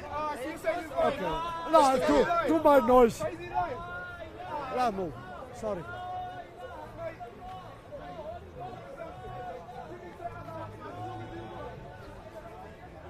Oh. I've got your microphone on, which is good. Okay. So all I can say, sir, is yes. As normal, thank you very much for giving Street Mike this opportunity to interview you. And for those who don't know, what is your name? I am Usman Ali. So Usman, tell me what gives you the energy week after week to come down here to engage in this ferocious battle at Speaker's Corner? Because I'm a Muslim and there are many Islamophobes who come to Speaker's Corner. They make holes in our Holy Quran and they lie about the Creator Allah Subhanahu wa Ta'ala. They lie about what's written in our Quran. They lie about our Prophet Muhammad, peace be upon him. So I, as a British Muslim, I make it my duty to come here to speak to them, to debate with them, to answer them. That's the reason I come here, sir. Let me ask you a specific question about something you said concerning making holes in the Quran. Yeah. As you know, last week we clearly, excuse me, we clearly saw Hatun with our Quran and it had holes in it. Yeah. What is your assessment of being down here with a Quran with a hole in it and engaging people holding the Quran with a hole in it? Thank you very much for your question.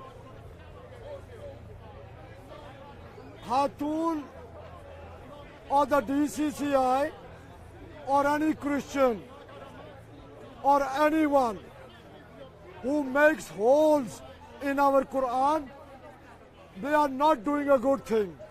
Why? Because we are all in the United Kingdom and many of us are British citizens. So instead of insulting each other, we should speak to each other in a nice manner. We should behave to each other in a humane, good, acceptable manner. When we do that, when we respect each other, when we talk to each other nicely, that is good, that is lawful, and that is peaceful. But when you have, like we Muslims, we have many times, we bring the Christian Holy Bible, but we never make holes in the Bible. Why? Because that is wrong. Why? Because if I were to put holes in the Holy Bible, that is not acceptable according to Islamic teachings. That is not acceptable. Why? Because I'll be making enmity between the Christians and the Muslims. So we have to respect each other. We have to talk to each other nicely, in a nice dialogue. We don't have to insult each other, okay? That's the best thing. And whilst Christianity, and I'm not lying to you, the number of churches all the time is going down. Why? The churches are closing down and they are becoming nurseries. They are becoming schools. They are becoming Muslim places of worship, a masjid. They are becoming gymnasiums. And other things. And let me give you one example. I have passed by a big Christian church, a huge, big Christian church. And on the notice board of the Christian church, it says, church hall for hire. Why? Because the Christians are not going in their churches in big numbers. As a result,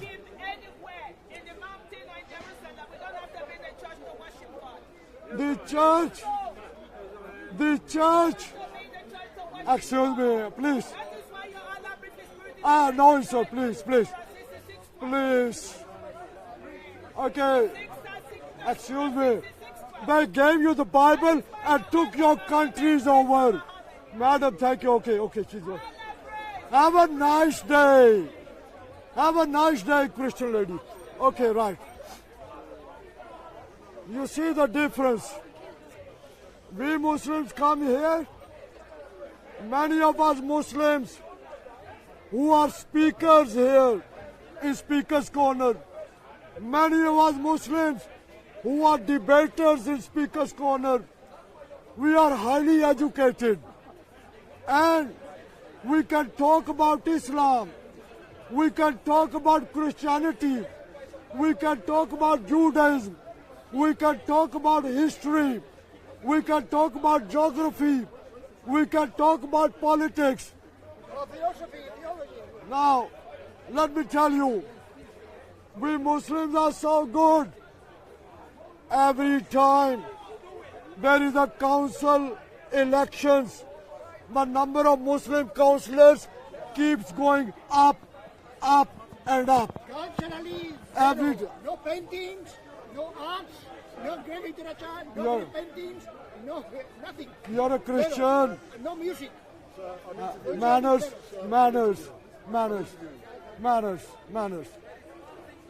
And during the general elections or by-elections, every time there's a general election in the United Kingdom, the number of Muslim members of parliament is going up. And the number of Muslim mayors also keeps going up.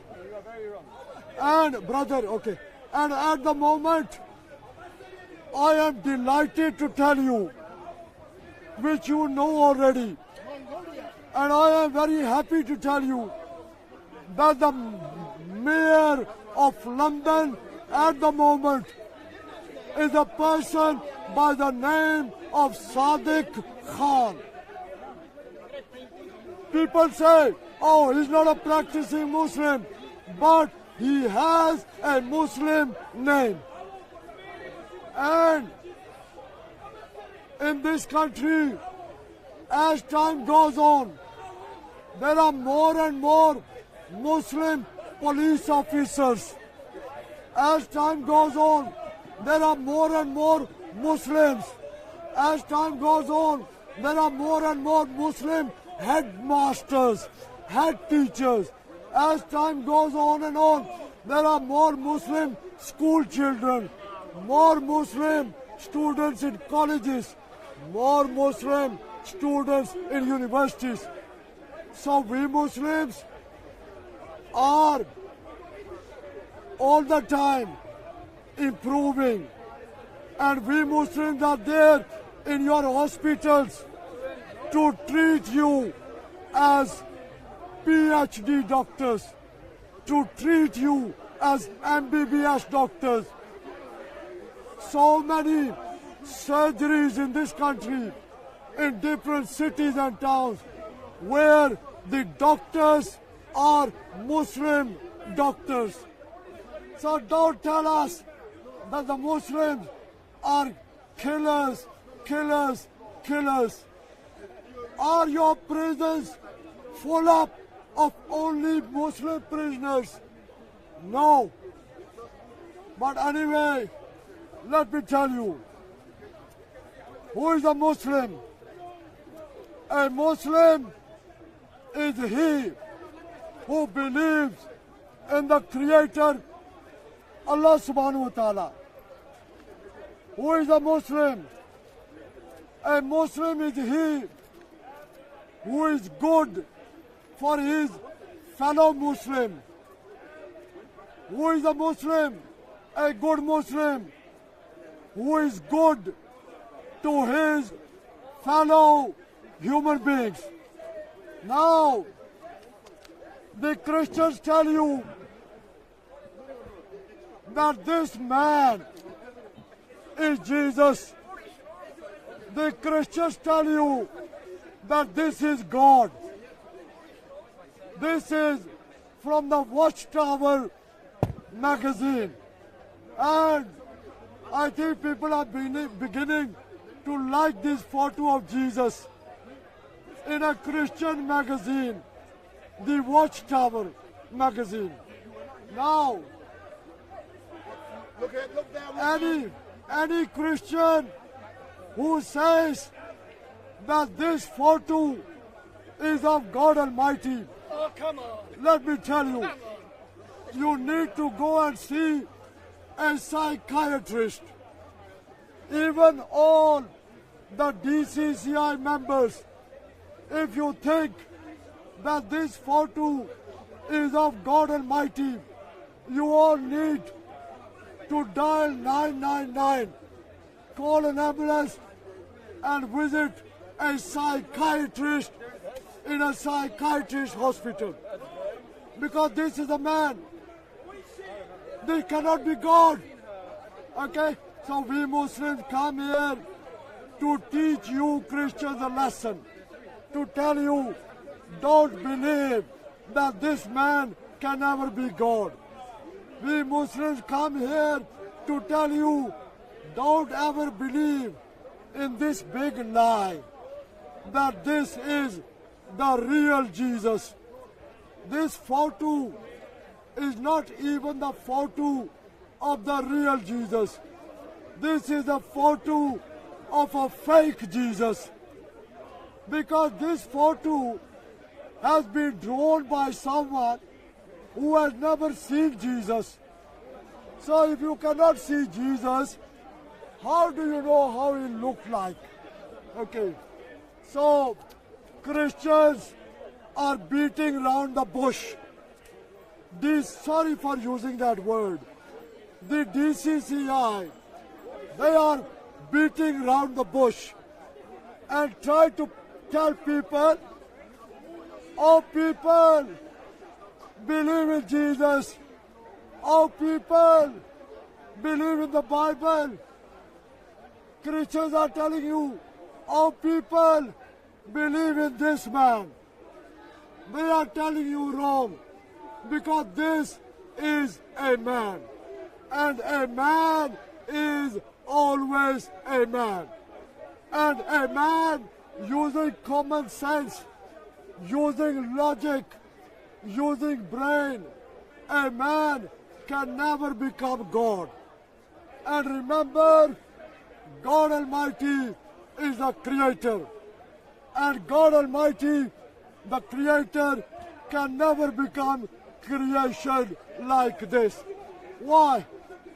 My question to the DCCI, the Islamophobes who do a lot of propaganda here, are you telling us that this is Jesus, the man who created everything?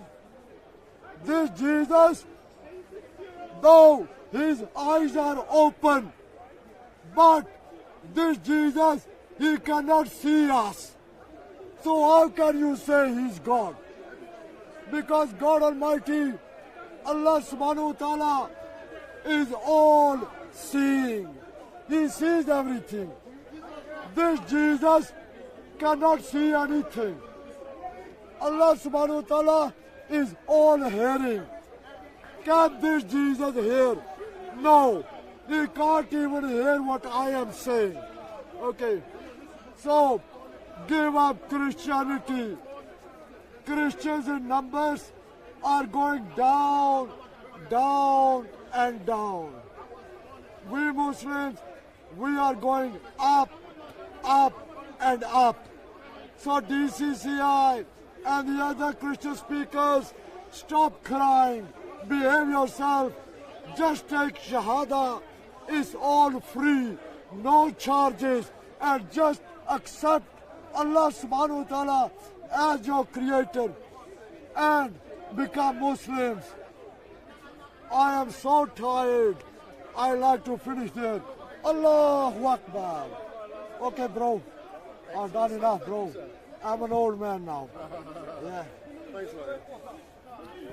I got some. Thank you very much. I know you interview everybody, but I like it when you interview me. You give me a chance, yeah? No, I'll give you a chance. I'll give everyone a chance. Thanks. Thanks a lot.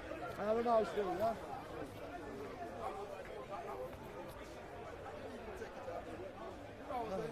Where are you?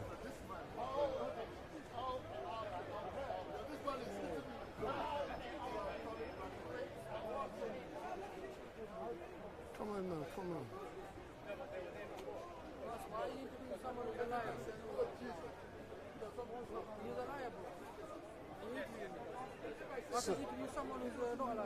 Sir, get round now. Stand now. Stand now. Hi, baby. How are you? Stand round. Stand. Come round now. Where have you been? She, I want to talk to you. Yeah. I'll go on it. You're right. Yeah. What's that? But she's loving it, isn't it? Microphone. Whoops. I'm saying, where have you two been today? Literally here. Yeah, but not here. We just been chilling about ourselves. Oh my god, it's an actual microphone. Look at me. Right next to her, man. Come, fam. So, good afternoon, ladies, or good evening, ladies. How are you two today? I'm good. Hold on, I can't hear you. Say it. I'm good. Yeah. So, last week you was early, and this week you're late. How comes you're so late this week? We've just been chilling inside the park. Yeah. Just us two chilling. Yeah. But you know something? It is really great that after meeting you for the first time about 4 weeks ago, you've now decided to come back to Speaker's Corner regularly, so you are a regular contributor. Yes. It's more listening than contributing. I never see you listening. All I ever see you two do is holding hands and walking around. Yes or no? Oh yeah, and fighting that old man, do you remember? And fighting that old man. So where have you been chilling out today? Like, down there, yeah. So, are you enjoying the lovely weather? Yes, but very, very dehydrated. Listen, your tan is nowhere near as good as my tan. Yes, so my tan is real. Yeah. So how long have you two known each other? 6 months. Yeah. Yeah. So tell me about you two. What do you want to know? Anything. So we met on Instagram. Yeah, carry on. Yeah. I'm from. Yeah, you want to know about us too? So. Don't say where I'm from. No, the countries. Right. I'm from Greece. You're Greek. Yeah. I thought you were Spanish. No, I'm not. I'm Greek. Go on. I'm half Bengali. You're half Bengali. So how comes you two know each other? Where did you two meet? Instagram. Yeah. So what is it about Instagram that brought you two together? She thought I was Leng. Speak English, man. I'm an old man. What that mean? Huh? I thought she was pretty. Yeah. So, right then, why did you think she was pretty? And then I'm going to reverse the question. Well, I think she's pretty. No, I'm asking you. Why did you think she was pretty? pretty? Why do you think I'm pretty? Are you bigger? Oh, shit. Yeah, don't drop my microphone. So why did you think she was pretty? Just because she is. Yeah, but pretty in how she carries herself, pretty in how she... What? She seemed very mature by like looking at her pictures and that. It seemed like someone I could be friends with. All right then. And how about you? Reverse the question. She's beautiful and I love her hair. Oh my god. You love her hair? No, I love her hair. And that funky colour? Yeah, and she's very pretty and I like... Hey, look in there, stop looking at people over there. I'm going to cut you off, man. So you've now known her now for how long? 6 months? 6 months, yes. Yeah. I know that you're going to come back, man, because I see you're chasing someone down there. How'd you get it all? Yeah, hold on, let me do it. Yeah. Thanks, yeah. It's okay. Yeah. Thank you. I'll see you when you come back, man. Okay. Hold. So go round, sir. Say that again. Go round and we can talk. You know, I like people like you. You ask questions. Come round. Let's have a debate. Let's have a debate. Yeah. You ask me. Come. Yeah. See those young ladies. Yeah. They were harassed by an elderly gentleman a few weeks ago. Yeah. How do I know? No, because I'm here every week, sir. So you know people. Yeah, so I interviewed them immediately after they were harassed a few weeks ago. And they said they wouldn't come back. But what is great is that they have returned because they have faith in Speaker's Corner. But specifically you, why do you believe, yeah, that the gentleman I spoke to just now is a liar? Why do you believe he's a liar? He's a liar. You said the gentleman is a liar. Keep up with the program, man. He speaks about knowledge. Let me turn the camera around. So why are you scared? I'm scared of what? Why are you scared of the camera? I'm answering you. Okay, let me answer you anyway. I don't know. So why do you believe he's a liar? Because he started lying about something that he has no knowledge of. So if someone's standing there and they have the proof that he's lying, that makes him a liar. No, it doesn't. I tell you what, sir. When you're at Speaker's Corner, you must respect what this place is. Yeah, Speaker's Corner is a location where people can speak. Let me finish, and then you can. I didn't go away. Then go away. You know. I'm trying to engage with you and giving you let me finish. Giving you an opportunity. But sir, I'm live streaming. You approach me. I did not approach you, so I have no time for you. Goodbye, and I will speak with people who have the capabilities to communicate. And obviously, sir, you do not have the capabilities to communicate, so enjoy your day. Enjoy your day, sir. Sir, I don't need you. Sir, go and live stream your foolish phone.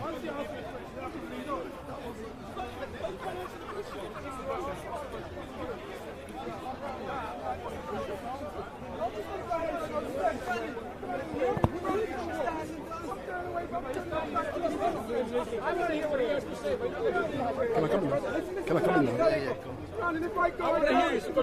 There are lots of advantages people claim for a reason of insecurity, because they know their question will be answered. Right? It don't make sense. So, I want to hear what he has to say. Allow me then, please be quiet. Muslims do not claim the Arabic word Islam existed, million years ago. Or from Adam's time. Yeah, of course, right? We don't claim. What we do claim is this. Islam is a concept which means you surrender your will willingly and sincerely to the will of one true God. Whoever does that is known as Muslim in the Arabic language. So I could use the English language and say Islam means submission, Muslim means a submitter. You would know, oh, this is what it means. So to understand whether this is applicable to Adam or Moses or Jacob and Solomon, we can examine what they believe and what they preached and what people believed in them. Did Adam tell people, and did he personally? So those of you who are watching, we're going to come and end to this live stream in 10 minutes. So at 8 o'clock, this live stream will end. We have been live streaming on YouTube and Facebook since 3 p.m. Let me ask you all as individuals, not just you, but everyone. As a Muslim, yeah, you have to surrender your will to God, yes or no? The same as Adam and Eve, yes? Yes. So if you break and you commit a sin, do you remain a Muslim, yes or no? If you break that... I have an answer. Now let me finish. So if God has given you, for example, commandments in order to fulfill his will, this is what pleases me, this does not please me, this is not from me, I do not want you to do it. Adam and Eve, they went against God's will. They ate the fruit, but they still remain part of God's plan. So they were forgiven by God that they ate the fruit from the tree. I'm asking you, do Muslim people believe that if they break a sin, they stop being a Muslim, yes or no? Answer that, that's what I'm asking. Do they stop being? Can I answer that? Yeah. So the question you're asking is, when Muslims commit sin, does it take them away from Islam? The answer is no. They are sinners. Yes. Right? They are sinners. It doesn't take them away from Islam, and they don't become non-Muslims. Right?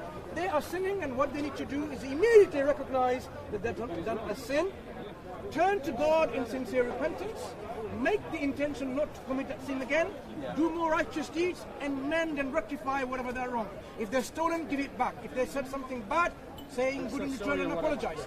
There are ways to deal with sin, but it doesn't take the Islam away from it, right? So this is the question that you've asked, and the answer I hope you understood. Coming back again, the question didn't ask again. What is the moral anchor of the people who are asking? When we ask, they do not have one. If you don't have a moral anchor, you cannot be. Christians do have a moral anchor. So do you have a moral anchor? Yeah, we do have a moral anchor. I'll tell you where it comes from. I wish you can. No, you're asking me if I'll tell you what it is. Hey, I'm leaving in a minute. Hey, I'm decent to you because I love you. Hey, you don't do it for me. Go in front because I'm leaving in a minute. I'm going. At what age does God say you are allowed to marry? No, he's not. To you, he is. Because you like your ears being tickled. I don't. Sorry, you're going back for 1 second. I'll answer this question. Yeah, but I'm waiting for him to answer my question. Again, look, the main difference. Listen, the main difference, right? Hey, come in. Hey, go in front of me. Hey, go in front. Yeah. I never know you have a camera. Me too, so get out of the way. Sorry. You're forgiven. Sorry, man. You're forgiven. Hindu and Islam. Hey, go in front because I'm 8 o'clock. I'm finishing this. I've been here since 3 o'clock every now. religion, and that is that every piece of that Bible So it shows I love you, doesn't it? was meant inspired We don't take by this the Holy personal, man, you know Spirit. that. They were flesh and blood. That every word that they read was inspired with them being filled with the I had Holy a good Spirit. conversation with That Ali was a earlier on. proof that it came from God. They were filled with the Spirit. We know as Christians, and Muslims also know, that God never lies. Now, if he wrote the Old Testament before Jesus came, yes, and you accept parts of the Old Testament, We're going to get Pavlo, when some Jesus Ukrainian came, stuff. he had the chance to say, look,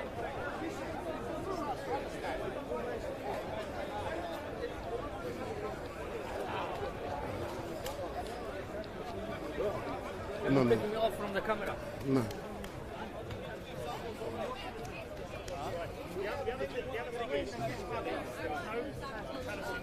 Make way for Street Mike. Make way for Street Mike. Big up, Street Mike. Big up, big up, big up. I'm serious. Look it up. I'm sure you mean the best.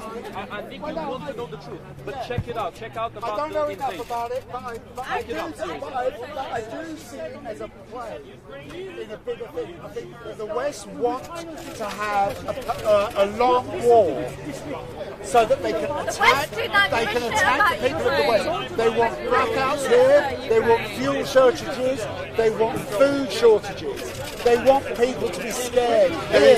That's the reason they're going to There is only one thing where I'll agree with both of you guys. There's one thing that I'll agree with you, and which is when there's a war, every single country in the world, every single superpower will try their best to make it, to take something out of it for themselves, to take some kind of benefit for themselves. I completely agree with you on that.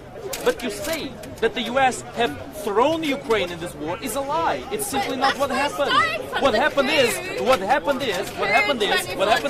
in 2014, Putin decided to go on a brazen move on Ukraine to violate every agreement he made with Ukraine, and he got away with it.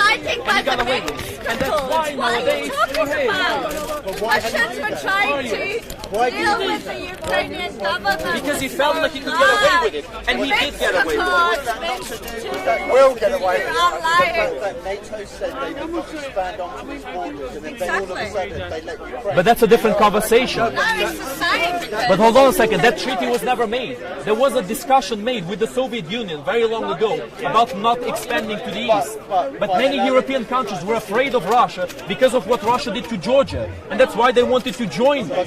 Back to that point about 2014, the whole reason he did what he did in Crimea was because that's their largest fleet, that's their nuclear. And that's how the people voted. And what They didn't. They voted. They did. By Ukraine. Okay. Let's face this. Let's face this. When did the referendum happen? Before or after the invasion of Crimea? Let me put it to you. Before or after? Are you saying Before or after? that was a Democrat? Before or after? Just answer. Before or after? No, it was after the invasion. First, the invasion happened in Crimea. Yes, the Russian troops occupied Crimea first, and then after they occupied Crimea, they did the referendum. Okay, so let's put it Now, a referendum after an invasion is not trustworthy. We can't trust it. Let's put it another way. One second. Go on. We're in England. Okay. If all of a sudden Russia said that we're going to put nuclear bombs in Ireland, Dublin, as an example, do you think the UK would go, yeah, that's okay, we're not going to have no issue? Or if they said we're going to put that into Glasgow, in Scotland, we're going to put some nuclear bombs over there. Well, the Cubans, that's a whole separate thing. But let's just say that they're going to put it in Ireland. Now let's start with this. This is classic whataboutism. First of all, nobody was. Every country. Exactly, every country. You guys are making things up. You guys are making things up. Tell me, who was planning to put nukes in Ukraine? Nobody. There was no discussion. That's the whole point about no discussion. No, not at all. Ukraine. Hold on. Wait a second. I have something very important to tell you guys. I don't care. Do you want me to answer or do you want to speak over me? No, I'm just saying, if you did think that the West, but you are selling the NATO lie and the Empire's lie and the UK's lie. Any country would have an issue with having nuclear bombs on their doorstep. But that is the wrong point, because nobody was planning to put any nuclear weapons in Ukraine. They've done it in Lithuania, they've done it in all the other various countries. Ukraine, let me finish. Ukraine was part of the biggest nuclear disarmament in human history. In the Budapest Memorandum, the Ukrainians had the third biggest nuclear arsenal in the world. Now what you're saying is, the West asked Ukraine to demilitarize their nuclear weapons just so the West would go right ahead and give Ukraine new nuclear weapons. What sense does that make? They disarmed all of their nuclear weapons. In exchange for what, you might ask? In exchange for a non-aggression treaty with Russia, which Russia promptly violated. But the point still remains that Ukraine was going to join NATO, right? No, they want there was discussion. They There was discussion. The Empire never actually wanted Ukraine to join. Ukraine should have joined NATO. They should have joined NATO because then they should have. No, they should have. Yes, they should have. The West does not want Ukraine in. The West is afraid of a nuclear war. The West is afraid of a nuclear war. Already be in NATO. They don't give a shit about Ukraine. I want to hear coherent questions. My point coherent is, questions. you, as somebody from Ukraine, you are not defending your people when you're defending the Empire. That's what I'm saying. When you're defending NATO's war on Ukraine, you are not defending your people. This is not NATO's war on Ukraine. What are you talking about? This makes no sense. It's the Empire and NATO's This makes absolutely no sense. Victoria Nuland in This Ukraine makes in absolutely no sense.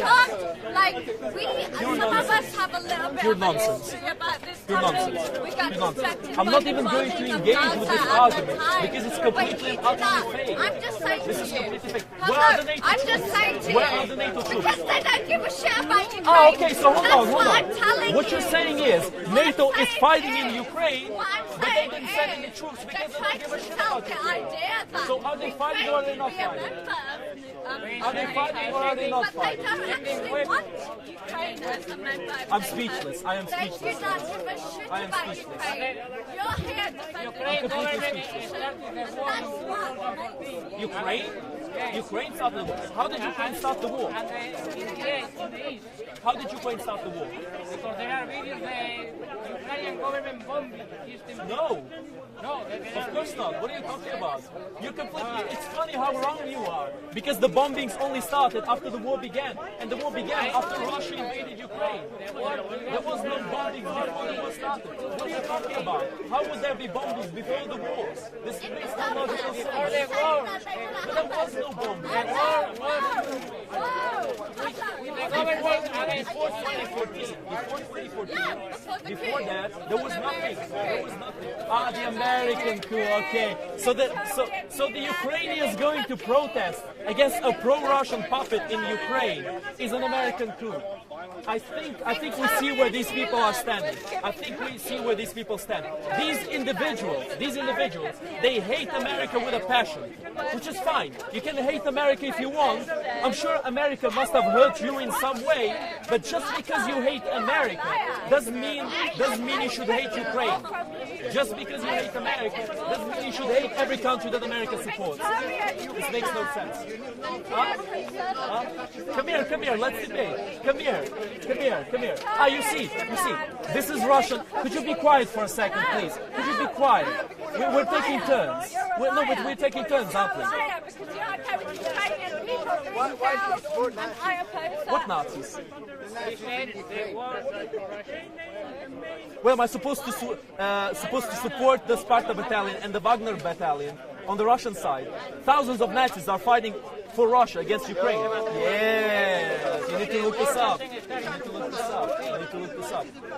Come here, let's debate. Let's have a debate.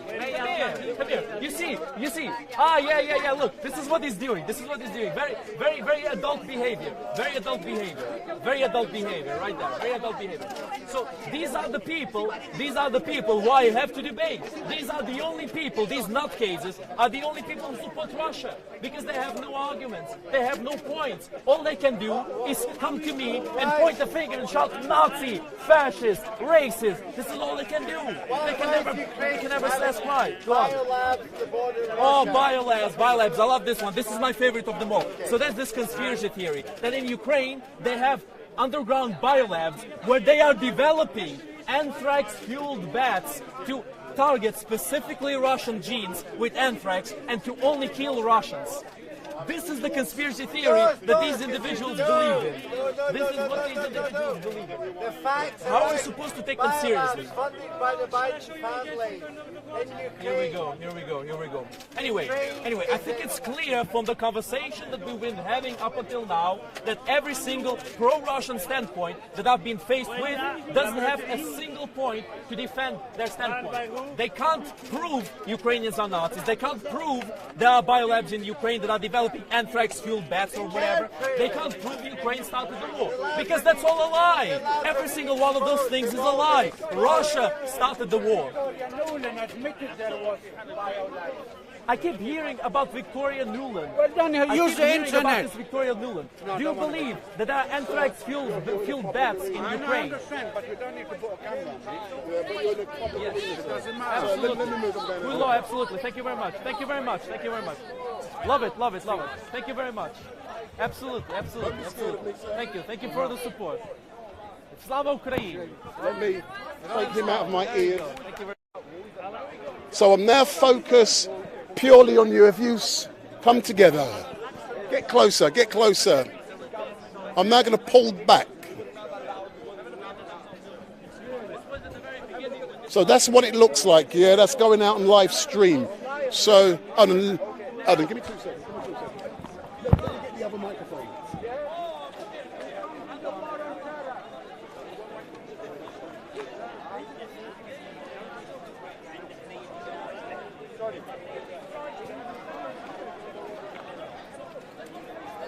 I just want to get sound.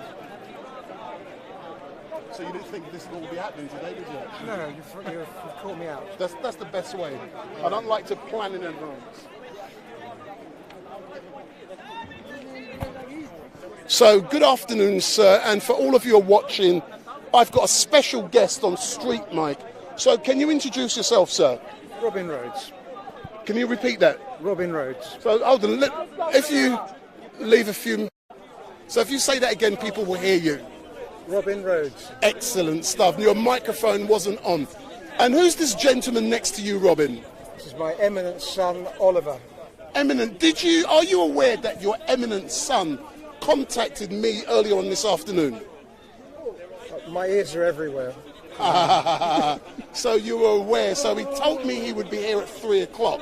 Yeah. He come a lot later. Well, I didn't say you could tell the time. If you're eminence, it's a detail, isn't it? Excellent. So why did you decide today to come down to Speaker's Corner? Well, Oliver is very keen on the whole principle of free speech, and he enjoys open, honest and vigorous debate. So this was the place for him to be. And let me move you around a bit, because I'm getting a bit of sun in the background. So if you, that's it. Beautiful. See, that's a perfect picture now, because quality is important to me. Yeah. So, have you enjoyed Speaker's Corner today? Have you enjoyed it yourself? Yeah, very much, yeah. What about this place that you've seen or heard that you've enjoyed? What specifically? I think it's just the huge variety of views and opinions, poorly and well expressed. And I think when we're looking at a world that's full of violence, it's so nice that people can have such different views and express them without having to resort to anything other than words as weapons. But have you not seen at all those words being expressed or manifested themselves here today into violence? Have you seen anything? I haven't seen any violence, have you? Have you seen any violence? Yes. Oh, right, well, It happens all the time. Sometimes that emotion and passion boils over and things happen and we see it every day. But putting that to one side, what is great about seeing so many different people having discussions? Well, I'm a great believer in debate as a means of resolving issues and allowing people to change their minds as well. The iterative process. So it's good to see it. So even if it's if two people start off with two completely ridiculous ideas, there's always a chance that between them they'll resolve an issue and come to a more sensible and rational conclusion. Can we now have a discussion? Hopefully we'll arrive at a rational outcome in regards to Boris Johnson, because I have had a discussion today with Oliver in regards to Boris. Right. So I'm of the opinion that Boris has brought shame on the office of Prime Minister. What do you have to say about that? And I hope your son is going to contradict what you have to say. Well, it's quite possible that he was unsuitable as a Prime Minister. Was or is? Was, meaning he should never have been. Yeah. But he still is. Yeah, and he probably shouldn't be, he's voted out because he's regarded as the personality, the person is the issue, and therefore he should have now gone. But I believe he's a highly intelligent, articulate and well-meaning person. I don't believe he's completely dishonest, but I think he has problems with the truth. I believe he's an idiot because he knew when he took the position that it'd be under scrutiny. He's a well-educated man. He knew what was required in terms of integrity in office, and he failed to meet that. But does he want the country to be successful? Does he want it to be, a free society? Does he want wealth and prosperity? Yes, he probably does want that. But yeah, and I also believe he's been hounded out of office to an extent. Yeah. Do you agree or disagree with everything your dad has said, Oliver? Over to you. To a point, but there are some advocates of Boris Johnson that are still coming up with this line of, he's, they try to justify the party saga, but at the end of the day, it comes to nothing, because yes, I originally had full faith in Boris Johnson as a leader, but since these allegations have come to light, I no longer have confidence in a man that has. Well, he could have broken the ministerial code, and that's something we can't have a leader that sort of clings on. We need someone to take over. But that doesn't take away from the fact that he was a successful leader in his early, in the first couple of years. So, but no, we need a new change of direction. But why do you believe he has been hounded out of office? Because that's the words you've used. Is it because of free press have put his feet on the fire? Well, I'm a great believer in the free press, but there's a lot of journalists who are very keen to try and set the agenda and to try and push an open door. So because he allowed himself to do stupid things, for which there's no excuse, he's then been driven up in the sense that I don't think it's been on the basis of a sort of rational, balanced argument. I think he's been pushed out. But I mean, he is a master of his own destruction. I fully accept that. Yeah. Always has been. And who do you believe will be the last two candidates in the race? Because I've disclosed, I believe it's going to be Jeremy Hunt and also Richie. I'm not a Conservative supporter. I've believed that because Mr. Hunt was in the runoff last time, so people might still like him, and I think people like Richie. So that's my prediction. What's your prediction for the last two in the runoff? I can't give you a prediction, but I mean, I think Richie is obviously self-serving, and he's a bit too slick for the British temperament, I think. Do you think that video was a bad idea then? Yeah, I would say it's self-defeating. Yeah, it's somebody who's more concerned with obtaining power than the mastery of it. Yeah. And how about you, sir? I've asked the question again. Let's ignore the idiot. That's a hard one. I think. Well, I'll give you two answers. I'll give you what I hope, and I'll give you what I estimate. What I hope is that it will be Sajid and say Rob that make the final two. That's my hope. But what I think will happen is I estimate that it could, if Sajid goes out, which I hope he doesn't, but it could be Hunt and Suella Brown. Just off the top of my head. They're all, but I just want to put the record, they are all the candidates that are standing, I respect. I know some are controversial, but I do respect them all as a member. But obviously it's for the members to decide who they want. But you know my view, I've always said no. But all I can say, sir, is thank you very much for giving me this opportunity to interview you.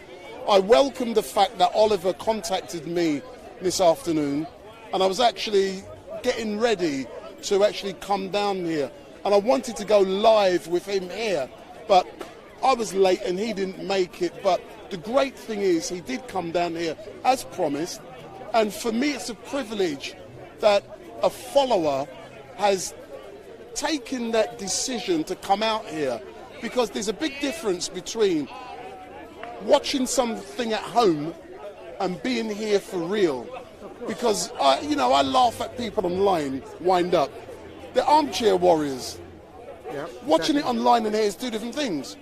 And I'm glad that he's come out. So in closing, what would you like to say to all of those people watching about Speaker's Corner, and should they be armchair warriors or should they come out?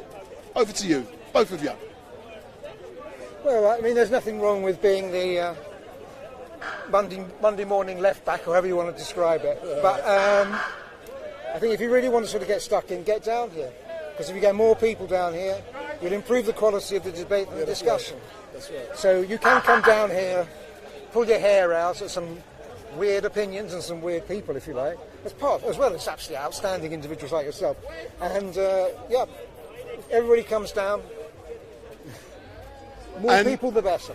And yourself, Oliver, and then I can ask Doggy and Mum if they're happy to engage. So what do you want to say to those people watching in regards to moving forward? Moving forward as in Conservative, as in the... by that, as in... No, no, the people watching, yeah, you know, should they be coming down to Speaker's Corner? Absolutely, yeah. Should Yeah, they come and be enjoy the discussion. going forward on that? Come What and should they enjoy do? The lively discussions from different people, from a whole variety. You know, I pick out Pablo, for instance. He's a good speaker. Dust is... So you know the names? But he's... Actually, while I'm on it, I would like to challenge Dust to a debate, because Dust has said some things that I... Look into the camera and offer the challenge to Dust. So talk to him. If you're available, I'd like to debate you, because you've said some things about Christianity and Christian leaders that I don't particularly agree with. There are some eminent Christian leaders in this world, but come on, have a debate with me. I'd like to have a debate and a discussion. So Excellent stuff. I'm gonna, if I see Dust next week, I'll try my best to sort something out in the future. But before we go, who's this doggy? And is this doggy a StreetMic follower? Does he follow StreetMic? Is this your doggy? It is, yes. He's an And assistant what's his dog. name? He's Griffin, and he's a hearing dog. He's an assistance dog for my wife. Ah. And sometimes he'll be wearing his jacket, but he's not at the moment.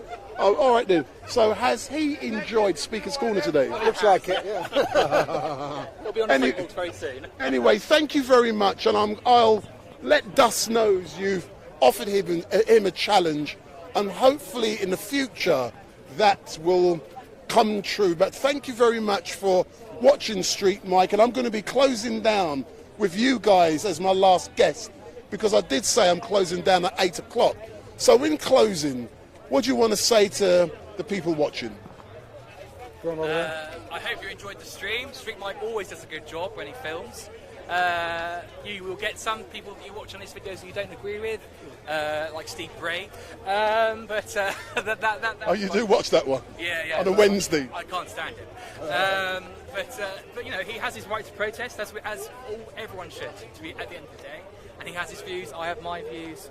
And this channel, hopefully, can be a mechanism whereby people with different views can come together and watch the videos and then come to a conclusion once they've seen it. And yourself, sir, what do you want to say to close? Well, it's a wonderful world, and you need to grab your opportunities when you can. Excellent stuff. So, as normal, thank you very much, sir. Thank you for being a StreetMic follower. And we have been live streaming since 3 o'clock. I did say we're closing at 8. It is 8 p.m. But all I'm going to say is that later on this week, I will be live streaming 3 funerals and 2 weddings. One of the funerals is of a murdered teenager who was murdered somewhere in this country. I'm not saying where, but all I will say is that that live stream will not be on public display. It's being done privately, and what I will say is that I will be interviewing the mum about the grief she has gone through since her son was murdered, and I will be documenting that journey she has gone through, and that begins. I met her yesterday, and I'm doing the funeral of her young son on Friday. So all I can say is thank everyone for watching. My name is Wendell Daniel from StreetMic, and what you must do, give me the thumbs up, make your comments down below, share and follow. And what you must do is switch on your notification bell, and every time we go live, you will be informed, and share this link with 20 of your friends. And thank you for watching. These are my last 2, and goodbye.